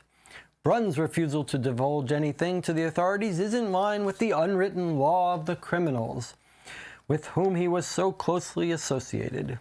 He was one of the Razor Gang, an associate of Razor Jack and the Midnight Raper. Several months ago, he came to Sydney from Melbourne, where he had gained an unsavory reputation as a thug. His specialty there was garroting and robbing men under the influence of liquor. He once shot a well-known Sydney magsman just before he left, and his last known crime there indicates his type. For the sum of £5, he bludgeoned a man he had never seen to satisfy the threat of an acquaintance of his who did not have the nerve to carry out the attack himself. Maybe he's talking about Henry Slater. Police credit Brunn with being one of the big three of the Razor Gang. For the past month, he had lived on threats. Only last week, he pulled a man out of a barber's shop at Darlinghurst and in broad daylight threatened him with a razor. "I'll get you sooner or later," he said. "Well, you have to be swift," was the reply. "I'm armed and I won't hesitate to protect myself." Barber shop. I don't think we have any barber shops on our maps. Let's just write it down, though. We're ending the day. 127 is the end of Sunday. So 127 news. Barber shop episode. I'll just write down for our records. On Wednesday night, local gossip credits him with having gone into a sly grog shop and demanded liquor. He had only 1 shilling on him when he was shot. And even the mildest grog seller won't sell anything for 1 shilling. In Charlotte Lane, two men were waiting. One brushed Brunn's companion aside. "You're not in this," he said, and on that instant started to shoot Braun. What his wife says. Sobbing bitterly, a slight little figure in black, fondling the heads of her fatherless boys, Miss Irene Brunn defended the memory of her husband. "These things they say of Norman in the daily papers are wicked lies. God knows if he had been as they say, I should have discovered it. For I had been married to him for 7 years. I married him when I was 16 and he was 26. And to me he was a good husband and a good father to his children. He had his faults, but despite what everybody says, I never knew him to carry a razor or a gun." Ridiculous. Norman fought at the war, having enlisted with the 6th Battalion.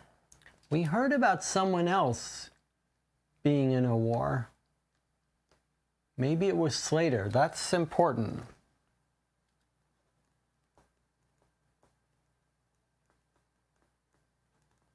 We might have to try to nail that down. He fought in a war, the 6th Battalion. He was severely wounded with shrapnel, and those were the marks they saw on him at the morgue. As to the story that Norman was here with some years ago and was a member of a gang which worked the railways, all I can say is that up to 6 months ago, Norman never lived in South Wales. Here, the brothers of the dead man, Stan and Eric, who had come from Melbourne to attend his burial, intervened.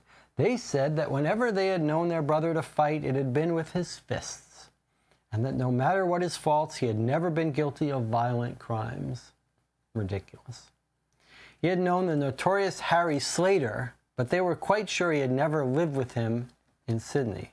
He had known the notorious Harry Slater.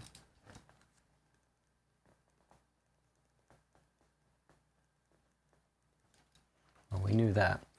"Springleaf's been at it again, I see," comments Kreuter. "Looks like Butler has fed him quite a lot of evidence. All you can do is make a face and write up the day's report. Tick a clock and then sleep." Okay, so we got the tick a clock, which brings us down in force to 1. Wow, our values are low again. And then we're going to sleep at 6 p.m. So let's see what we recover. 1, 2, 3. Observation, which maxes out our observation.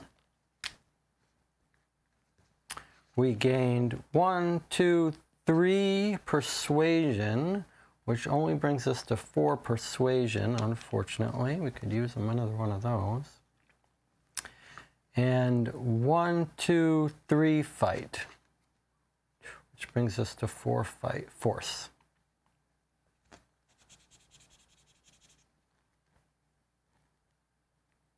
It's not writing here. Let's see.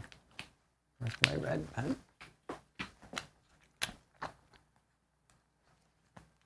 Okay, we're switching over to force. So we got high observation. We might be able to sleep in the morning in a little bit to bump these up and start the next day maxed out.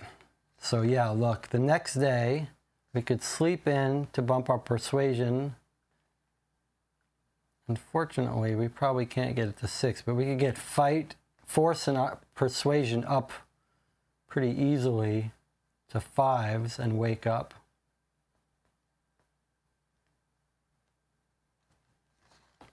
Okay, that ends the day. Where did we hear about the beggar at the burial told us he was with him in the war, although he called him Snowy? I think you're right. I think it was the beggar in the thing. I wonder if that wasn't a typo in the game or something. Or just maybe just a drunk beggar confused.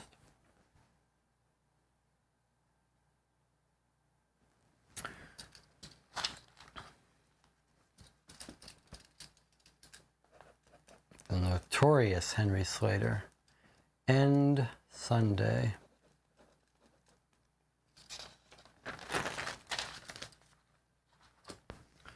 So it's Monday. Monday will be the next day. Let's think about how late in we want to sleep on Monday. We don't need to sleep much. We should definitely sleep past 6 a.m. That would give us a bump in persuasion. The next sleep is wasted on us. And the next sleep gives us a force. And then the next sleep would be wasted on us. That's a real shame. However, if we wake up here, we'd lose 2 observations very quickly from traveling. So I really wonder if we shouldn't. It's a very funny mechanic about each one you sleep through. This would bump up our observation, but it wouldn't help us because we're maxed out. But if we wake up before it, it takes it down. So if we woke up at 7 a.m., by the time we got to 10 a.m., we'd be down 2 observation. Whereas if we wake up here, or here, it's let's say 11, we'll basically be maxed out on everything, almost, except for force. And we won't suffer losses of observation for quite a while. So I'm almost tempted to sleep until 11 a.m. Although it's a little wasteful.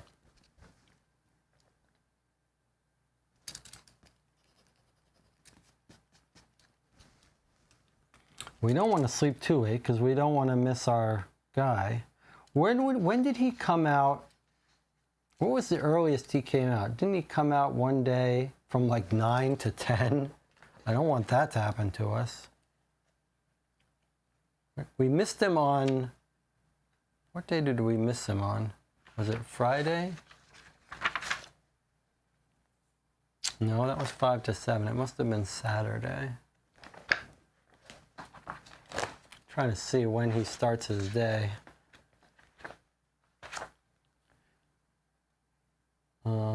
Fahey's from 9 to 11. So the undercover on Saturday, that when we missed him, came from 9 a.m. to 11 a.m. So he's always out for a 2-hour blip. But boy, if we had woken up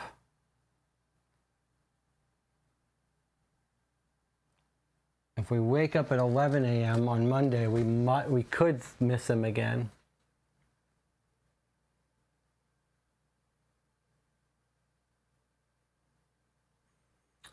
I do feel like that is such a funny mechanic, not wanting to sleep in too early to miss the undercover guy.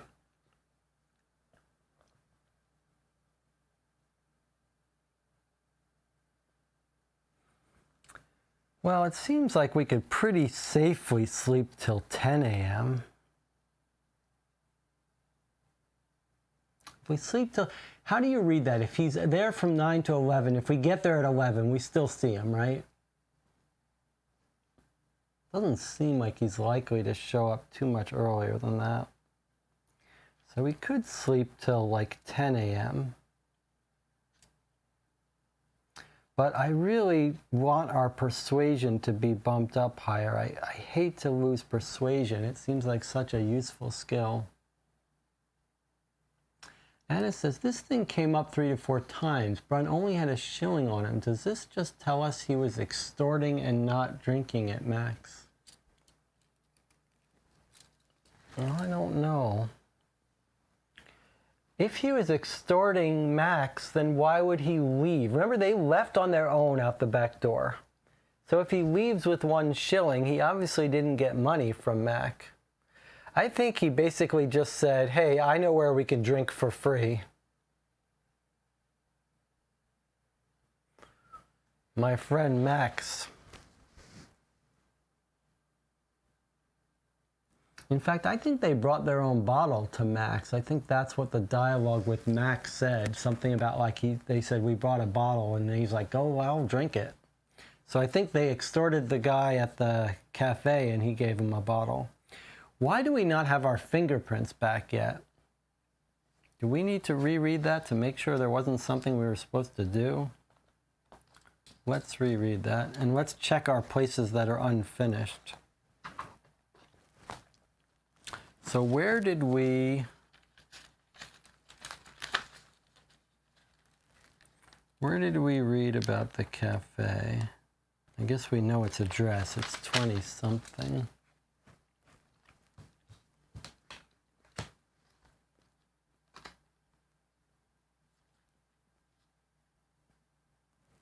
Cafe is 20.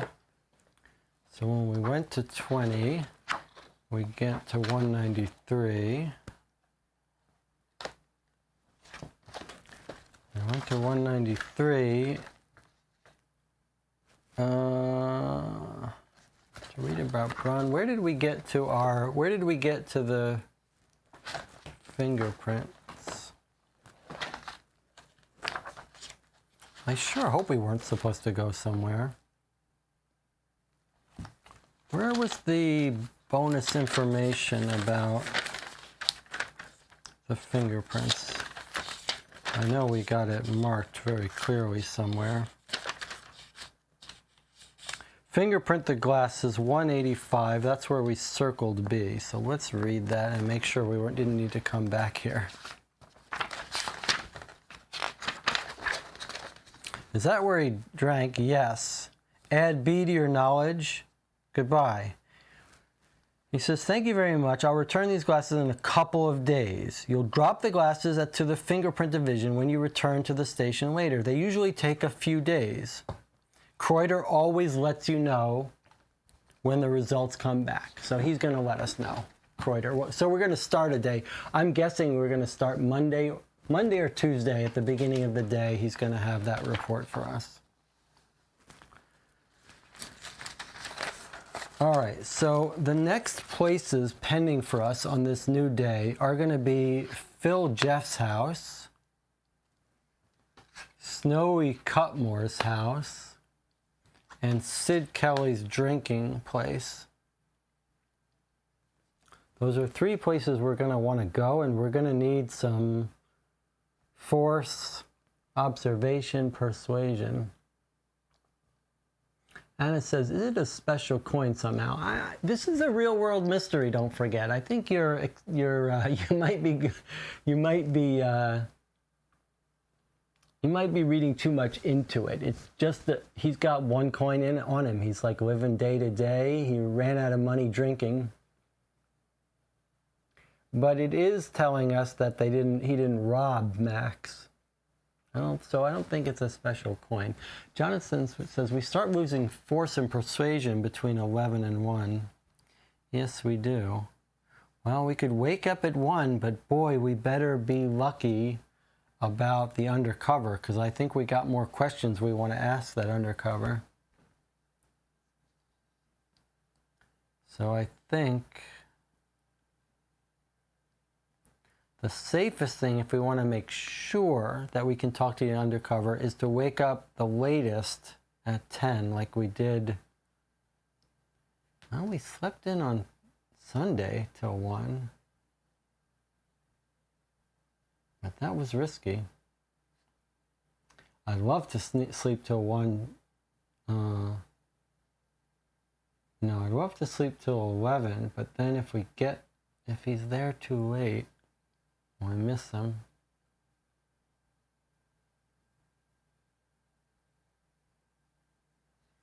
Any thoughts when we should wake up? Why is the game talking about the coin over and over again? It's real life. It's real life. It's mentioning what was found on his body. And it says if it's not important, you just don't mention it after the first day. I don't know. You can't. The game is just giving us realistic thing. It's telling us it's reminding us what was found. It's probably the kind of thing that police obsess over. What was found on the body? They probably think the same thing you think. Is there some significance to this coin? But it's a coin. People carried coins in those days to buy things. What is he going to do? Throw away his coin? He happens to have a coin.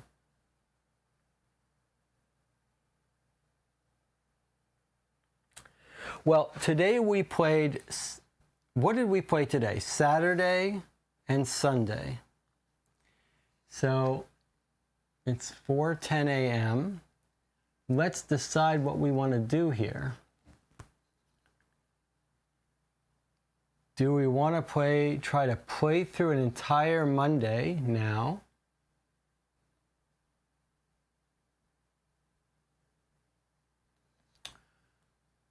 Play half a day and then end our session in a couple hours, or end the session here and start the session tomorrow on Monday. It's sort of a tricky thing because it took us 2 days. It took us today's session to go through 2, so it would take us next session to go through 2. Unless we wanted to save more time, it's a little tricky.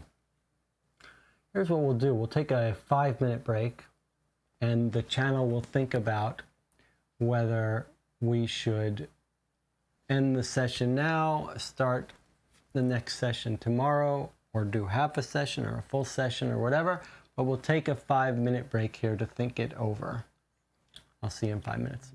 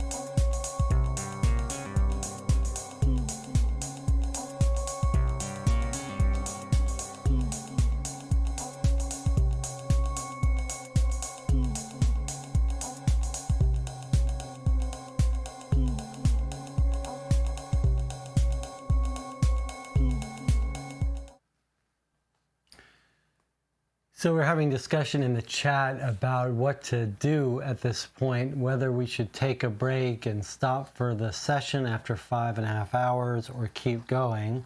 And I think I probably speak for everyone in thinking that we're having a great time, and now would be a pretty reasonable place to stop at the end of Sunday. But that would create a dilemma for us. We've blocked out this weekend. It might be a little harder for Anna to play on Monday, or Jonathan, whatever. And we don't want to be too rushed during our last session. And we can't predict. So I think it'd be dangerous to stop now and then leave Monday and Tuesday of the game for tomorrow, our final session. So I think we have to push ahead and try to get enough done on Monday, either half the day or maybe even the full day, so that our final session tomorrow can be at a nice relaxed pace and we don't feel stressed out, and we can have time to talk and talk about the game after. So I think the thing to do is push ourselves into a little bit of stress like the detective would, and go on into Monday. So let's do it. Let's, without further ado, read the start of Monday and get into it. So so now we have to decide when to wake up. All right. So there's our skills. We're maxed out in observation. We're at 4 persuasion and 4 force. I'm inclined to sleep as long as we can. That doesn't risk missing the undercover operator, the undercover officer, by too much. If we woke up at 10, we'd pretty much guarantee we could meet him, but we really would like that extra persuasion. So we could take a little bit of a risk and sleep to here till 11 and just hope that the undercover is not starting work super early in the morning. What do you guys think about that? Waking up at 11 or 1? 11, 12, or 1? Any opinions? 10, 11, 12, or 1. If we wake up at 10, we're going to lose 2 persuasion really early on, which I think is too risky. But that would be the way to guarantee to speak to the undercover. Anna says, I think we need skills. Let's sleep all the way to 1. I'm okay with that. We do risk missing the undercover officer if we do that, but we probably make it. And it's not like the worst scenario if we miss the undercover, but it is a lot. Jonathan says I don't have a strong opinion. All right. We were suffering a little bit from our skills yesterday, and we don't want to run into the same problem. So let's do it. Let's sleep till 1 p.m. It's a little scary, but we'll be nice and strong. And hopefully we won't miss a day of the undercover. If we do, we'll just make sure we catch him on Tuesday. Okay, so we're sleeping till 1 p.m. Gulp. So some of these are wasted, but we're going to get 1, 2, 3. Well, then that wastes 3 persuasions. So, waste 1 persuasion and maxes us out, and 1 is wasted. But it does mean we don't... Hold on, let me go back. We're at 4 here. So if we wake up at noon, we would go up to 2 and then drop down to 5. All right, let's just wake up at 1 and hope we don't miss him. So we're maxed out. We're maxed out. Are we maxed out at everything? We're already maxed out at observation, so that's completely wasted. And then we gain 2 fights, which maxes us out at fight force. All right, we're fully maxed out. Now The only scary thing is going to be if we miss the undercover. That's going to be sad.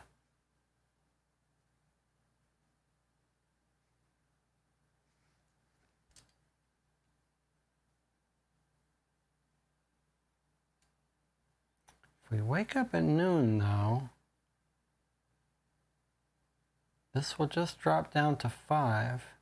One difference to wake up at noon.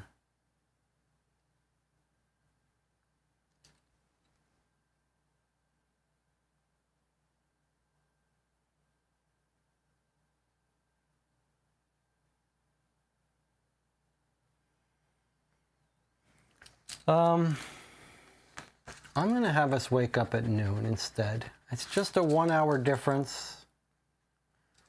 And it still brings us to 6. It's just we're going to lose this soon. I just want to give us a slightly better chance at getting that undercover officer by waking up at noon instead of 11. So we're still maxed out, but we're going to lose a persuasion as we start this day off. But I think that's worth it. Just think of it as a tiny little edge at catching that undercover officer, since he seems to add a lot to us.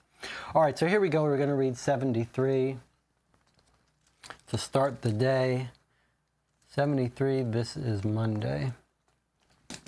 All right, here we go.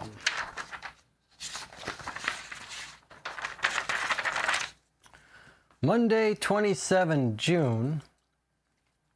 As you arrive, you notice Butler emerging from McKay's office. He smiles, nods, and slips out the exit. Kreider sees you watching and explains.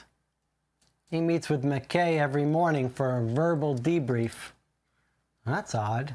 I have to leave a written report on McKay's desk each night. Kreider snorts. I'll bet Butler reads your reports and incorporates them into his own briefings.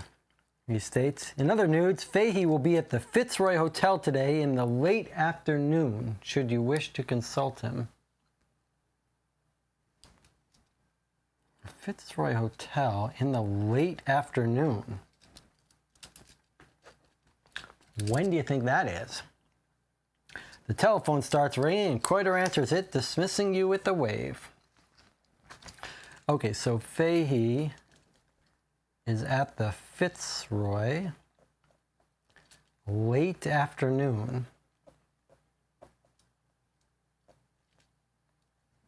Well, let's look at our map here.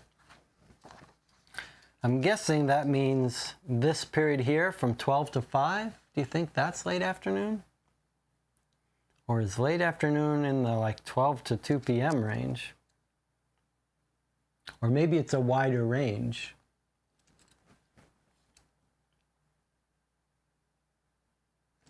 Let's see what neighborhood the Fitzroy is. See if we have to go there anyway.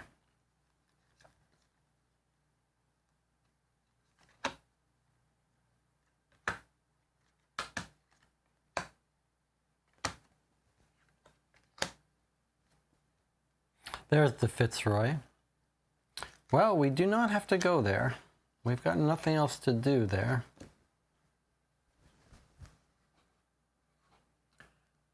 Jonathan Warner says it's between 3 to 5. So he's saying that this is going to be afternoon. So late afternoon, 3 to 5. So don't get there too early is what Jonathan says. So Jonathan thinks 3 to 5. So maybe we'll pencil this in here. All right, so we've got a little bit we can do first. Travel, travel, travel. So we don't want to get there too early then. So let's go to one of our other places first. It makes logical sense that we go straight for Sid. We think he's the shooter. We should go there while we have all of our skills, right? He's drinking at King's Cross. Here we go. First thing we do, we travel to King's Cross. Right? There's nothing we need to do where the police are. We've already been to the greengrocer. Okay. We're traveling to King's Cross, which takes a time. So we've dropped down 1 persuasion. We now got 5. Plenty to pass any test.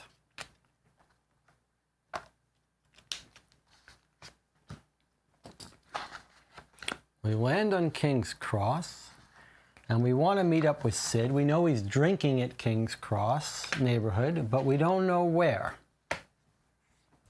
I'm guessing Penny Lane's is a drinking spot, because the theater doesn't sound like a drinking spot, and the Flats is where Phil Jeff lives. So we want to hit these both at the same time, one after the other. So let's go to Penny Lane's. Well, I wonder if we shouldn't go to the place we know. We'll still have enough skills to do this, and he might even tell us where where Sid is, and Sid might even be at his house, in which case there's no point in searching that. So let's go to Phil Jeff first,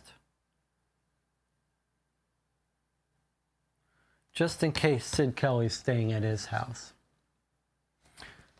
Phil Jeff is at 65 1/3 Wolcott Street, and there's 65 Wolcott Street. So we're going to do that first. I don't know if that makes complete sense, but just in case, the only reason we're not going to Penny Lane's is because we're just guessing that's a drinking establishment because Sid is drinking in King's Cross. But maybe he's drinking at Phil's house. So I'm going to Phil's house first, since I know we want to go there no matter what, in case we catch Sid with Phil.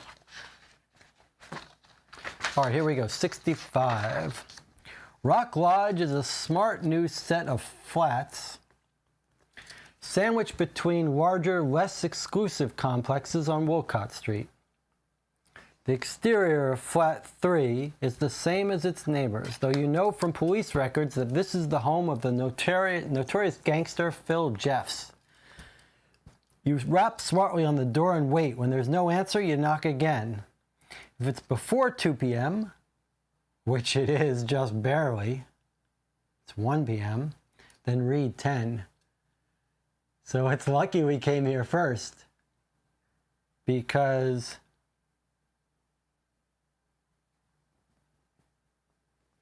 Anna Marie says, why not 18? 1 at 18, the theater? You think you could drink at the theater? You might be able to. It is King's Cross Theater. Well, that's possible too. All right, but anyway, we're here first. And we just got here in time to do this. Now, there might not be anyone here, but we would have been scared if we missed this. So it is before 2 p.m. Okay, so we went 65, which is Phil Jeff's. And it says before 2 p.m. After is a question mark. I'm going to mark this because there's a thing we could do if we got here later. Phil Jeffs. Okay, let's see if anyone's going to answer this door before 2 p.m. We're going to number 10.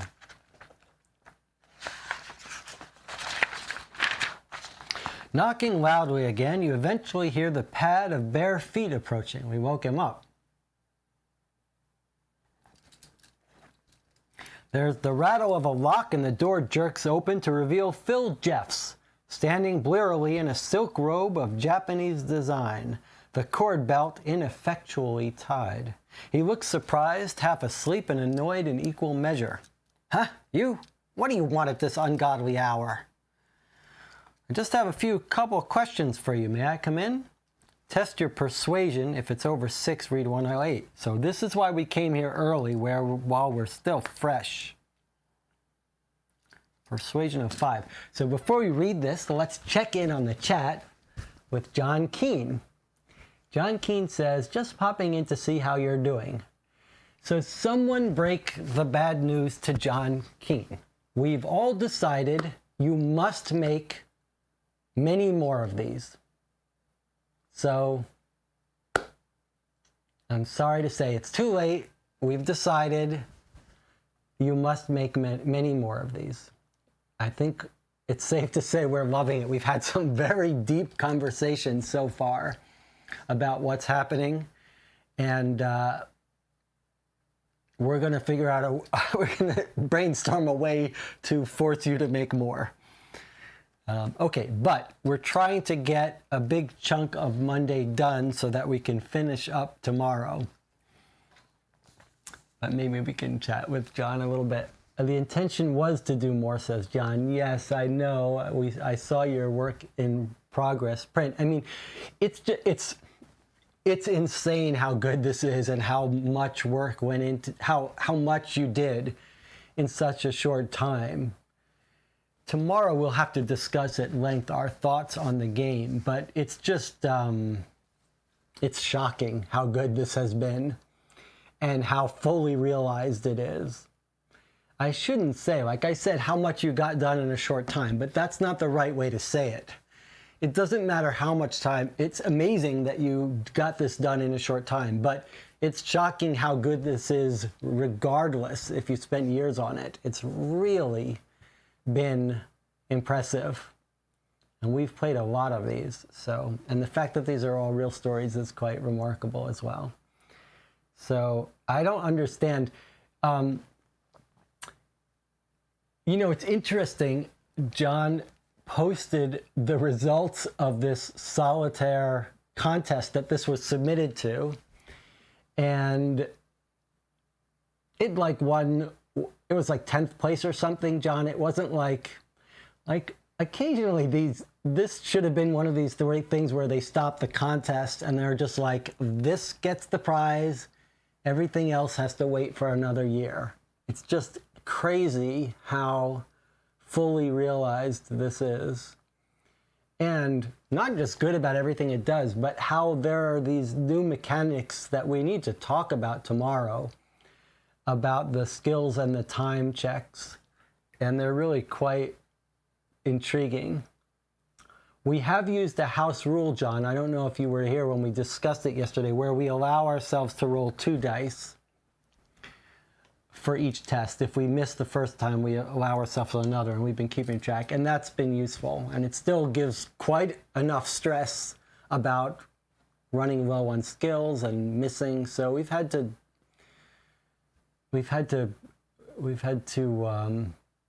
call in some cards, but it seems like that's has been a good solution for us. Jonathan says there were plenty of great games in that contest. Okay, if you say so. Anyway, we can't chat too much now because we need to get a chunk more of this done before we end the session so that we can play tomorrow at a reasonable pace. It would be great if John can come in tomorrow when we actually talk about our final thoughts, and we shouldn't spill all our... Well, I do have thoughts. I've been writing up notes, and I do have thoughts about what worked, what could be improved, some new ideas, and I think the best area for you to listen to maybe when we talk tomorrow, there are going to be some, I think there's one area that this that would have really benefited this. And we'll talk about that tomorrow. But we're going to have to get back to the game, John. Or you guys can chat in the chat. That's fine. But here we are. We've knocked on Phil Jeff's door. We think Phil Jeff may be behind the murder of Brunn. He may have hired the Kellys or encouraged them or provided guns or whatever for them to kill Brunn for his own reasons, because Brunn is knocking off, extorting the after-hour grog places. So, but here we are. We've confronted him. We've woken him up from sleeping. It's interesting what we would have seen if we got to his place later. But we have to test our persuasion. It would be hard for us to miss this with 2 die. We just need a 2. There's a 4. So we've got a score of 9. We beat it. So now we go to 108. So from 10 to 108.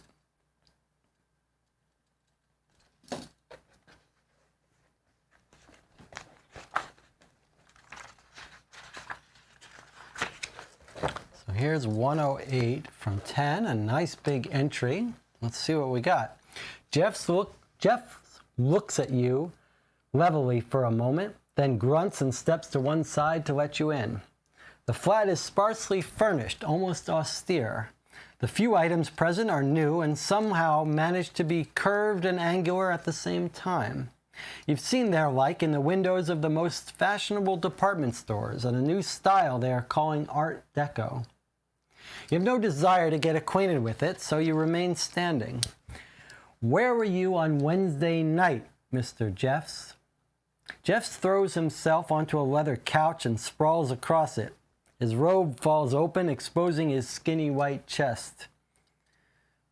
Wednesday night? Well, I was here hosting a party. You can ask all around. All my friends were here. Anybody I'd know? Just a few girls, actually. Quite a few girls. Along with Herbert Wilson, Fred Payne, Les Heath, Tom and Sid Kelly,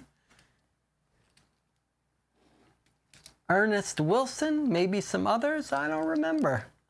He yawns and scratches his chest. Now look what just happened.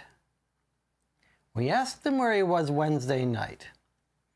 He said he threw a party here and lots of people can alibi him. But he's just told us that Tom and Sid Kelly were there. When we spoke to Tom, Tom told us his alibi was he was in the boxing gym training people. So I believe that his witnesses are going to give Jeffs an alibi. We don't think Jeffs the actual shooter. But why is Jeffs putting Tom and Sid Kelly at the scene, at his alibi? That's weird.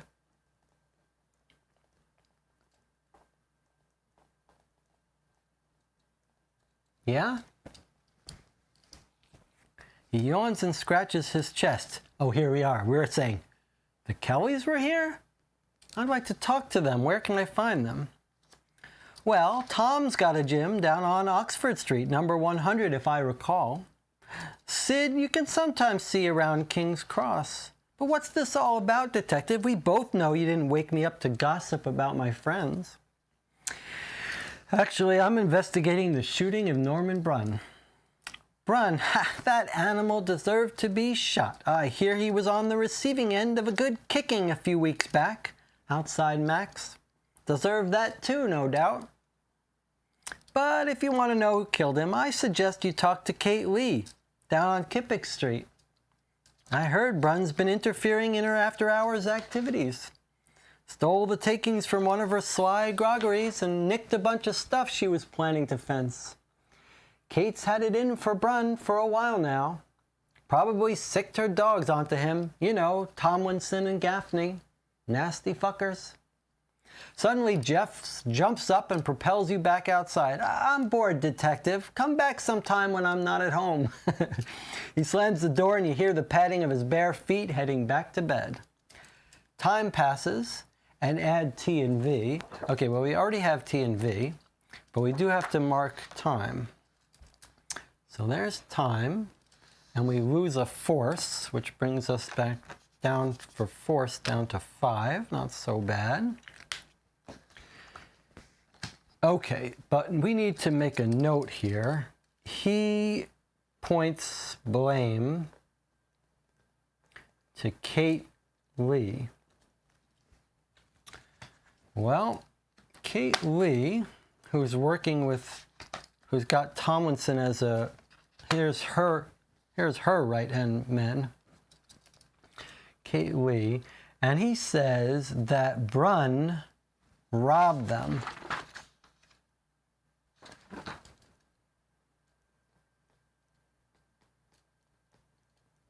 Now, if you'll remember, we went to her headquarters and we needed a password to get in, and we didn't know the password.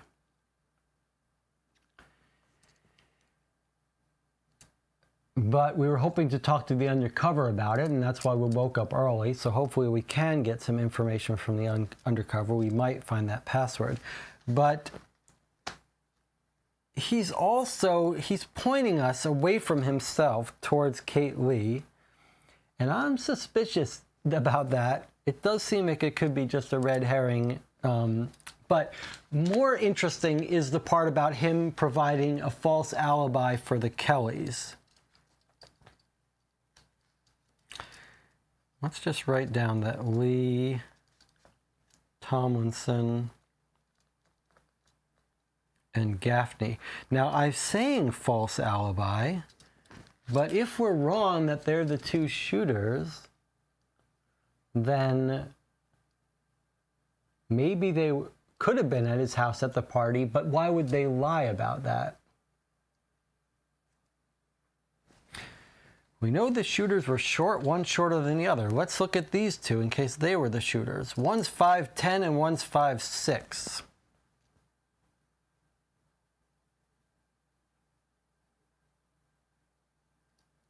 Doesn't seem like they're the shooters. They're not both short. 5'10's pretty tall. This guy doesn't look like he even, well. So I think this is just going to be a red herring with Kate Lee. I don't think she's involved in it. I think Phil, Jeff, and the Kellys are the ones who did it. But I would like to get into that password-protected headquarters. Anna says, why would Tom say he and his brothers were in the gym if they were at the party? I agree. It sounds more likely that they're just making up alibis. But on the other hand, it's kind of weird that Phil Jeffs would just make up an alibi without having discussed it with them. Right? I mean, why is he just volunteering an alibi without having confirmed it with them? And it's a weird alibi to give, because presumably he's saying, when we check with all these people, they're going to alibi him. But what if they say, I didn't see any Kellys here? But I think the simplest way to read it is that he knows where they were, he knows they did the murder, and they're just all going to lie about where they were. And he's sort of like, you know, on the spot, we just woke him up. He's like, the Kellys were here. Maybe they come here after the murder. That would sort of be consistent. What if Tom and Sid Kelly come here after the murder to the party? So he's sort of telling the truth, but sort of backdating the time a bit. And Tom Kelly thinks, I better not say anything about going to this party, because then maybe they'll track that down and find out I didn't get here until later, or they'll know I'm involved with Phil Jeff. So, okay, that makes some sense. All right.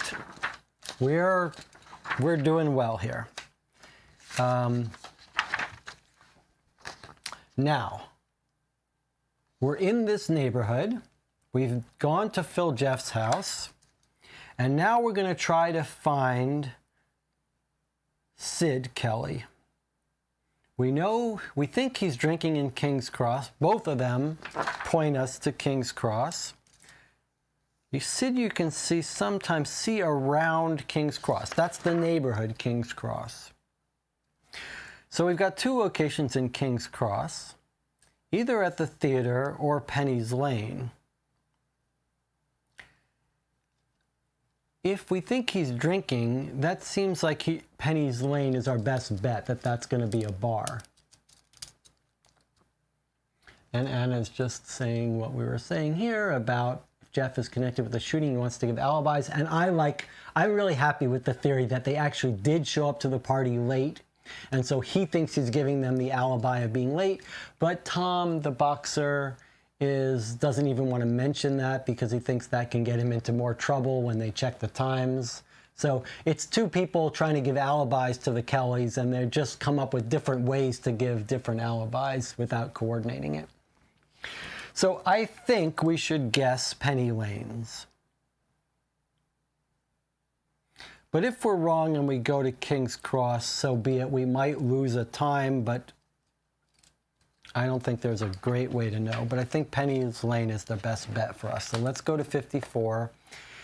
If it's wrong, it'll stop us. The Globe Motor Garage, a large open-fronted workshop, is the only feature of Penny's Lane. If it's daytime, read 198. So this sounds like it's not what we wanted, but we're here. we must continue. It is before 6 p.m. Let's not forget to go to our undercover. So we went 54, which is Penny's Lane. It's a garage. Before 6 p.m. It could be an after-hours illegal drinking place. So I wonder if the game isn't tricking us a little and we should come back here after 6. Very interesting idea. Let's see if it gives us a clue here that we should come back here after 6 p.m. So before 6 is 198. I'm going to bookmark this because I think we might want to come back here after 6. Almost always in this game, when you go to a place that says, if it's before this, go here, after 6, go here, and the fact that it's a garage would suggest that after 6, it's going to say it's closed. But I have a theory that maybe it's not. Maybe it's a drinkery here. All right, let's go to 198. Let's see what we got here.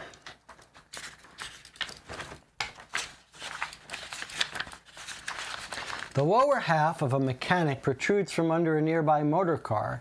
He must be able to see you looking around because he pipes up helpfully. Mate, if you're looking for 2-up school, come back after dark. You thank him and move on. So it's exactly what we said. The game did give us a clue about it, the 2-up school. That's slang, I guess, for drinking. It might have, this is one of these cases where ideally, in our case, there would have been no clue that this was an after-hours drinkery, only because we did guess, I did guess, that this was going to be an after-hour drinkery. But a group could have missed that, so it would be difficult to do that. But this game is nudging us in the right direction, but we figured it out before we read this, so that's okay. So we want to come back after 6 p.m. And that's where we're going to find Sid. So I think probably there's no point going to the King's Cross Theater. I think we found the right answer. But you could argue we're already here. Should we go there anyway? The worst that's going to happen is we're going to lose something. It's 2 p.m. I don't want to miss our undercover. We're going to have to come back to this area anyway to meet Sid, so we'll go to King's Cross when we come back if something goes wrong. So I'm not going to go to 18. And I think it's time to leave here and go meet our undercover. So we're going to travel. It's 2 p.m.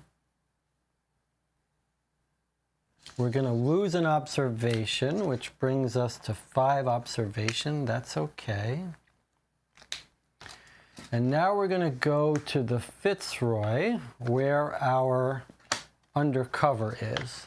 So we travel to the Lou neighborhood. It's now 3 p.m., which we think is the right time. The Fitzroy Hotel, 131. That is where our undercover is, right?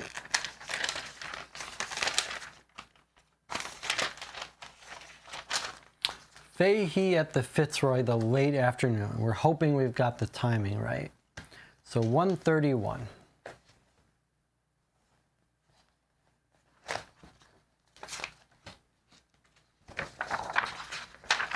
The Fitzroy Hotel stands proud and tall on the corner of Dowling and Cathedral Streets. It provides a welcome visual relief from the endless rows of terrace houses. If it's nighttime, 6 p.m. or later, read 58. If the time is from 3 p.m. to 6 p.m. on Monday, which it is, read 122. Well, that's interesting. What happens if you come here at night? This could be where Sid... No, Sid's not drinking in this neighborhood. So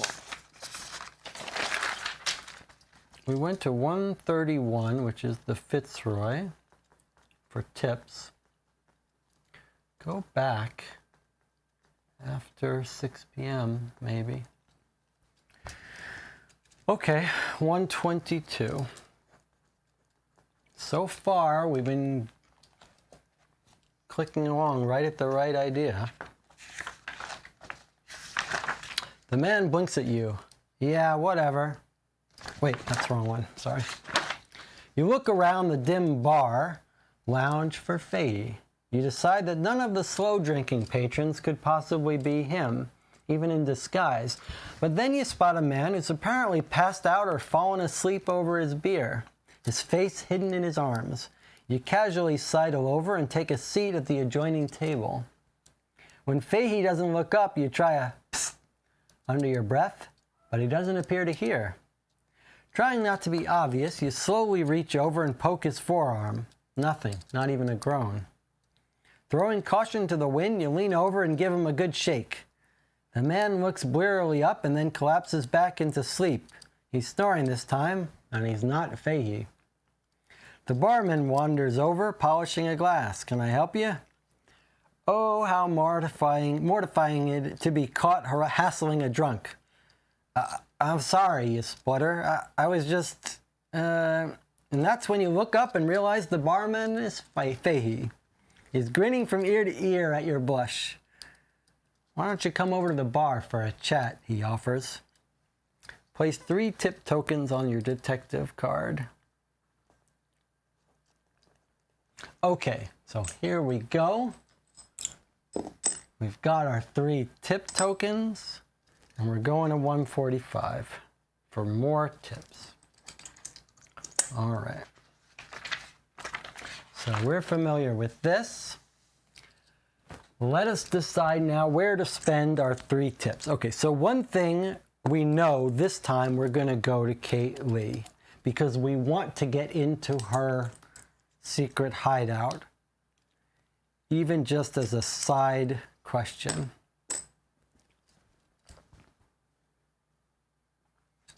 So why don't we just do that first, and then we'll decide based on what she says whether we want to do something else. So we're going to Kate Lee. I'm going to give in a coin.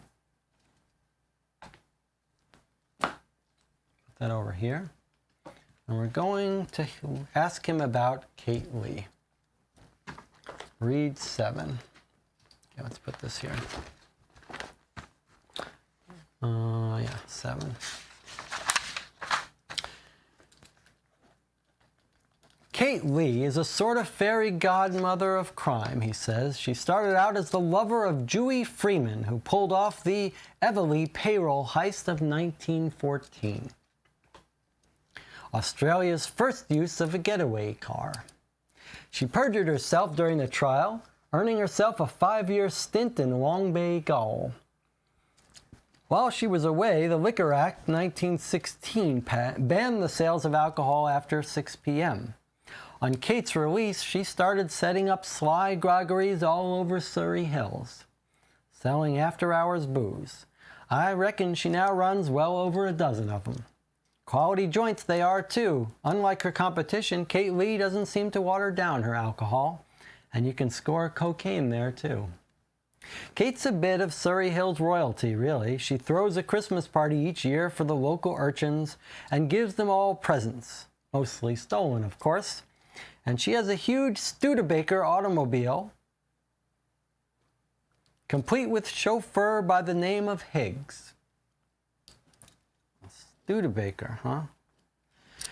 She may be a crime queen, but most people in Surrey Hills love Kate Lee. Fahey pauses a moment in thought, then carries on in a lower voice. And she sometimes helps us out with a tip or two, especially if it would inconvenience Tilly Devine, whom she hates like the devil. Fahey sums up, I like Kate, though I wouldn't hesitate to lock her away for her crimes, and she would respect that. Despite her sly grogging and cocaine peddling and receiving and snitching, Kate Lee has a kind of integrity which I can respect. And then he sends us back. So, the question here is, have we gotten 7? Have we gotten anything we might use as a password? We got a bunch of stuff mentioned. She was the lover of Dewey Friedman. I was hoping he would tell us a password, but he didn't. He's just mentioned a couple places. The lover of Dewey Friedman, who pulled off the Everly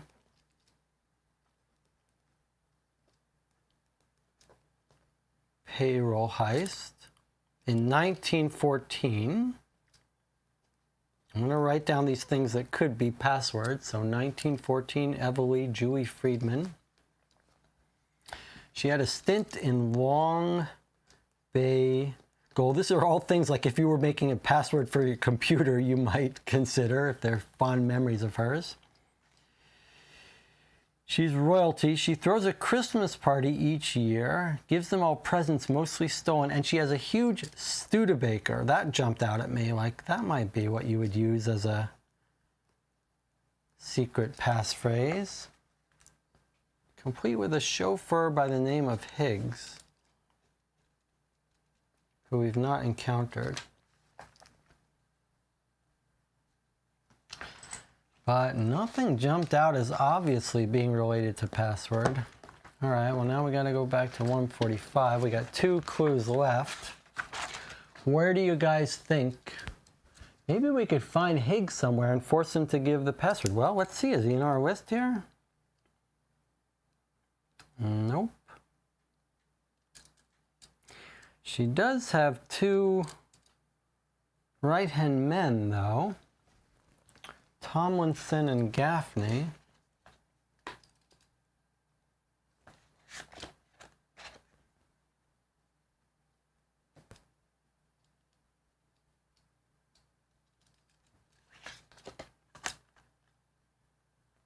So we could ask about these if we're really fixated on Lee, even though we don't really think she's involved in this case. We just want to get into that password place. I almost feel like that could be one of the game's questions. But there's Wally Tomlinson down here. And there's Greg Gaffney. So if we wanted to, we could ask about both of them. Then there's a bunch of fun stuff like the spring leaf. But we don't have many other people we need to talk about. We haven't looked up Tom Kelly, but that's all right, I guess.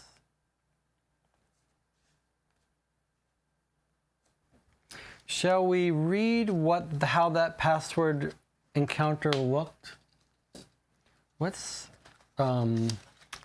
quickly do that. I realize I'm pushing our luck in terms of endurance. The password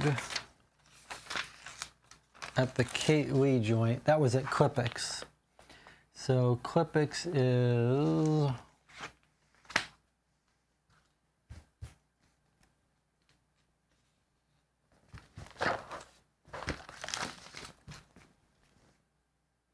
$25 Kippick Street, which was 25.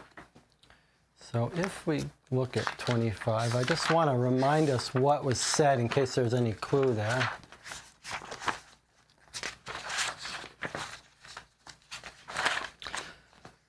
Card in the window across the street is a boot fetcher. If it's before 6 p.m., read 130. Otherwise, read 88. Did we not ever do the 130? Let's see here for a second. We went to 88. If you go to 88, okay, so this is this is good we did this. Let's see this for a second. So at Clippick Street, where our headquarters is, if it's before 6 p.m., read 130. We don't know what that is. We never read it. We went here after 6 p.m., and so we read this. We knocked. A young man's voice barks password. If you know the password, give each letter in the word a number. Sum up the letters in the password and look up that section in the index. Well, that's okay, as long as it's a number between 1 and 200, whatever, the first word has to be your password. If not, or we could try to force our way in. We're actually at a pretty good force. We could force our way in. I wonder if that's what we should try to do. Also, we could get there before 6 p.m. and see if there's something interesting there.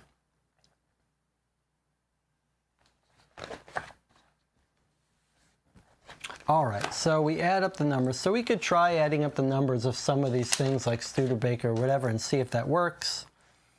I don't think, therefore, since we can try to force our way in, I don't think it's maybe necessary that we try to spend our clues on her friends here. I think we could do other people if we want. So if you guys have other people you'd like to read for fun, I'm okay with that. We could read about Phil Jeffs. We think he's involved in this. We could read about, for fun, George Springleaf. We could read about, for fun, Detective Butler. I think Butler's clean. Yeah, Butler's clean. He's just a grubber detective trying to take credit. So, Jonathan, why don't you pick someone, and Anna, you can pick someone, and we'll do one for each of you. Sounds like Anna is picking Jeffs. Okay, so Anna's going to pick Jeffs, unless she changes her mind. Let's see what Jonathan says. Jonathan says Snowy. Okay, there we go. We got Snowy and Jeffs. Let's start with Snowy, because he's the one that could... No, let's start with Jeffs. Phil Jeffs, 97.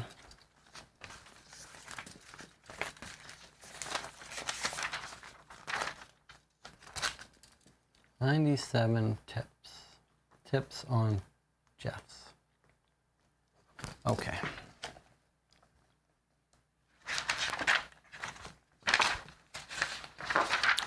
Phil Jeffs is a genuine Aussie success story. He was born in Latvia, but his family abandoned him in London. After living on the streets there, he made his way to Sydney in 1912 via South Africa. Since then, he's been working his way up the criminal ladder, from pickpocketing to cockatooing to drug dealing to sly grog. Now he seems to have a finger in every criminal pie in Darlinghurst and King's Cross. He's well on his way to becoming the richest crook in Sydney. Don't be fooled by his debonair ways. He's rotten to the core. Okay, that did not help us. Okay. Nothing interesting there. All right, next up is Snowy. Snowy Cutmore, read 112.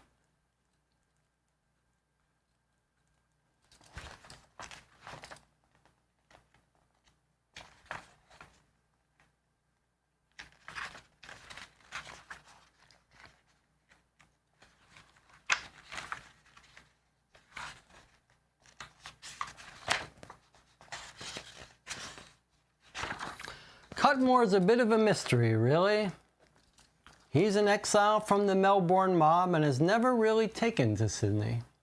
I guess he misses his old mom or something, or more likely he had some falling out with Squizzy Taylor, the mob king of Melbourne, and a meaner smidgen of ex-jockey than you'll ever meet. So Cutmore ends up here in Sydney, probably against his wishes, and what's a feller to do but fall in with a couple of other Melbourne exiles, Norman Brunn and Frank Hayes. But despite his name, Cutmore has never really embraced the Razor Gang ethos. He's more of a gunman than a slasher. As far as I can tell, he hasn't actually cut anyone yet. It's always been Brunn or Hayes or Wallace waving the razor around. But don't get me wrong, Cutmore is just as bad as the rest. It's just that he prefers a bullet to a Bengal. Well, that's a little intriguing, suggesting maybe Snowy could have a gun.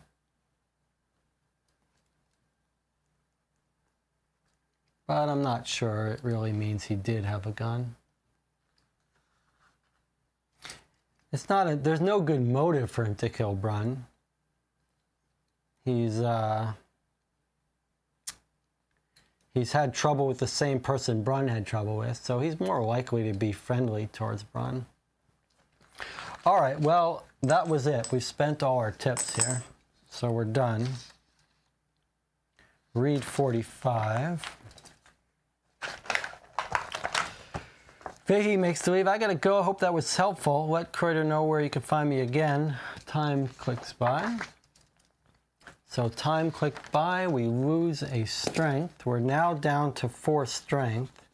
If we want to try to force our way in to the Kate Lee joint, now might be the time. It's kind of sad to be breaking in there when we might not need to. It's 4 p.m. So we could actually try Kate Lee's joint before 6 p.m., which we haven't tried before. The joints where we think Sid hangs out aren't open yet until 6. Where else did we want to go? We haven't gotten our fingerprint report yet. Let's look at these places that are tagged here as unfinished. So there's the Burdekin Hotel, which we could go before 6 p.m. to read something that we haven't read. There's Brun's Flat, which doesn't look like there's anything new for us there, which makes sense. There's the Lee headquarters that we arrive after 6 p.m. We need the password or we could break in. Anna says, I don't think Kate is involved, so why break in? I agree with you, and he respects Kate, so all the more reason not to break in. But if we go there before 6 p.m., maybe it's easier to get in. At the cemetery, we could go. We don't think we want to go back there. That's where we think Sid is going to be drinking after 6. That's a good place for him. We could go back to Phil Jeff's house after 2 p.m., but that seems unlikely. The hospital, we did. We went back to the hospital. Here it is, a .32 caliber, I'd say, and he gives it to us, okay. There's the password. Okay, where else is in our list that we haven't been? That's the Fitzroy Hotel, where we got our undercover. We could go there at different times to get something else. That doesn't seem particularly promising. Then our tips, we've done them for today. And then the last place here is the church where Nellie, the prostitute, works. So basically there's not much left for us that we haven't been to. Is there any other place that we meant to go that we haven't gone yet? Other than finding Sid Kelly drinking, which we need to be after 6 p.m. and it's not after 6 p.m., it's 4 p.m. I think it probably would make sense for us to go to Kate Lee's place before 6 p.m. and see what happens when we try to go there.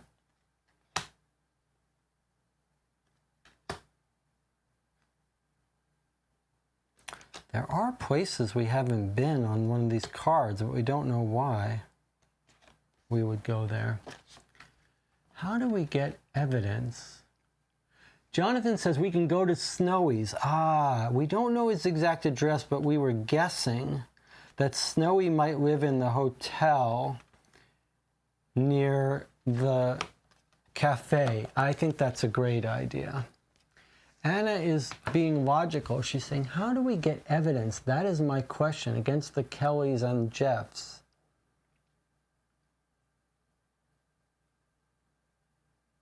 We need to know their gun. Well, hopefully we're going to confront Sid Kelly and maybe we'll find him with a gun.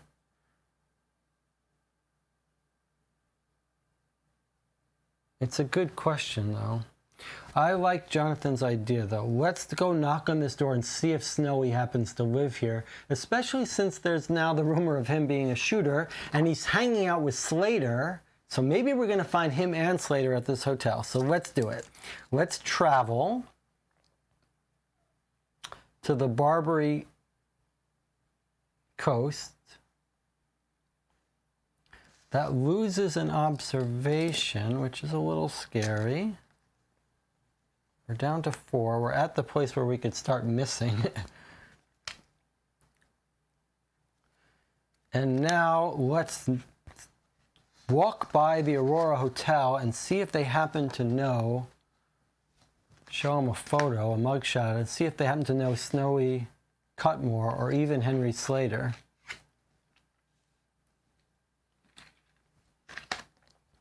All right, the Aurora Hotel 32. This is one of the few places that hasn't been mentioned explicitly, so it's a little nerve-wracking since we got punished for that before. The Aurora Hotel squats on the corner of Elizabeth and Kippick Streets, one of many such establishments in the area, affectionately known as the Barbary Coast. If it's nighttime, read 58. Otherwise, read 125. So we need to mark this. So 32 is the Aurora Hotel. After 6, question mark, before is 125. So return, that's our note that we might want to return. What time is it actually? It's 5 p.m. Okay. So otherwise read 125. All right, let's read 125.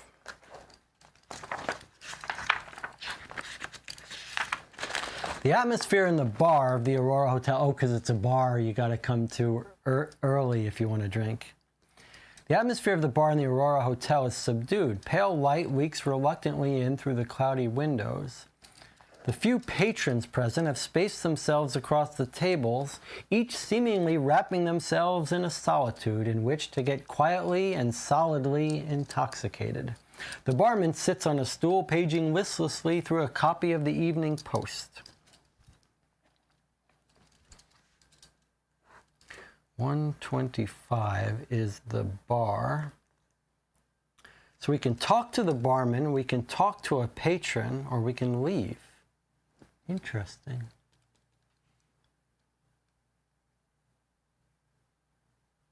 Well, I guess we should start by talking to the barman. Let's read 162. And let's put a note on this that we want to do the other one. Any reason we should talk to the patron instead of the bar? Patron is 51. Seems like we would want to do both. All right, 162. The barman glances up as you approach, mustering the energy to leave his stool. But then he seems to recognize your profession and slumps back down. An on-duty detective won't be buying any drinks. He grunts a greeting. You ask about Norman Brunn, he just shrugs. Oh, we get a lot of blokes in here. He gestures to the silent room, and unless he's a regular, I'm afraid I wouldn't know him. You get similarly dismissive responses to your other questions, but he becomes slightly less disinterested when you mention Jim Hassett. Oh yeah, I know him. Lives just around the corner at 78 Mary Street. Comes in often. Haven't seen him for a few days, though. Time passes. Add R. We already have R, but time passed. That loses a persuasion and makes it now 6 p.m.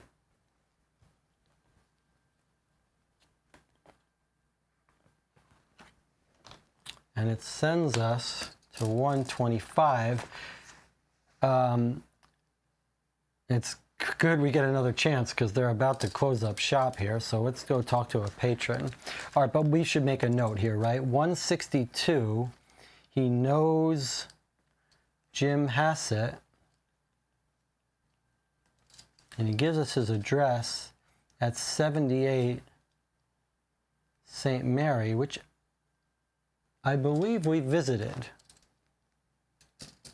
I believe we visited Jim Hassett at that address, right?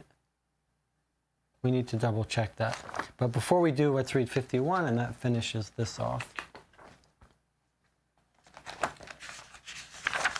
Looking around, you pick out a drinker who's obviously been at it a little while. It looks like his inhibitions will be down, but he should still be coherent, and he's alone. He rotates his eyes your way as you sit down next to him. How's the beer? Test your persuasion.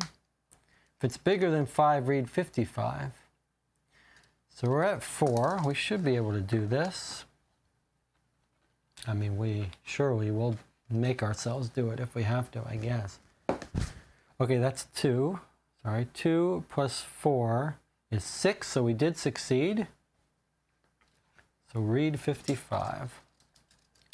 So I'm going through this a little faster than I would normally, just so we can make some good progress. 55. We kind of got lucky, because if we had come here an hour later, this place would have been closed.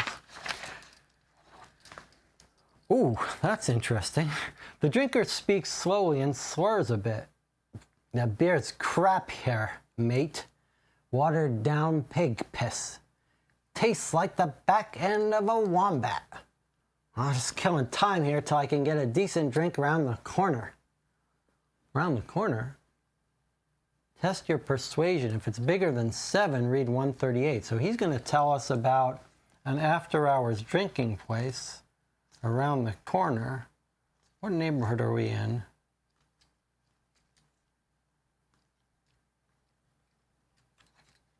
We're here.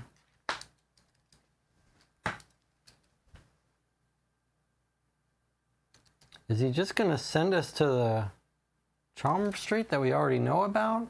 I'm not sure this is going to be worth it, but test your persuasion.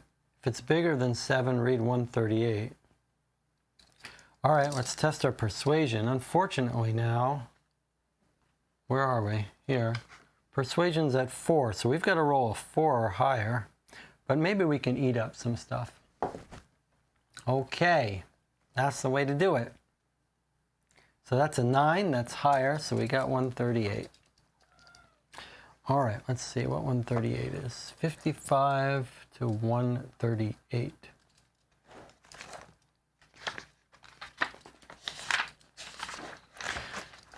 He says, yeah, around the corner at Mom's on Kippick Street. She serves the good stuff there, gets straight from Tooheys, just wheels it out the back door. And she doesn't even water it down like they do here at the Best Hole. Yep, mum's the word. Mum's the word. Something about that last phrase strikes him as funny. He snorts and chuckles. Yeah, mum's. Mum's the word, all right. Talk to the barman, which we already did. We leave. I think we just got the password. Anna says, don't keep wasting skills. We got to go confront Sid. I think we've just got the password, though. Mums.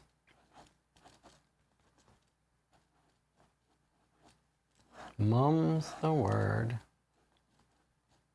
It makes sense, too, as a password, right? Because it's like a little joke. Mum's the word. All right, that was pretty wonderful. But as Anna points out, we're having to drop our skills as time ticks along, and we've got to go find Sid before our skills go down too much. So we are now here at the Barbary Coast at Elizabeth Street Hotel. So it's time to travel back to where Sid is, since it's now after 6. So we need to go to King's Cross. So we're going to travel to King's Cross, which cost us a time. We lose an observation, which is now down to 3. This is not as strong as we want it to be to confront Sid. We could decide to wait till tomorrow. So let's think about it for a second before I actually do this. We're traveling somewhere. Oh, no, we don't have to travel somewhere. We're at... Is Kippick Street the place where the password is? I don't think so. I think it was the other place, right? I think it was 20. Oh, no, it is Kippick Street. So let me undo this for a second. Let's leave us at 4 for a second. Let's undo this. And let's think for a second. We've got a tough choice to make. We could travel and confront Sid while we still got high skills. But we're also already in the neighborhood where we have the password. So we could go right there.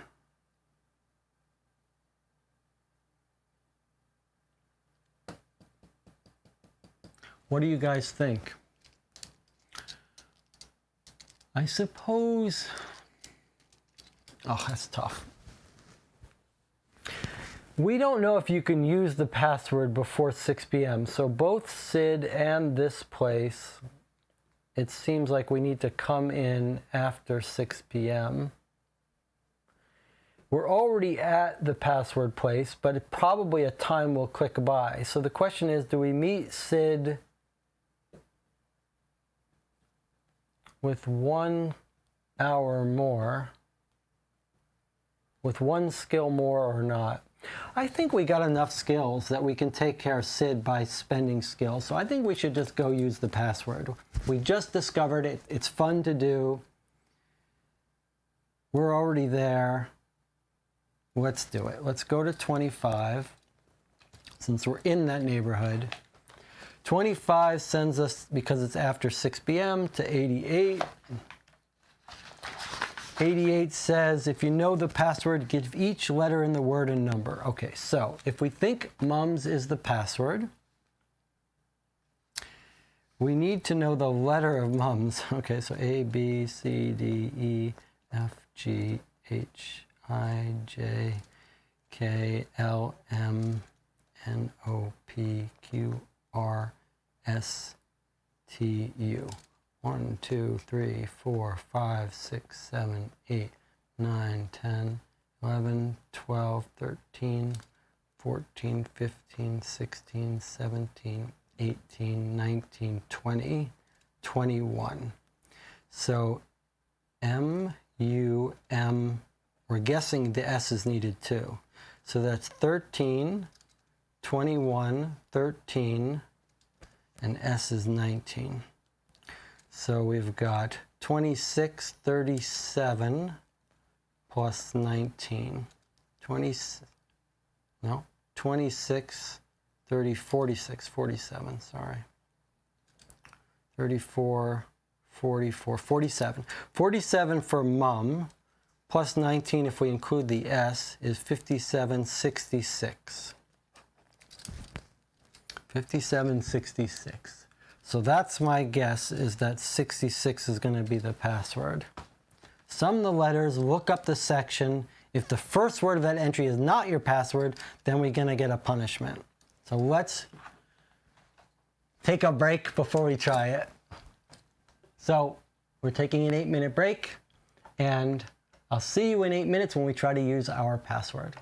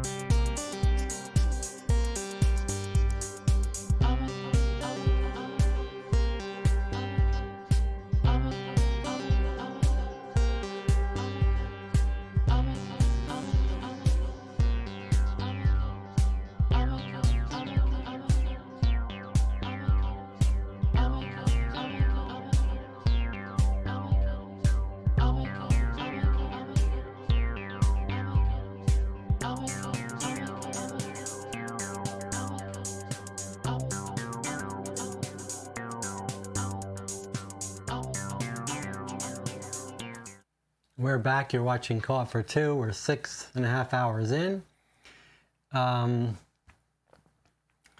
We're about ready to check this password. I think there are a couple things to say. Jonathan in the chat was pointing out to John Kean that we're sort of rushing at this moment, sprinting through in exhaustion because we want to finish today's session and have enough time for tomorrow to sort of take at a more leisurely pace. But we did have some real lengthy discussions today, and that's sort of why we're hurrying up a little bit. Now, a couple other things. I asked John Kean while he was in the channel about this idea that if we go to a place and fail a test, can we come back to it? That sort of makes sense.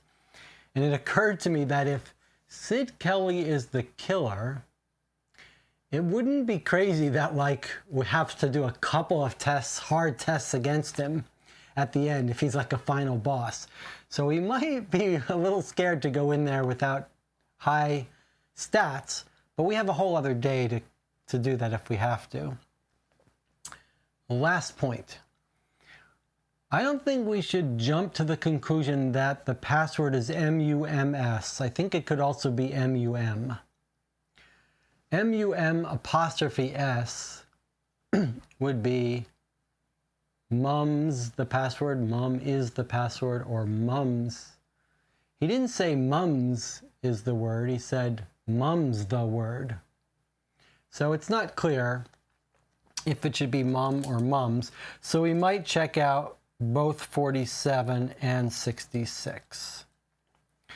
Let's check out the first. If it's not right, we get 168. I wonder if 168 is going to be a clue or a punishment. I don't know. But let's check out 60.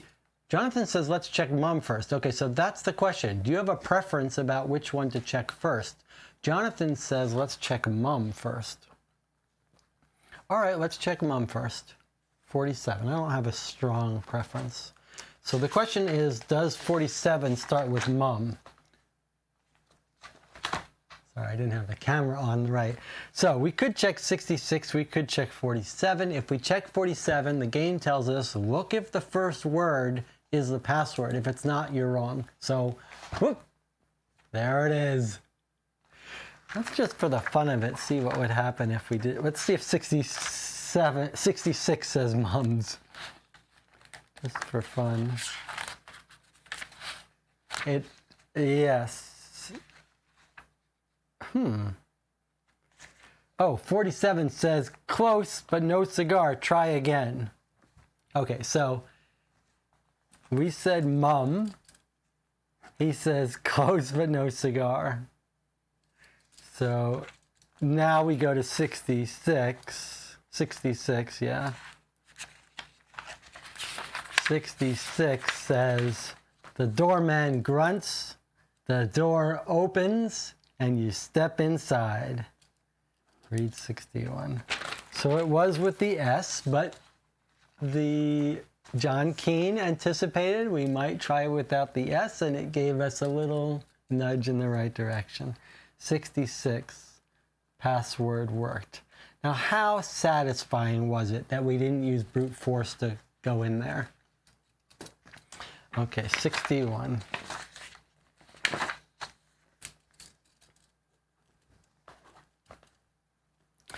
Inside, a crowded tables support glasses of beer and slouching drinkers. A long sideboard acts as the bar. You appear to have entered a sly grog shop in full swing. Conversations halt abruptly, and the eyes of more than a dozen men turn toward you. Several seem to recognize you, and one or two stand from their seats in a show of menace. You wonder if this was such a good idea.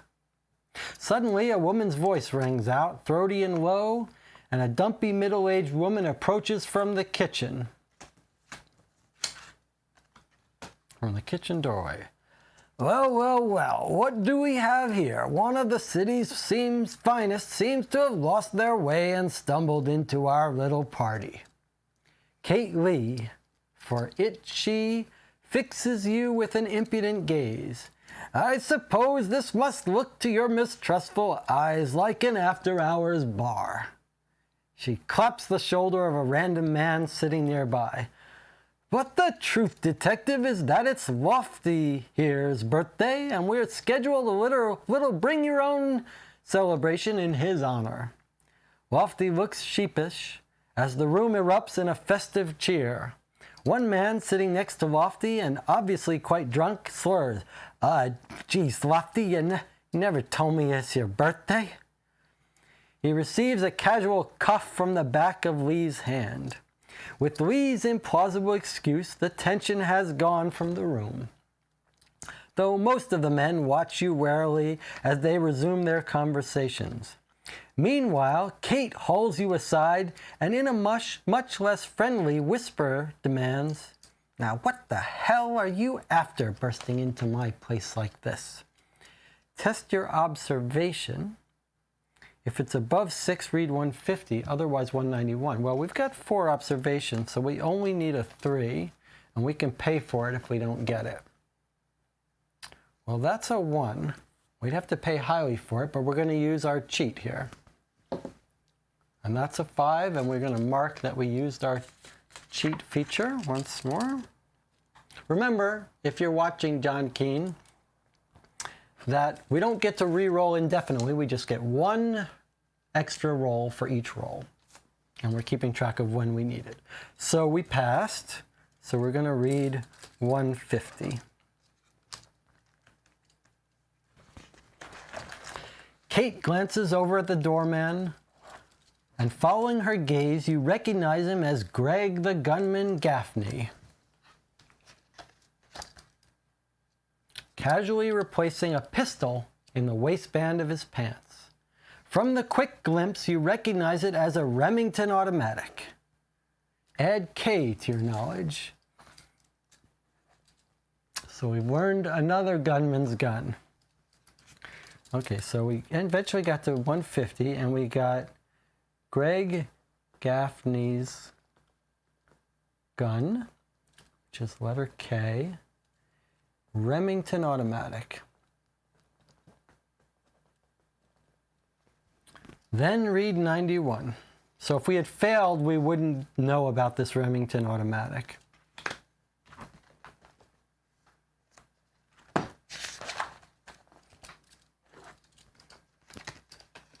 Your attention is broken by a jostle from behind as a tall man looms over your shoulder.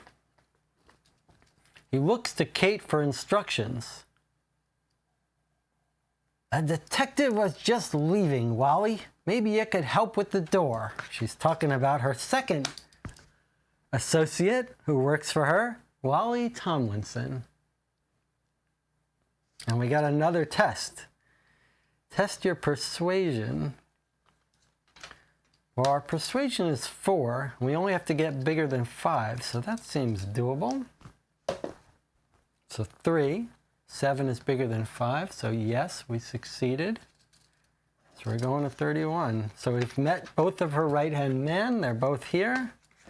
And now we go to 31.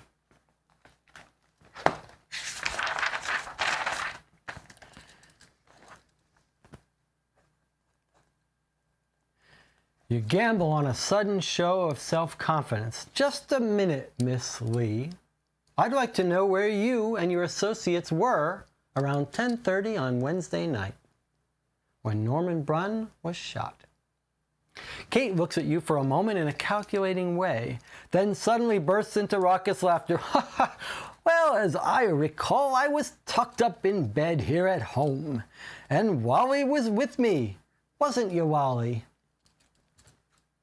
And there's Wally and there's Kate Lee. A man at a nearby table guffaws, and Tomlinson looks so uncomfortable that you realize she's probably telling the truth. Kate leans close and adds in a conspiratorial whisper, "He's 10 years younger than me, hung like a kangaroo, and twice as horny." Ha! She rocks back on her heels in a throaty laughter. Wally Tomlinson, now red-faced and scowling, propels you to the door. Kate calls out a parting shot. "You want to know about Brunn? Try 191 Palmer Street. That strumpet has been pissed with Brun for weeks. He'd been cutting up her best girls and scaring the clientele. Yep, Tilly's your man. Read 101. So Tilly pointed her to us. Tilly pointed to her, to Kate Lee, and Kate Lee's pointing to Tilly. And now she sends us to 101 for some general knowledge. Greg Gaffney holds the door open and glares as Wally Tomlinson shoves you out into the night. The door slams, but you can hear Kate's voice carry through as she announces, "Drink up, boys, and a toast, if I may, to the New South Wales Police Force." A half-hearted cheer and the echo of Kate Lee's throaty cackle accompany you into the darkness of Kleppick Street.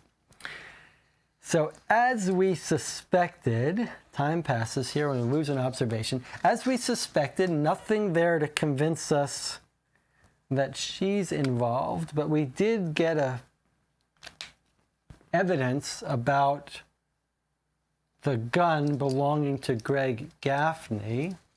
It's a Remington auto. If we look at Remington autos, it's not going to be a revolver. Here's a Remington auto, which means it would have left cartridges at the scene, shell casings. So he's not the shooter. All right, so it's 7 p.m. Sid Kelly's probably drinking. We got okay stats, although we're going to lose some, but I think it's time to try to find Sid Kelly at his drinking spots. I'm a little nervous about confronting him with our skill level, but let's see what happens. So we know he's in King's Cross.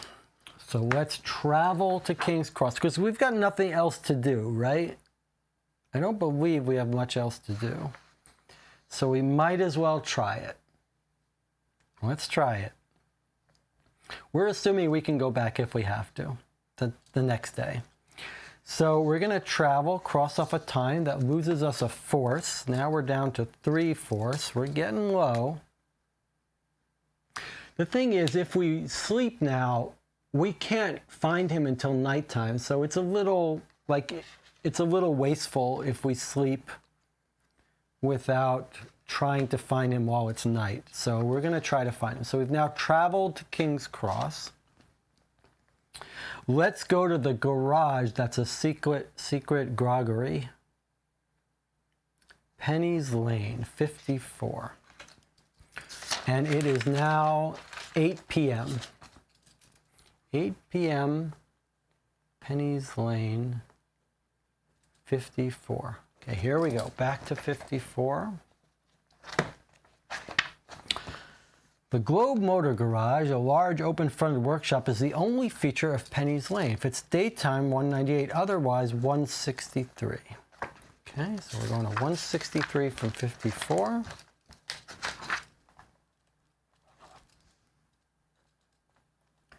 You carefully watch from the shadows at the entrance to Penny's Lane. All appears dark and quiet, but for a single youth leaning on a wall opposite the Globe Motor Garage. Despite his casual pose, you sense a watchfulness that betrays him as a cockatoo. A lookout, ready to alert nearby criminals to approaching police. And the presence of a cockatoo shows that not all is as it seems in Penny's Lane. Retreating to Wolcott Street, you pass through Hampden Court Flats and out the back gate into Goderich Lane. Easing into the shadows, you sneak along to the junction with Penny's Lane. You are now just feet from the cockatoo, but concealed around the corner. From here you can see a rectangle of light outlining a closed door in the back wall of the Globe workshop. Suddenly you slip around the corner, clamping the youth in an iron grip, your hand across his mouth. Test your force. If it's bigger than 5, read 182, otherwise 83. So we're 3. We need a 3 or higher. All right, let's see. We may have to use our cheat here or pay for something. Okay, can you see that? That's a 3. 3 plus 3 is 6, so we succeeded. 182. Test force, because we could have to come back. Remember, if we fail something later on, we have to come back this whole way. So let's go to 182 from 163. The whites of his eyes stand out in the darkness as you walk the gagged youth out of the lane. Once a goodly distance down Wolcott Street, you release him to run home to his darling mother. Returning to the Globe Motor Garage, you can hear muffled voices from beyond the lighted door. Taking a deep breath, you slip through. Read 34.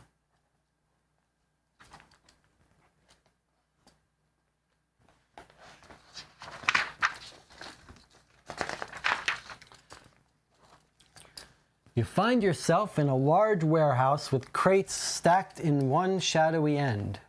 At the other end, a dozen men huddle in a circle around a bedsheet spread on the ground beneath a single incandescent bulb. A tall, thin man with a mop of hair has his back to you and is tossing a pair of coins from a wooden bat, or kip, onto the sheet. Maybe this is the coin in his pocket. Various bets have been laid around the outside of the spectator's feet. I think Anna was right. I think that was his coin betting coin. Various bets have been laid around the outside of the spectator's feet. This is 2 Up, an illegal gambling game, and you are witnessing what is effectively a small, portable casino.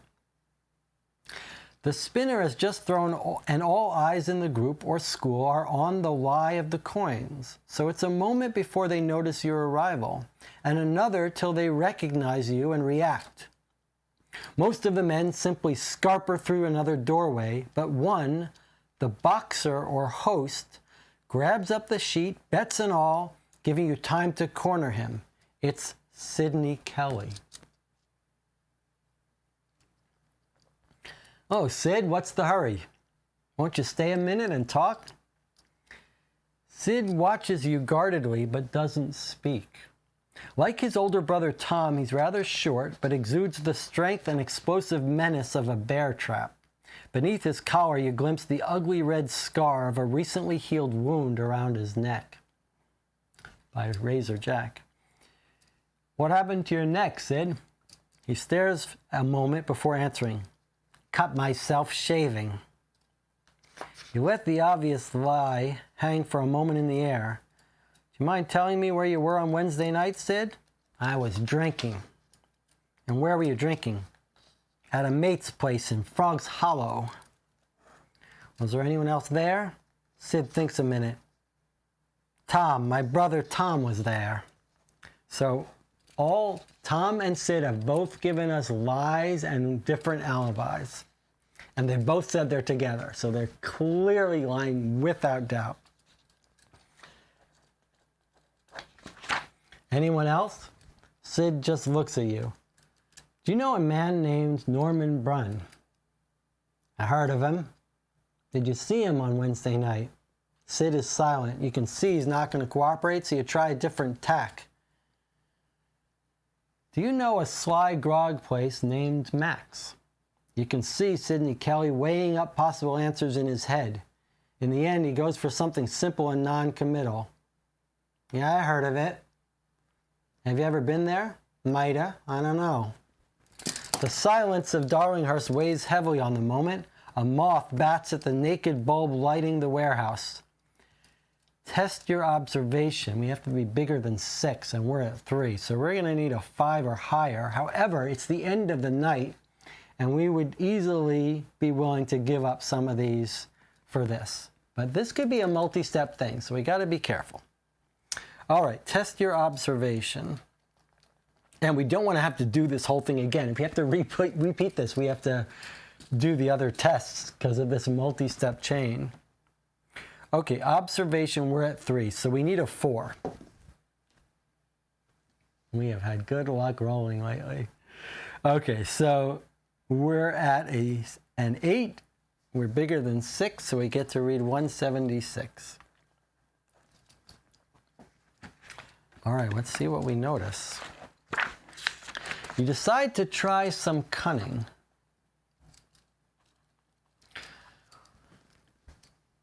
Hey, what kind of pistol that you got there? Sid instinctively glances down inside his jacket, revealing for a moment the hilt of a Colt Police Positive revolver. Realizing your trick, he quickly covers it, grunts, and stares at you defiantly. So how clever is that? We just say, we don't see anything, we don't see any gun. But we say, hey, what kind of pistol's that you got? And he looks down and he opens his vest to look at it. And when he does, we see it. All right, this is going to be the key piece of evidence. This is going to be our 32 that's going to crack this case wide open. First of all, it says add C, so there's C. All right, this is going to be it. This is either going to crack this case wide open or we're going to have to go back to the drawing board. Here we go. Colt Police Positive revolver. Here's our revolvers. Here's a police positive. Look what it is.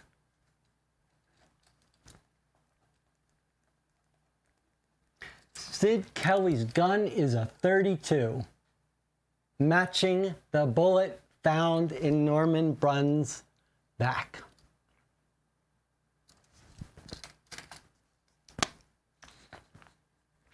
And Anna kept reminding us, we need proof. The game told us it's not good enough just to know who did it. You gotta have proof.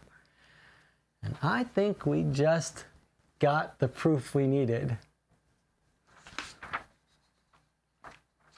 The police positive revolver. And how did we find it? We tricked him with a super clever thing. This is very much like the trick we did in the other game Jonathan and I played. Oh, it wasn't Jonathan, it was Greg and I played a game where the guy asked us, we walked into some security room and we were like, let me see the tapes. And he's like, only Joe Gaffney can access the tapes. And we say, well, that's who sent me. But here we used a very clever trick on him. Okay, so then we read 99. Okay, so he sends us to 99. You try again. Do you know anyone who might have wanted to kill Norman Brunn? Sid shrugs. Well, Frankie Green fancies his girl. His wife, Irene? Sid Kelly gives you a look of scornful disdain. Nah, his girl, Nellie Cameron. So you think Frank Green might have shot Brunn to get his mistress. Again, Sid just shrugs. You let out an exasperated sigh, and while you aren't concentrating, Sid Kelly nips out the doorway and into the night, clutching his sheet full of cash. You don't bother following him. And then time passes. So time passed here. It's now 9 p.m. We lose a persuasion. Down to 3 across the board. And we need to note here that we found Sid's gun. 176. It was a police action. Police positive revolver. A 32.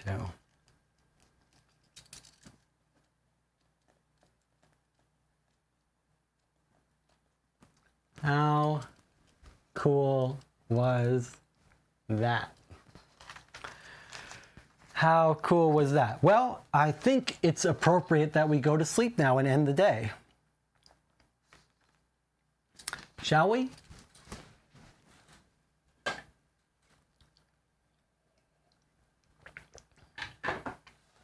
That was like a finale to an episode. Finale to a day. Pretty darn cool. I feel like we're ready to solve this case. We don't even need Tuesday. All right, are we ready to end tonight? Meta, Jonathan says, I think some of the other evidence we've yet to obtain might be evidence just to rule others out. So we might need to consider just visiting some people we don't suspect are really involved. Yeah, I agree with you, Jonathan. I think it makes sense that we would wrap up other loose ends to prove that it's not these different people. I think that makes complete sense. We can worry about that tomorrow. We're going to go to sleep now. We don't cross off anything yet. We have to travel to Taylor Square. Okay, so that's loses a strength, a force. So we're down to 2 force, having traveled to Taylor Square. We go to Darlinghurst Police Station, which is 111.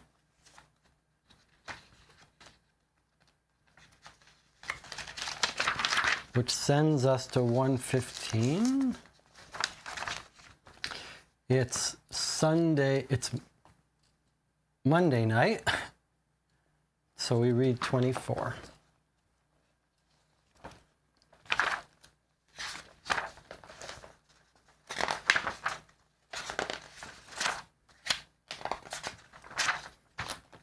Go to Darlinghurst, advance the hour. If we hadn't, on the way back to the station, you pass a news agent and notice an article on the front page of the Evening Post. Still a mystery. Murder of Norman Brunn, no vendetta. The funeral of Norman Brunn, who was shot at Darlinghurst on Wednesday night, took place on Saturday. The police so far have no trace of the murderer, though Detective Sergeant Butler has arrested several men on vagrancy charges. He is still continuing his inquiries. Several men have been interrogated, but they maintain a complete silence, as Brunn did. However, it is expected that the timely action of Detective Butler will prevent an organized outbreak of wholesale shooting and assault such as has characterized Melbourne's drug gang wars. An emphatic denial that Norman Brunn had been connected with the so-called Razor Gang from Melbourne was given by his widow, 2 brothers, and friends who gathered at the funeral at Rookwood. That he had been no party to a vendetta, but was shot by someone outside the war which is said to be raging between rival Melbourne and Sydney gangs, was stated by the widow. The suggestion that there would be an influx from Melbourne to avenge his death was also scouted. 2 brothers of the deceased who came to Sydney for the funeral returned to Melbourne tonight with Miss Brunn and her 2 sons. It is reported that Brunn, who was a man of good physique, went to the rescue of a man who was being attacked by a number of other members of a drinking party. Prior to this, it was stated he had never met the man he rescued. This man is at present in hospital in a serious condition, suffering from several bullet wounds. So this is a false, bad story about his friend Razor Jack. Exception has been taken by relatives to a report that Brunn bore the scars of gang fights in Melbourne. They state these are wounds which he received during his 4 years on active service. Butler is just leaving the Darlinghurst police station as you arrive. Test your force. Oh, we're going to confront Butler about planting stories in the paper and not giving us credit and trying to get credit. Look at that. We're confronting Butler. Unfortunately, we only have 2 force, but we could take points away. Let's see how we do. So we actually need a 4 here. Okay, here we go. 2 plus 4 is 6, bigger than 5. Once again, Leonard Almond. What a boss. He is just doing so well. He's not messing around. It's time to confront Butler. 195. So end started at 24, then we went to 195. Okay. 195. You block the doorway in front of Butler to ask him how his investigations are going and whether there's anything he wants to share. Butler's flash of irritation is replaced by a matey smile. Well, I managed to interview Brunn's widow and brothers before they left for Melbourne tonight. Nothing new to report, though. You should read my reports for McKay. Well, must be off. And he pushes past. Read 114. So we didn't get anywhere with him.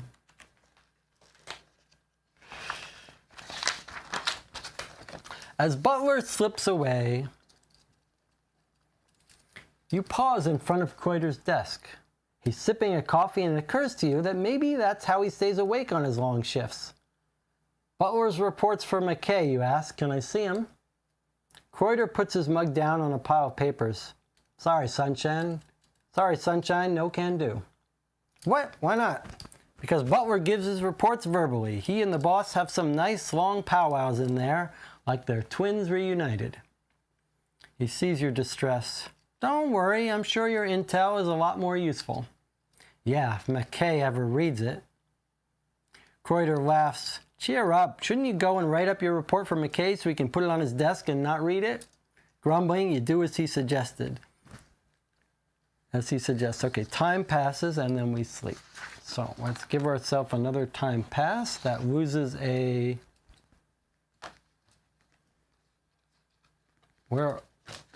Uh-oh, did I put us? Oh no, Leonard Almond. Okay, so time passes, we lose a persuasion, which brings us down to 2. But then we sleep. So we sleep through 2 eyes, which brings us to 5 observation, which is nice. And 1 persuasion and 1 force. So persuasion and force go up to 3s, which is not so good. Might need to sleep in on Tuesday. And that is it for Monday, which means, so for tomorrow's session, we just have Tuesday, and it feels like we just need to wrap up some loose ends, maybe very little left. In the chat, I think Kelly must be a common name. Otherwise, Sid just threw his sister under the bus a bit, didn't he? Yes, you're right. Just to double check, did we advance time before the force check? Since the ending of the day, there have now been 2 time advancements. Did we advance time before the force check? I don't know. I don't know. We'll have to watch the video and see it. But if not, then we're down 1 extra observation. We can check the video. I'm not sure if I missed one. Is that what you're saying? If I missed it, then we should be down in observation. So I don't know. We'll have to figure that out in the break. Anna says, what a great day it was in game and in real life as well. It was pretty remarkable ending. And 7 hour session today was an amazing finale to the day and very exciting. And I think tomorrow is going to be a much leisurely day because I think we basically wrapped it up a day early. We might be able to solve the case very early or play through however we want to do it, but at least we'll have time to play it at our leisure and talk about it, etc. And I think we should end here. Jonathan and Anna, if you could let me know, we're going to play tomorrow at 11 p.m. I guess that's the plan. You let me know if you want to change that. I think if we needed to start an hour later, we could. Or an hour earlier if it works better for you, but otherwise we'll do 11 p.m. again on Sunday evening. And with that, I'll say good night. I'll see you tomorrow for the 3rd and final session of Razorhurst. I can't wait to hear our final thoughts after we finish it. Anna says, I'm exhausted. I don't think I'm going to write notes today. Maybe it won't be necessary. Jesse said we basically wrapped up. Yeah, I don't think we don't really need to write notes. I'm exhausted and hot too. It's 82 degrees in here in the studio of my office. I'll see you tomorrow.